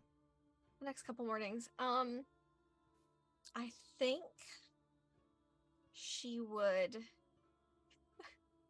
try to see if we have a big enough jar to fit Eridan's head. I guess she'd ask Alienor if she wanted the head. Eleanor would tell you that she wants to burn it. Oh. How does she feel about a jar? Malahide. I don't want to see him ever again. I want to burn him. Alright. Keeps the skull. Brenna, you're a countess. Yes. You can't be this publicly macabre. I'll People will keep it in talk. my room. Servants will talk. And They that's already have a even lot to talk worse. about. Like, they've been talking about any of the other stuff they found in the room. That they don't think a skull would be that weird. It's a little weird, cher. People have skulls all the time. Ma chérie, no. It's weird. Think about it. You will notice, Brenna, that Alienor has shifted her aesthetic, and she's only wearing black. That makes sense. They were married at one point. She's not gonna cry. She's a smart enough girl. I will have you all know that we have received amounts of IP, and Brenna's empathy has gone from 3 to 4 here at the end of this campaign. So she picks up on a little bit more than she used to. Not a lot more, but a little bit more. So she's not gonna cry. I think she still has a lot of physical energy because we've been on the run for so long. I think she would be up early every morning, like just out in the courtyard, murdering some dummies, like 2 bits. So once you are healed, Cadarn, I'm pretty sure you can see. And she'd go visit Cadarn. And can I just set this scene? I'm gonna set this scene. Please, sure. Cadarn, because they're in the smaller inner bailey, is a nice training yard, and but you can observe it from there's the railing on this, the palisade, and you can look down into this inner bailey and walk down a couple of steps and around to the inner and there's a battlement around the inner bailey itself that you can watch, and we just see, I think, Cadarn watching Brenna at the height of one of these battlements, and the camera pans down to Brenna, just that perfect moment of sun glistening. You know, like, it's that line that you say in the South, women don't sweat, they glisten. Brenna doesn't sweat, she glistens. And you just see this another strike, and Brenna, all these dummies have like pieces of paper on their face with like names on them. And you like, to just say Bruxa, and just says Elazar, and they all have like terrible faces drawn. Wild thornberries, and then she just like they don't last very long, but you can make out what the pieces of paper say. She just goes through at her forms basically of murder, almost like a ritual Like she's done it 1,000 times. This exact sequence of murdering like 5 dummies or something. So what does Kadarin do? One of them has Eridan's helmet. Nice. Yeah. Kadarin's stuff is all packed, so he's going to walk down to the courtyard after watching Brenna. There's no more dummies to hit, so she's probably just like leaning on the sword. You really told those dummies. Oh, I don't think she heard Kadarin. She was just too busy basking in dummy slaughter. Yeah, that's the point. You gotta can't let them think too much of themselves. Yeah. You don't want, dummies with ideas. No, that'd be terrible. That would be a dummy idea. Yeah. How's the sepsis going? Sepsis is gone. Good. So soon. Arzo's a great doctor. Arzo. Yep.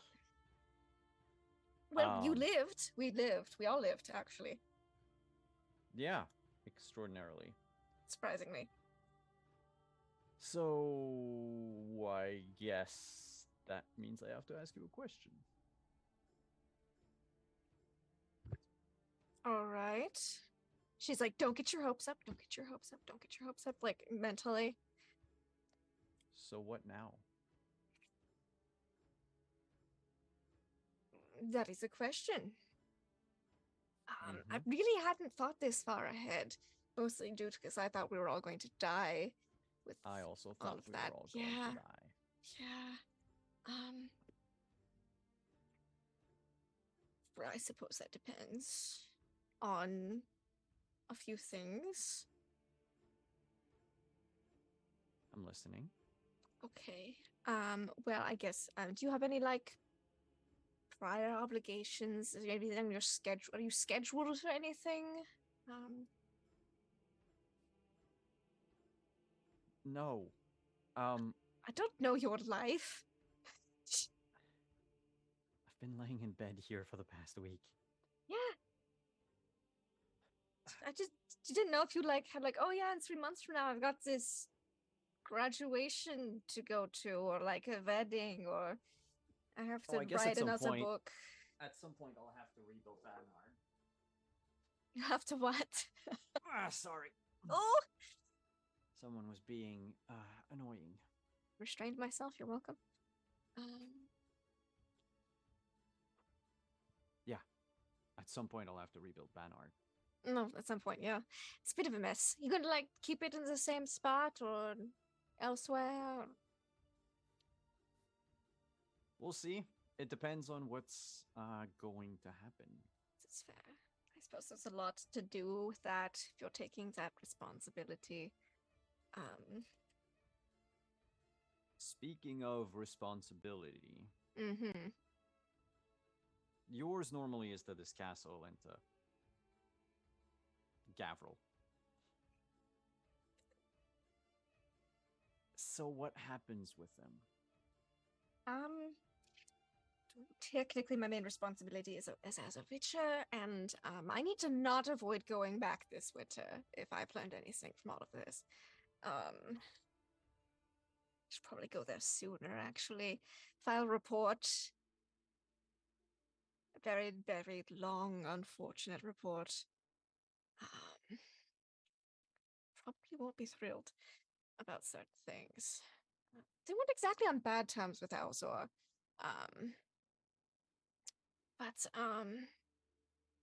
Well, that's I've actually their loss. it's a cap. I've stayed here longer than I have in a while. All this going on. Should probably travel again soon. I suppose I have a question for you. She glares at you. I didn't want to have to ask this again.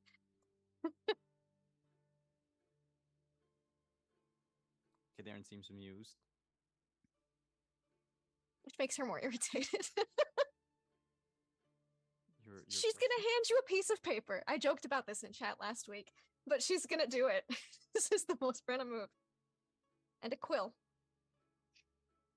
It's like a folded up piece of parchment. What?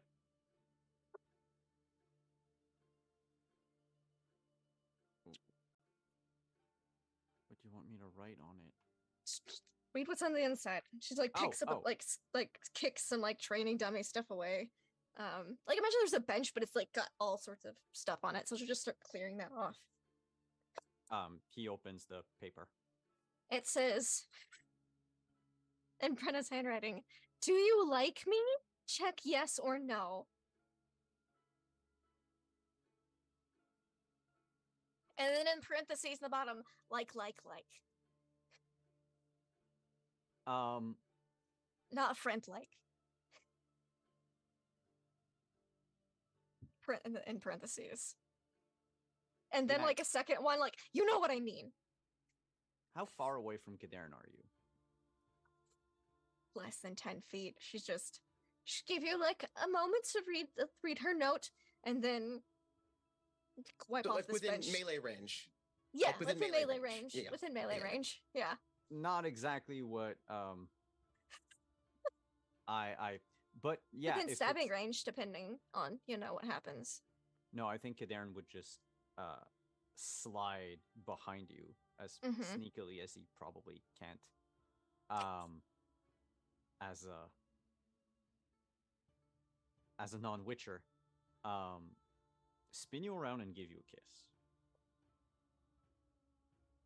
She will melt into it a bit, but then afterwards go, "But you're such a player, I need to hear you say it."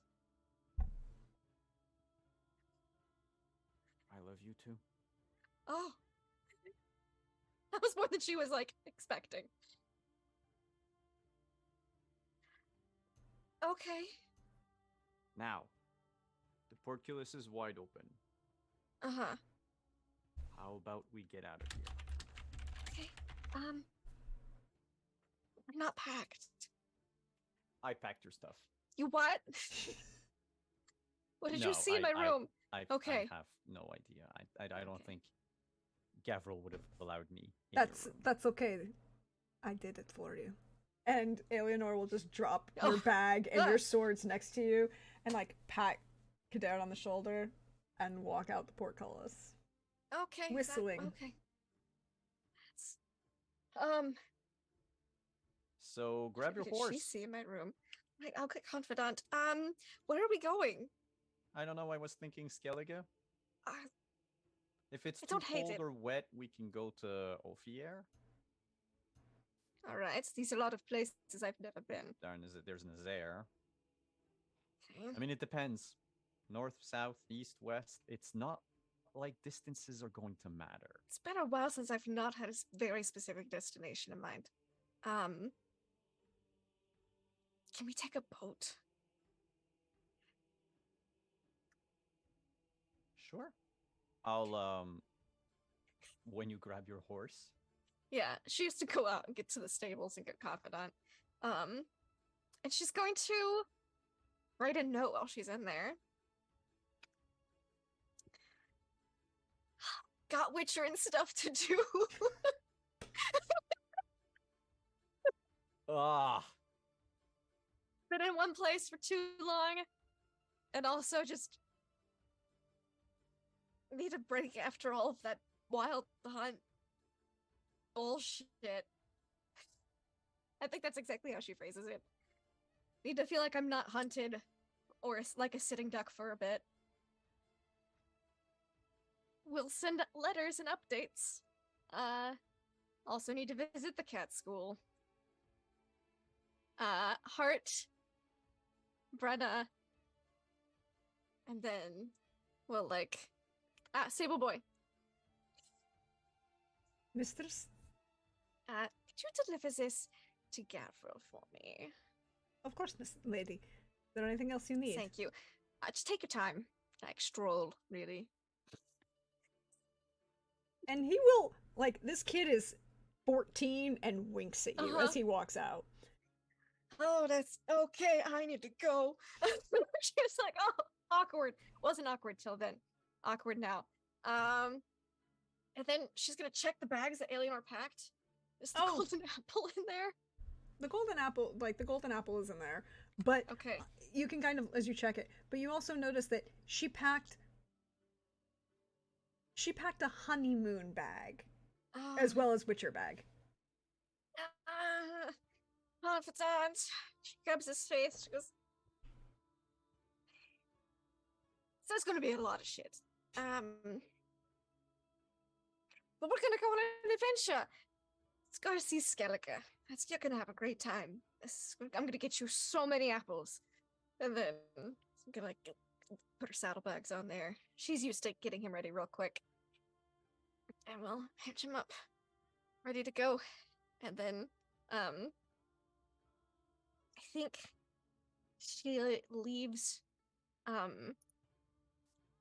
her regular steel sword, with a note for, which of the two boys was more into sword fighting? Lawrence. Wasn't Florian. It's Lawrence. Yeah, with like a Lawrence. And I'll with like just like a quick twine note that says, when I get back I'll teach you how to use this more. And then just leave it at the stable. They'll find it. And then we'll ride out. You'll ride out. Kadarn, do you ride out with The moment we're on the horse, I'm going to open a portal. I don't fucking ride anywhere. The shortest horse ride to a boat ever. Well, it was mostly because You know she'd miss Confidant. yeah, that's it. I wanted you to bring your horse along. She loves that horse. But yeah, basically it's I'm opening a portal to Novigrad. Ooh. I mean, you wanted a boat.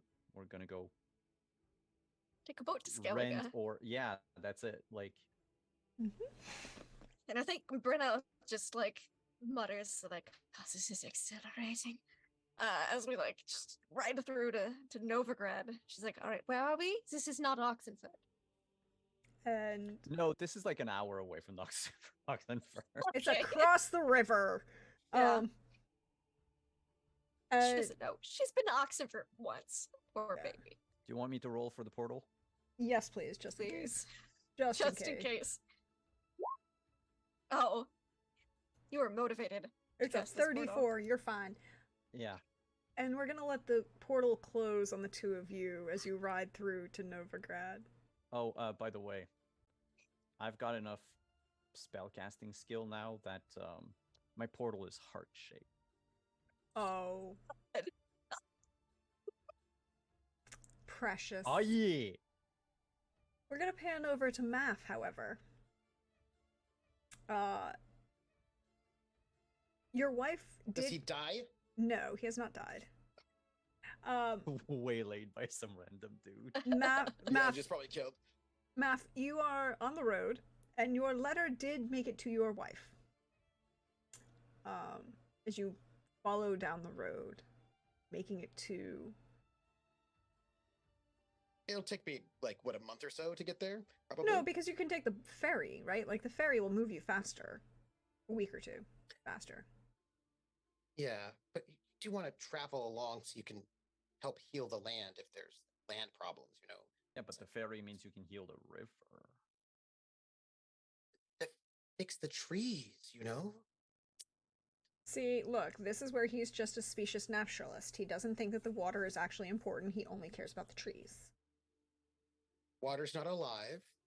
Their fish will help them, but you know, you have to be alongside the river so you can Oh. help the fish. Does that go by like Kagan? No, Okay, good. he's going the other way. Okay, good. Don't talk to those trees specifically. No, but yeah, they might have some interesting things to say about your if friend. you were in a specific clearing of that, like if you were at the epicenter of where that forest fire started, Where that the trees on the meteor. outskirts don't know because they just were like, it got hot. So we were able to blame it on Alzheimer because no one's gone Yeah, to yeah. this specific Mhm. starting point. Yeah, yeah. You make your way there. And It'd probably take a while. it takes a while. Your wife understands, but you get the eyebrow raise of like, This is what we do. Like, we only see each other like twice a year. Like, yeah, but it's in the that winter level and then, of like once along the you way. left her. There is, however, this was a little bit different because you told her that you were coming through a portal, and then you sent a letter that wasn't what was going to happen. So she's a little, she's not mad. He never But, seemed to take the portal back, right? He just was like, "I got you safe." yeah, and so then he's "You like give you're me a going. message." No, but she said you're going to join me, or I'm going to come in 2 weeks, or I'm going to come find you. And the letter gets He there sent you a in just enough time that she doesn't come find you. But it's that level of, we had a conversation about what the plan was, and you changed the plan without letting me know. That's what the eyebrow is. It's not the you took longer. It's the, we had a plan. But Let it know. yes, you will go.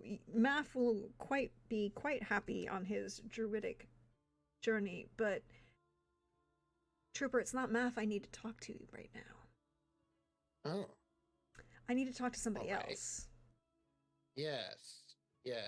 Will you give? We'll talk to them for a second. I'll talk to them for a second. How is Skellige? Chilly. I don't think Brenna's used to that amount of cold. She's a southern witcher. Who was born in Redania? Yeah. Yeah. Didn't grow up there though, so I No. was like, used to that Matina and oh gosh, where's the Ebbing. cat school at? Ebbing Ebbing. climate. Mhm. Ebbing's quite warm. Except for the mountains. Except for the mountains, but you know, most of the time, most of the contracts aren't up in the mountains because it's, oh, this village needs help with this, so blah blah blah. So, nice, lovely.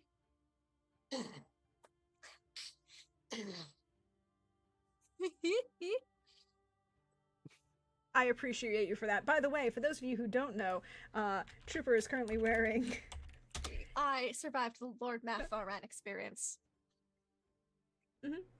t-shirt. Yep. You can find it in the merch store. It exists. It does. It's great. We love it. So you are enjoying yourselves in Skellige.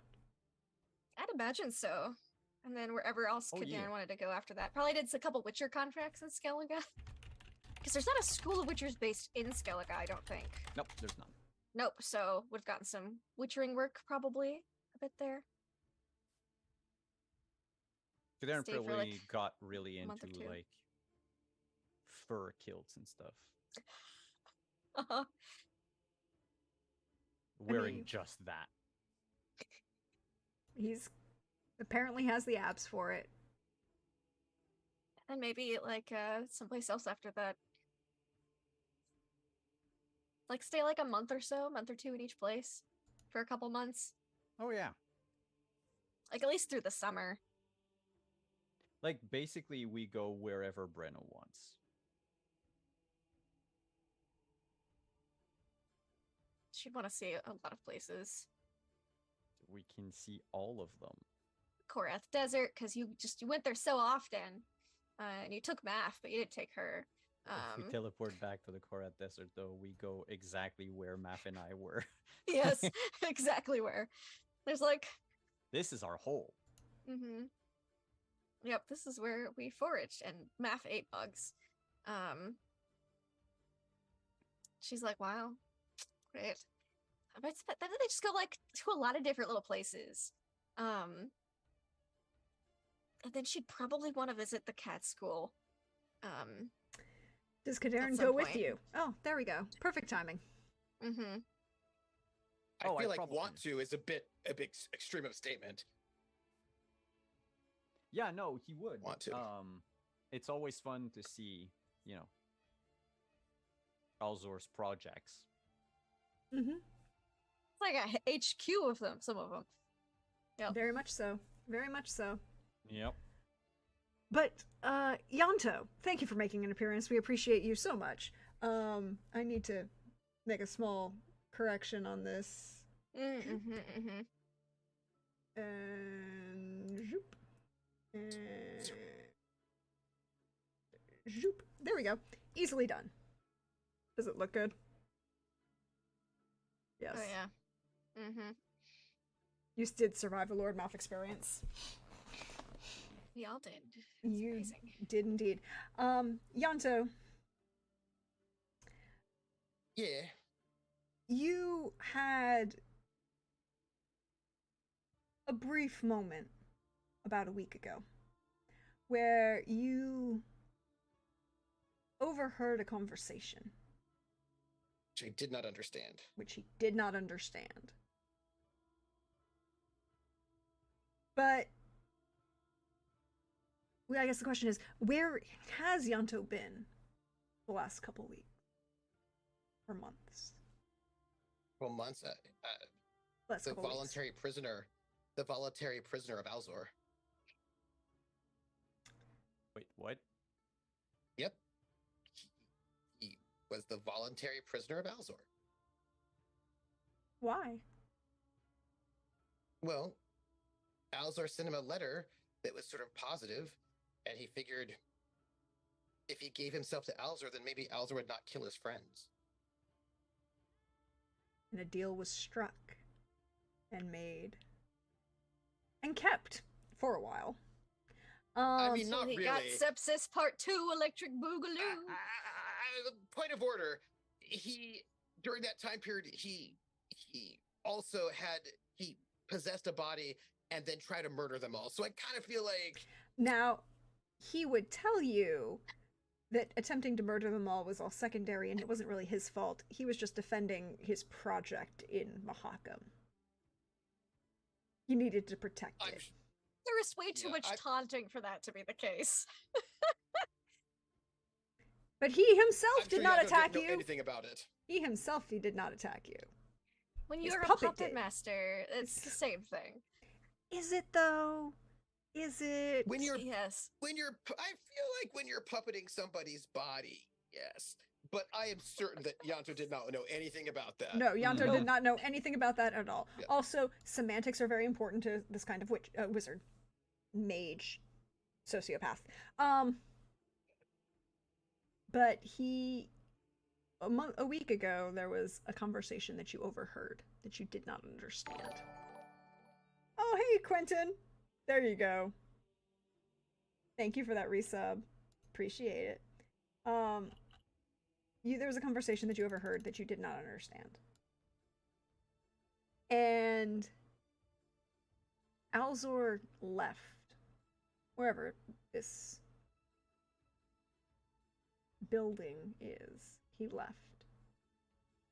And he hasn't been back. And 3 days ago, the spells around the workshop and the library fall.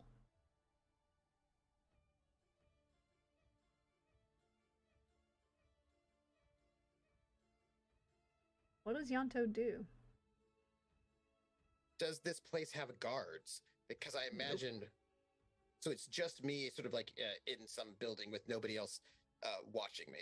I would probably stay there for quite some time because I don't want to break the deal, right? I would have to sort of wait until I'd probably stay there for a while, actually, until it becomes very, very, very clear that he's not coming back. Because this could be a test, right? And Yanto promised, so he would probably stay there for, 6 months? at least 2 months. Oh, Yeah, 2 at months? least 6 months, right?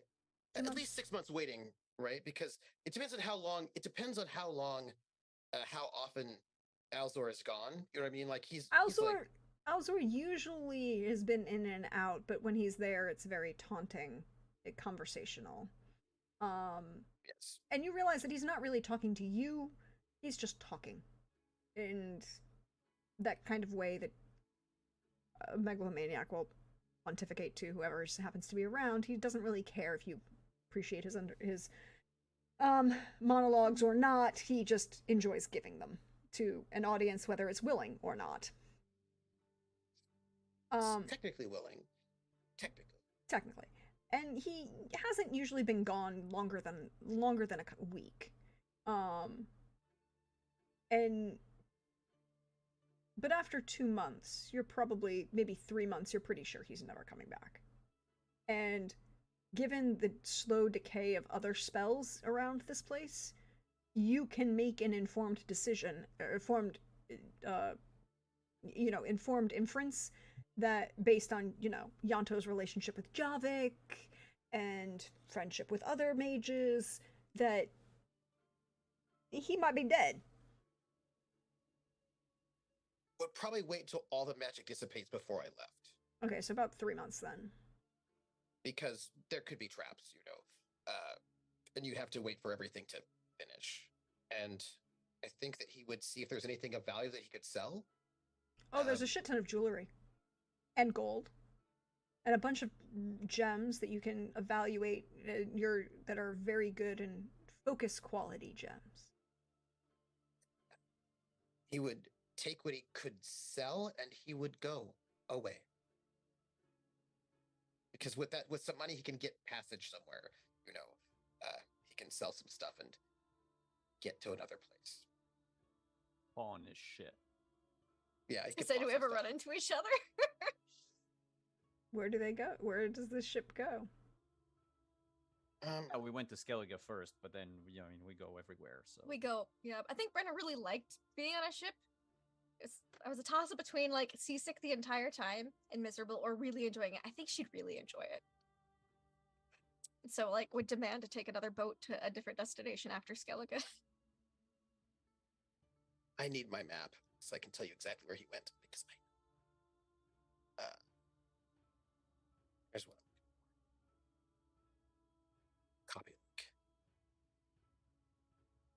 Load.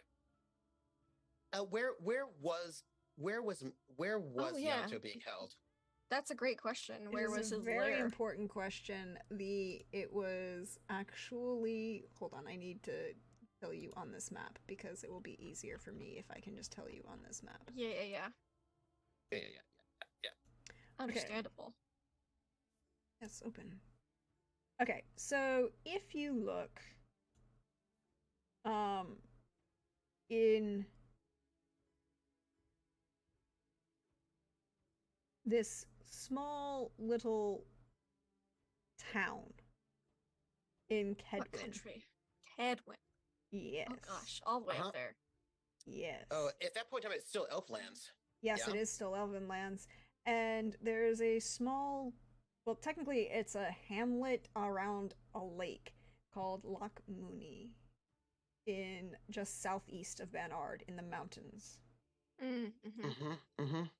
And he has what we would call like a ski lodge or chalet, kind of overlooking the mountains, very nice slopes that kind of go around it. Not like a tower or something imposing, just a very nice little log mansion kind of thing. In stone.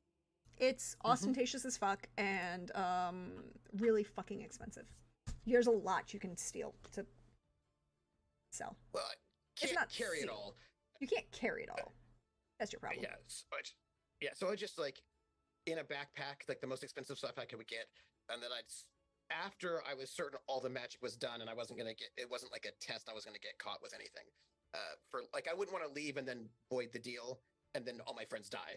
So you'd have to wait for the statute of limitations to expire. Did he ever see him come back like, oh, I've got sepsis again? Did he ever see that? There's glamour for that. I had to ask. It's fair. There is glamour for There's that. glamour for He that. did teleport away really fast, so I wasn't sure if he had time to put the glamour up, you know what I'm saying? That assumes that he went directly back there. That's true. Yeah. I can't let Yanto see me like this. That's my No. canon. Uh, Sorry. He Keep would- going. You could take the river. probably make his way. He would avoid Redania completely because he's still wanted there. Oh, So it's he true. would, he would make his way to Port Vanis is where he would go. In Kovier. Oh, Kovier. Very nice. Mm-hmm. So, Yeah. Yanto has made his way to Kovier and Port Vanis. Well, Corvair doesn't exist yet. Port Vanis might, but Corvair itself doesn't exist yet. Yeah. Yeah, he goes to Port Vanis. Seems like a pretty decent sized port town, Mhm. and you can get work there. And as our mage and our witcher travel together All over the place. all over the place, and our good doctor, well, he has some industry to engage in. And we'll find out. We'll ask Billy and get you a report on what exactly Ardzo does immediately after. More cooking. But this is where we end our story for Witcher Roads Home. And I want to thank each and every one of you for being here for this story. And I want to thank each and every one of you in chat and everybody who's ever watched, whether on live, VOD, YouTube. All of you, as Pope says, are part of this story. And I appreciate it so much. So thank you. Thank you. But we will go around for the last time and let all of my wonderful, fabulous friends share some love and share where you can find them on the internet. And then I will do my bit at the end. But I also want to take a moment to say thank you again to Hawkeye for this amazing present. Thank you, thank you, thank you, thank you, thank you, thank you, thank you, thank you, thank you. I appreciate this. This is special. Thank you. So why don't we go in the, we'll let Trooper go first because he didn't get to do an intro. So Trooper, thank you again. I loved every minute of this, and you are a fabulous, fabulous player, and I love every yes and that went into this story. So thank you. Thank you for being our GM. I am Trooper SJP, and over the course of 5 seasons, I have had the pleasure of playing Yanto and also Math. And I will give my love. I will give my love first to Billy, who is not here, for playing the most cantankerous mountain man. You know, in like the best sort of way. From his trying to be the voice of reason to also selling drugs, you know what I mean, to a lot of people, and then also using those drugs in many different ways. You know, and that is being like a good friend to everyone in the group.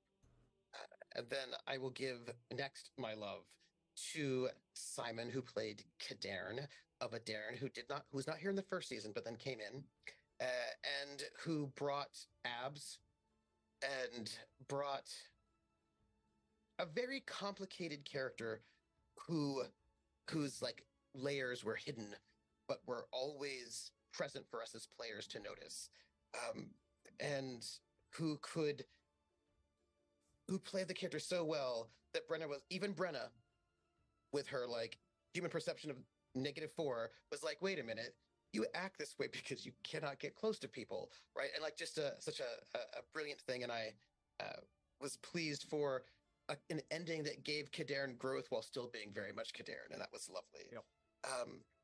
And then I want to give my love to Lindy as Brenna, who is the best sister, right, that an elf could ever have.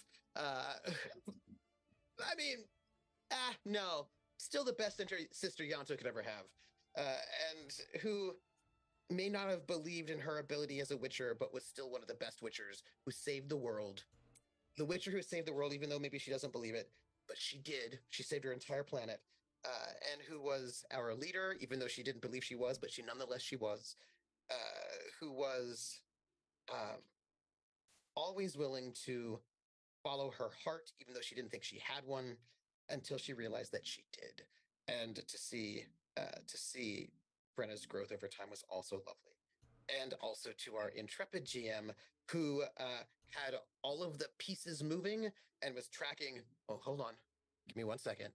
And this is only what I know about. And actually, this number is not the right number because I have a couple more, like 100 NPCs, and who did all of this work to give us amazing support, right, for this entire show. So that is all the love I want to give. And and also to the audience. I want to thank the audience for every single blessing of Neilani that kept us alive, and for talking theories in chat and just being here in general. And that's me. And you can find me on Friday, 7 p.m. Eastern on my channel, Trooper SJP, for the Gamblers, a Traveler of Pirates of Drynex campaign. And that's me. That's me. Yes, go watch the Pirates of Gynax. It is wonderful and thrilling. And also, go look up on Trooper's YouTube the solo that he did in between the seasons of Pirates of Drynax for the Crash Jones, the Adventures of Crash Jones and the Drynax Barbarians. Thank you. The Adventures of Crash Jones and the Drynax Barbarians. He does it Like better that. than I do. I just sound like You don't Catherine have the Hepburn. megaphone. This is also true, Well, and I'm not trying to sound that's like brilliant. I'm not trying to sound like a Brit. I'm trying to sound like Catherine Hepburn, and she's inherently better than everybody else. Sorry, I got stuck there, and it was not going away. But I appreciate it. And then, Lindy, thank you for being here. Thank you for playing this game, and thank you for being a fabulous, fabulous Witcher. Thank you for having me. I had so much fun with this campaign. My love goes to I'm gonna do what Trooper did, just hit everybody because everyone deserves it. Everyone deserves love. Billy, for just being Billy, and that's kind of the best that you can be. Because Billy never failed to make us laugh or feel things in every single episode he was in. We either laughed or, we just had all the feels, or both. Ardzo was an absolute delight. The best cantankerous healer with strong opinions that we could have ever asked for. That also, opened up the hearts of the people around him without even trying too hard to do so. So beautiful, beautiful, beautiful Billy. Thank you. Next, I'll go for Trooper for being the absolute worst brother that a sister could ever have. No, it's pretty great. Yanto was fabulous, in like the best and worst ways possible, because he drove Brenna crazy. She's like, fuck, family? I never thought I'd have to deal with this. And it was just a whole experience for her. But she did care. She cared enough to even knock him out when he was getting in over his head or trying to do dangerous, stupid stuff. So, that's how you know she cared. She didn't just let him do it.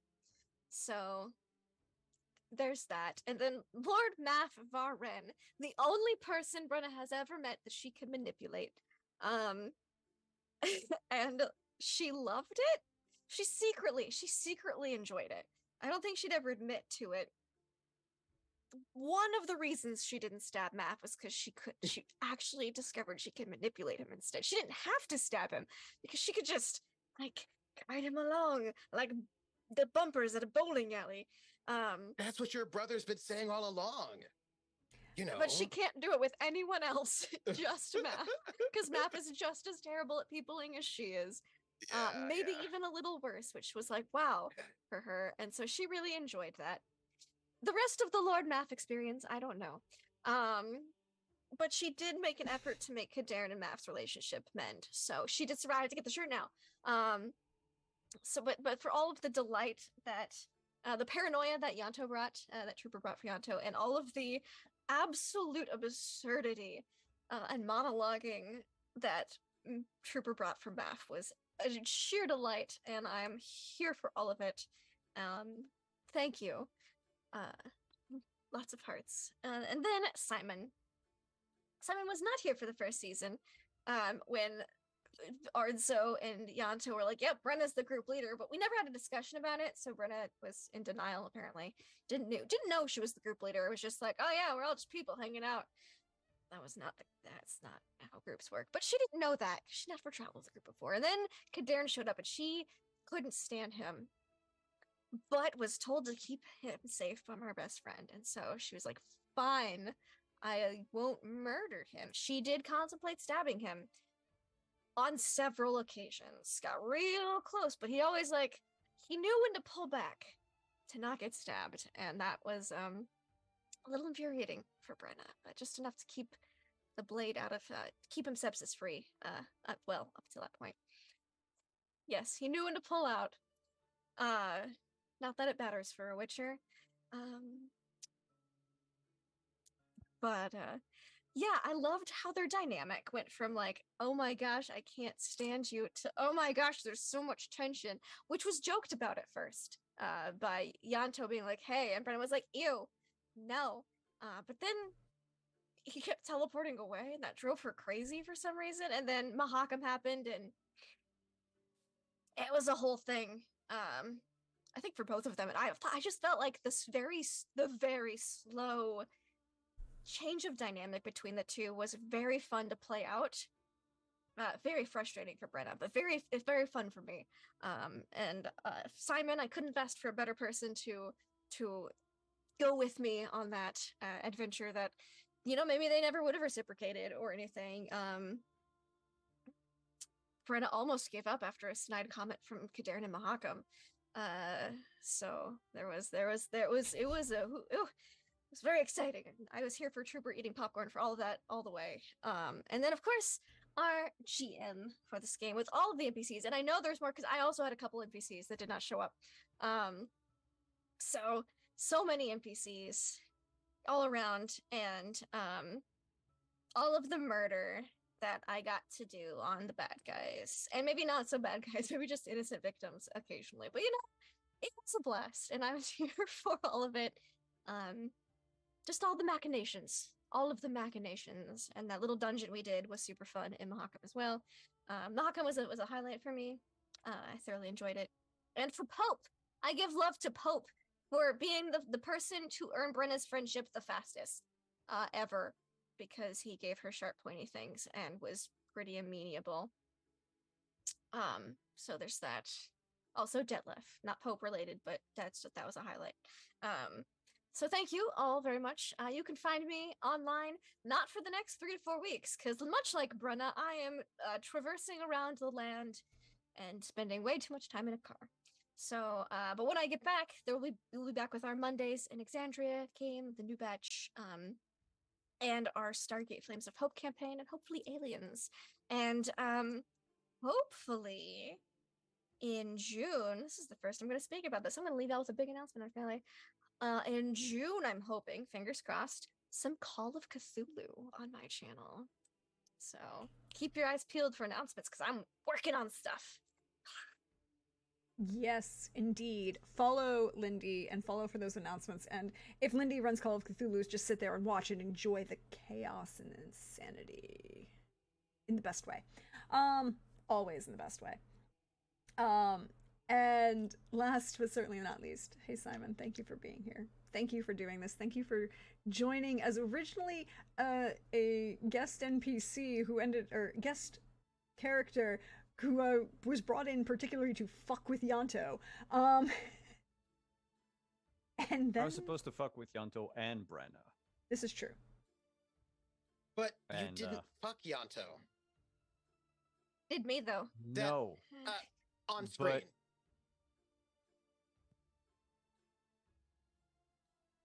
Look, it could have been a big old family trip. I'm just saying. Yeah, there was that 2 weeks when you were, in a Dairn somewhere. Mm-hmm. Yeah, no, but I meant together. That would have been like the platinum achievement. Yes. I don't think Brett have been like, I'm out. There'd be a tapestry made. A tapestry made no. of the whole thing. Yep, she does not want to be on the tapestry. Hung in your house. She's like, it was a great time until now. I never want to know about those 3 weeks in Adairn, and don't tell me anything because I don't want to know. What happens in Adairn stays in Adairn. Stays in Adairn. We never go to Adairn. We go everywhere else, but we never go to Adairn. Wow, you really don't want to visit your brother. Interesting. Weird. But yeah, I'll He's start not with there. the love. She knows that much. So yeah, love goes out to everyone. So first of all, thank you, Prax, for inviting me into the Witcher family. I don't even remember when it was. But it was a while back. All I remember is that we started with a wedding. Yeah, it was season 2, and we were the end of season. It was literally the end of season 1, and you were brought in as a guest for the wedding party, as Javix +1. Yeah. I just don't remember The like out of date? game when that was. Oh, I have it written Um, down. It's right here. I can tell you. One moment.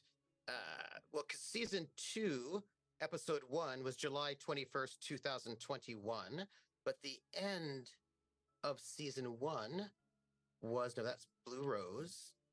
Come here. Wow. That would have been April the 14th, 2021, was the last episode of season 1. That was a while back. That was actually April the 14th. So it's Yep. been like 2 years. Mm-hmm. Yep.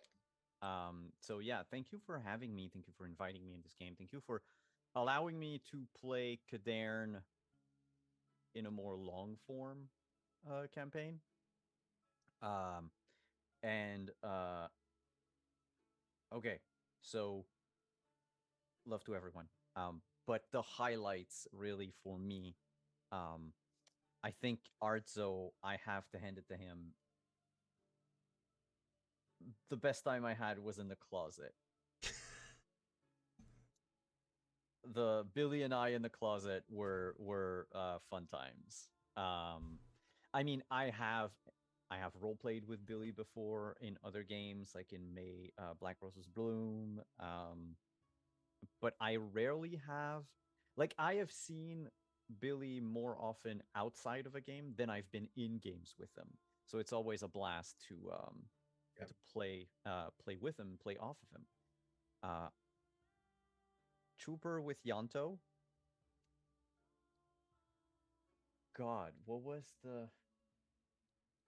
Survivor's Guild? No, I think the best moment was when Kadern got vulnerable with Yanto for the first time. Because Yanto was the first person that Kadern trusted enough to be like, he's not going to stab me in the back, emotionally speaking. But I mean, we were both traumatized by the same guy, so Yeah, that's some powerful bonding yeah. that we talked about in Adarin. Yep. Among other things. Yeah, Mhm. the B&B idea was pretty cool. It was pretty good. And then as Lord Math, I mean, every time you made me roll my eyes, Yes. that was every time. And yeah, Math. I love to hate Math. Like, he's just a lot. He was just a lot. I got 23 eye rolls in basically 2 seasons, right? I feel like there was more that just didn't go counted. Because Yeah. We didn't have the counter. We only had the counter for one season. Yep. It's pretty good. And then Lindy. My goal was to frustrate your character. You were very successful And in different ways throughout the and I season. yes, that was the whole point. I came in wanting to be a tease because and this is something that I've done that I had talked with Deirdre before I was invited, it was all in retaliation of what you did to me in the Blue Rose game. Nice. Nice. Nice. Yeah. 2 years. Boom. But yeah, I was like, Deirdre, if I come into your Witcher game, can I just fuck with Lindy? Yes. And then it expanded to, oh wait, they're both siblings, then like I'm just gonna I have a hook for both. Nice. But yeah, no, it was a lot of fun. I think it might be because it's the most recent, but like the sightseeing in Oxenford. Mm-hmm. The sightseeing in Oxenford was pretty cool. Managed to catch you off guard with that one. Yes, very much so. Very much so. And Deirdre, aside from inviting me to the game, there's a lot of moments that shined during the campaign to the point where I can't really think of them at all. Like all of them. There are too many. Yeah, wait, I might have some in my notes. I have a list of specific moments in my head where I almost stabbed a fellow party member but didn't. No, but Coward. the whole It's very tempted. the whole thing about the candle and the rituals and the mystery and the like trying to get like bits and pieces of clues one by one. That was pretty cool. And how you brought back like NPCs from the past to mess with us in the fields. That was pretty cool. I really enjoyed it. And yeah, thank you for having me here every Sunday. I'm gonna miss this. Thank you for Oh, being and thank here. you, chat. Sorry. Yeah, Thank you, chat. chat. Yes, chat, you made me laugh. Yes. You made me cry. It was better than Cats. I'd watch it again and again. Anything's better than Cats. It's a Saturday Night Live sketch. I appreciate that, and I had that same. I came out with that same comment when I saw that sketch the first time. I was like, anything's better than Cats. I also understood that reference because I understood how big a hit Cats was in New York at the time. Yeah. Yeah. Yeah. But thank you. Yes, just as Simon said, thank you to chat. Thank you for being here. Thank you for everyone who watched. And you had another comment, Simon? I forgot to plug my shit. Oh, plug your We're shit. not Plug going your to play shit. Vampire tomorrow. We're gonna come back in maybe 2 weeks for season 3 of Montreal by Night. I've got some stuff that I need to. Ugh. I'll be busy. And Saturday afternoons for Scion, we're kicking off the last story arc. So Yes, watch that too. It's great. It's hilarious. I love it. I love the very put upon, complicated feeling. Yeah, Loki is one of the most. I feel for Hannah. It's like Loki is turning Loki's around. just the worst dad. Loki is the worst the dad. worst dad. But he's not, which is the weirdest thing. But everyone, thank you so much for being here. Thank you so much to, again, my players and fabulous people, storytellers. Thank you to everyone in chat. Thank you, Pope, for being our wonderful guest in Mahakam. I turned to Pope and was like, in the middle of Mekton, and I was like, hey, they're going to Mahakam. I need a dwarf. He goes, yeah, I'll be there. I was like, I need somebody to come play a dwarf in my Witcher game. Thank you, Pope. I appreciate each and every one of you. And as for me, I would like to share some small love because I'm going to do a couple things after the fact. I loved every time either Yanto or Maf would, every time that Trooper did something that would just yes and the game, and it's like, well, I don't know that, but I'm gonna do this anyways, and I'm like, okay, have it, go for it. Drive that down. It's like, okay, I'm gonna give you this information. Well, I don't care. We're gonna keep doing it. I'm here for it. Let's go. Let's keep going. And let's push it just a step further and push it just a step further and see where we can go and see what the story will bring and how it will all end up. And I loved every minute of that. And I loved every minute of Lendy as just the best Witcher. Like, the best worst Witcher, who is empathy 3, has, but at the same time, high social graces, all the things that we built with this story and this background for this beautiful, beautiful character who I truly, truly love, and just come out at the end with, you know, the pinnacle. Like, I wanted all of you to have moments and enjoy yourselves in this game, but I'm also not gonna lie and tell you right now, for me as a person, as a viewer, also as an experiencer of this story that we told, the fact that the Witcher killed the 2 bad guys, I totally feel is appropriate. I couldn't play a slightly unhinged, well, unhinged cat Witcher in a Witcher game. I mean, what am I even doing? This is true, but you did it so Wants well. to murder everybody. You and did. Get all sepsis. You did want to murder everyone, and then you had to have feelings and emotions about it. Ah, I'm empathy 4 now. I'm like, how gross. You might even get to 5 by the end, who knows? Oh my gosh. You are hanging out with Kadarn. Oh, well, I think I might be somewhat safe then. Yeah, possibly. No, I think he just might. He might get that emotion out of you through Oh. frustration. Do you know what I mean? Like that might Maybe. be. I where- do have one in deception now. I had like 31 IP left, so I was like empathy up. And a point in deception. Yeah. I'm here for it. And so thank you again. That was a beautiful story that we told together, and I appreciated every minute. Also, I loved everyone's reactions to Gavril so much. In the best way. I forgot he looks like Oscar Isaac. Yes, he is Oscar Isaac. He's an older Oscar Yeah, Isaac. he's very good looking. He's Silver Fox Oscar Isaac.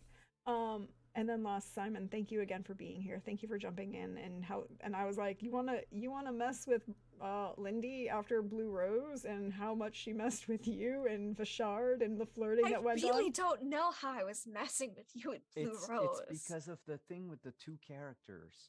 Oh. Yeah. Yeah. It was just that that. I was It was just the, impersonating like- my sister for the first half of the campaign. Yeah, I was like, and I'm guess like, what? I'm Yeah. actually your greatest enemy. Sup? Forward Yeah. death I was like, knight. Yeah. she got me. Okay, I need to get. He needed to, and then he got himself. It was great. I watched every minute of it. I saw it happen. In the best way, and it worked, and the story was beautiful, and I thank you, and I will have so many emotions about this. Yeah, this was a emotion-filled weekend for me, between this and the season finale of A Song of Agapia's Fortune. But we will be back.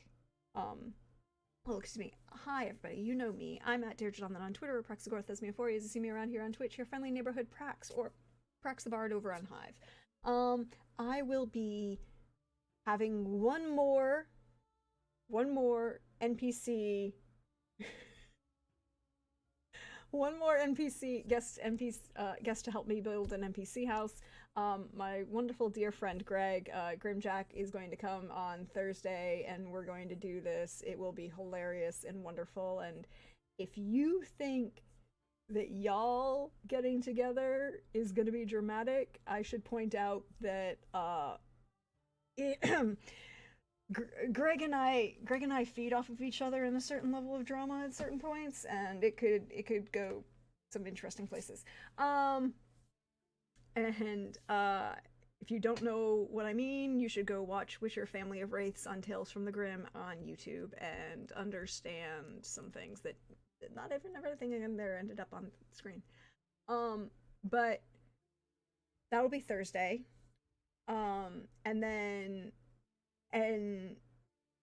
We'll also have one more player house. The wonderful, fabulous, I'm not gonna give a spoiler. I haven't given any spoilers for any of the players. I've not given any spoilers for any of the players. So when that day, they all get their own surprise day. I've done it for everybody. I'm gonna do it for this last player. And For who? For whom? You try. almost said it. Just Good try. I've never played with Good Try before. It takes a lot of effort. Yeah, same. But you will see that its scheduling is getting a little complicated. It's final season, and I'm getting into things. I will be probably doing a couple more pop-up streams, a couple more random things in the next couple of weeks. My schedule is very erratic right now. But we will come back in beginning of June for Carousel Court, after everybody comes back from vacation. And we will have the first 6 episodes of the first 6-episode arc spanning 1945 to 1962 of Carousel Court, a Southern Gothic urban fantasy game set in Savannah, Georgia, in this one subdivision where true power is in the country club, and we'll see how our characters and their families deal with it. I will also be getting together for season 3 of A Song of Agapia's Fortune, but again, we're going to wait until a little bit later. My life is a little chaotic right now, law school and the bar exam and things like that. But I am looking forward to coming back for Montreal by Night, because, again, I would like to point out that we are currently in a situation where nothing that is going on is the Ravnos' fault. Even the presence of an Archon is not the Ravnos' fault, at least currently. As I said, No. currently. Currently. Nothing that has happened in the first 2 seasons have been the Ravnos' fault. Not If- Folly's fault yet. Not Flory's fault either. That might change. That might change. I'm gonna say But it's once probably... I learn necromancy. Well, there you go. Go get some necromancy. Do you think that's a good idea? Is it like, you know those candies, necro wafers? Like, if you do that, do you just eat those? Is that how that works? Oh, they're bringing in like some Frodo from Sicily or whatever. Nice. Alfredo. yeah, he's from Yep. Venice. It's even worse. Mm. At least they have good coffee. But you should check my Twitter and follow. Also, hi everybody. If you liked this, if you enjoyed this that we experienced and told together, I have a Ko-fi for that.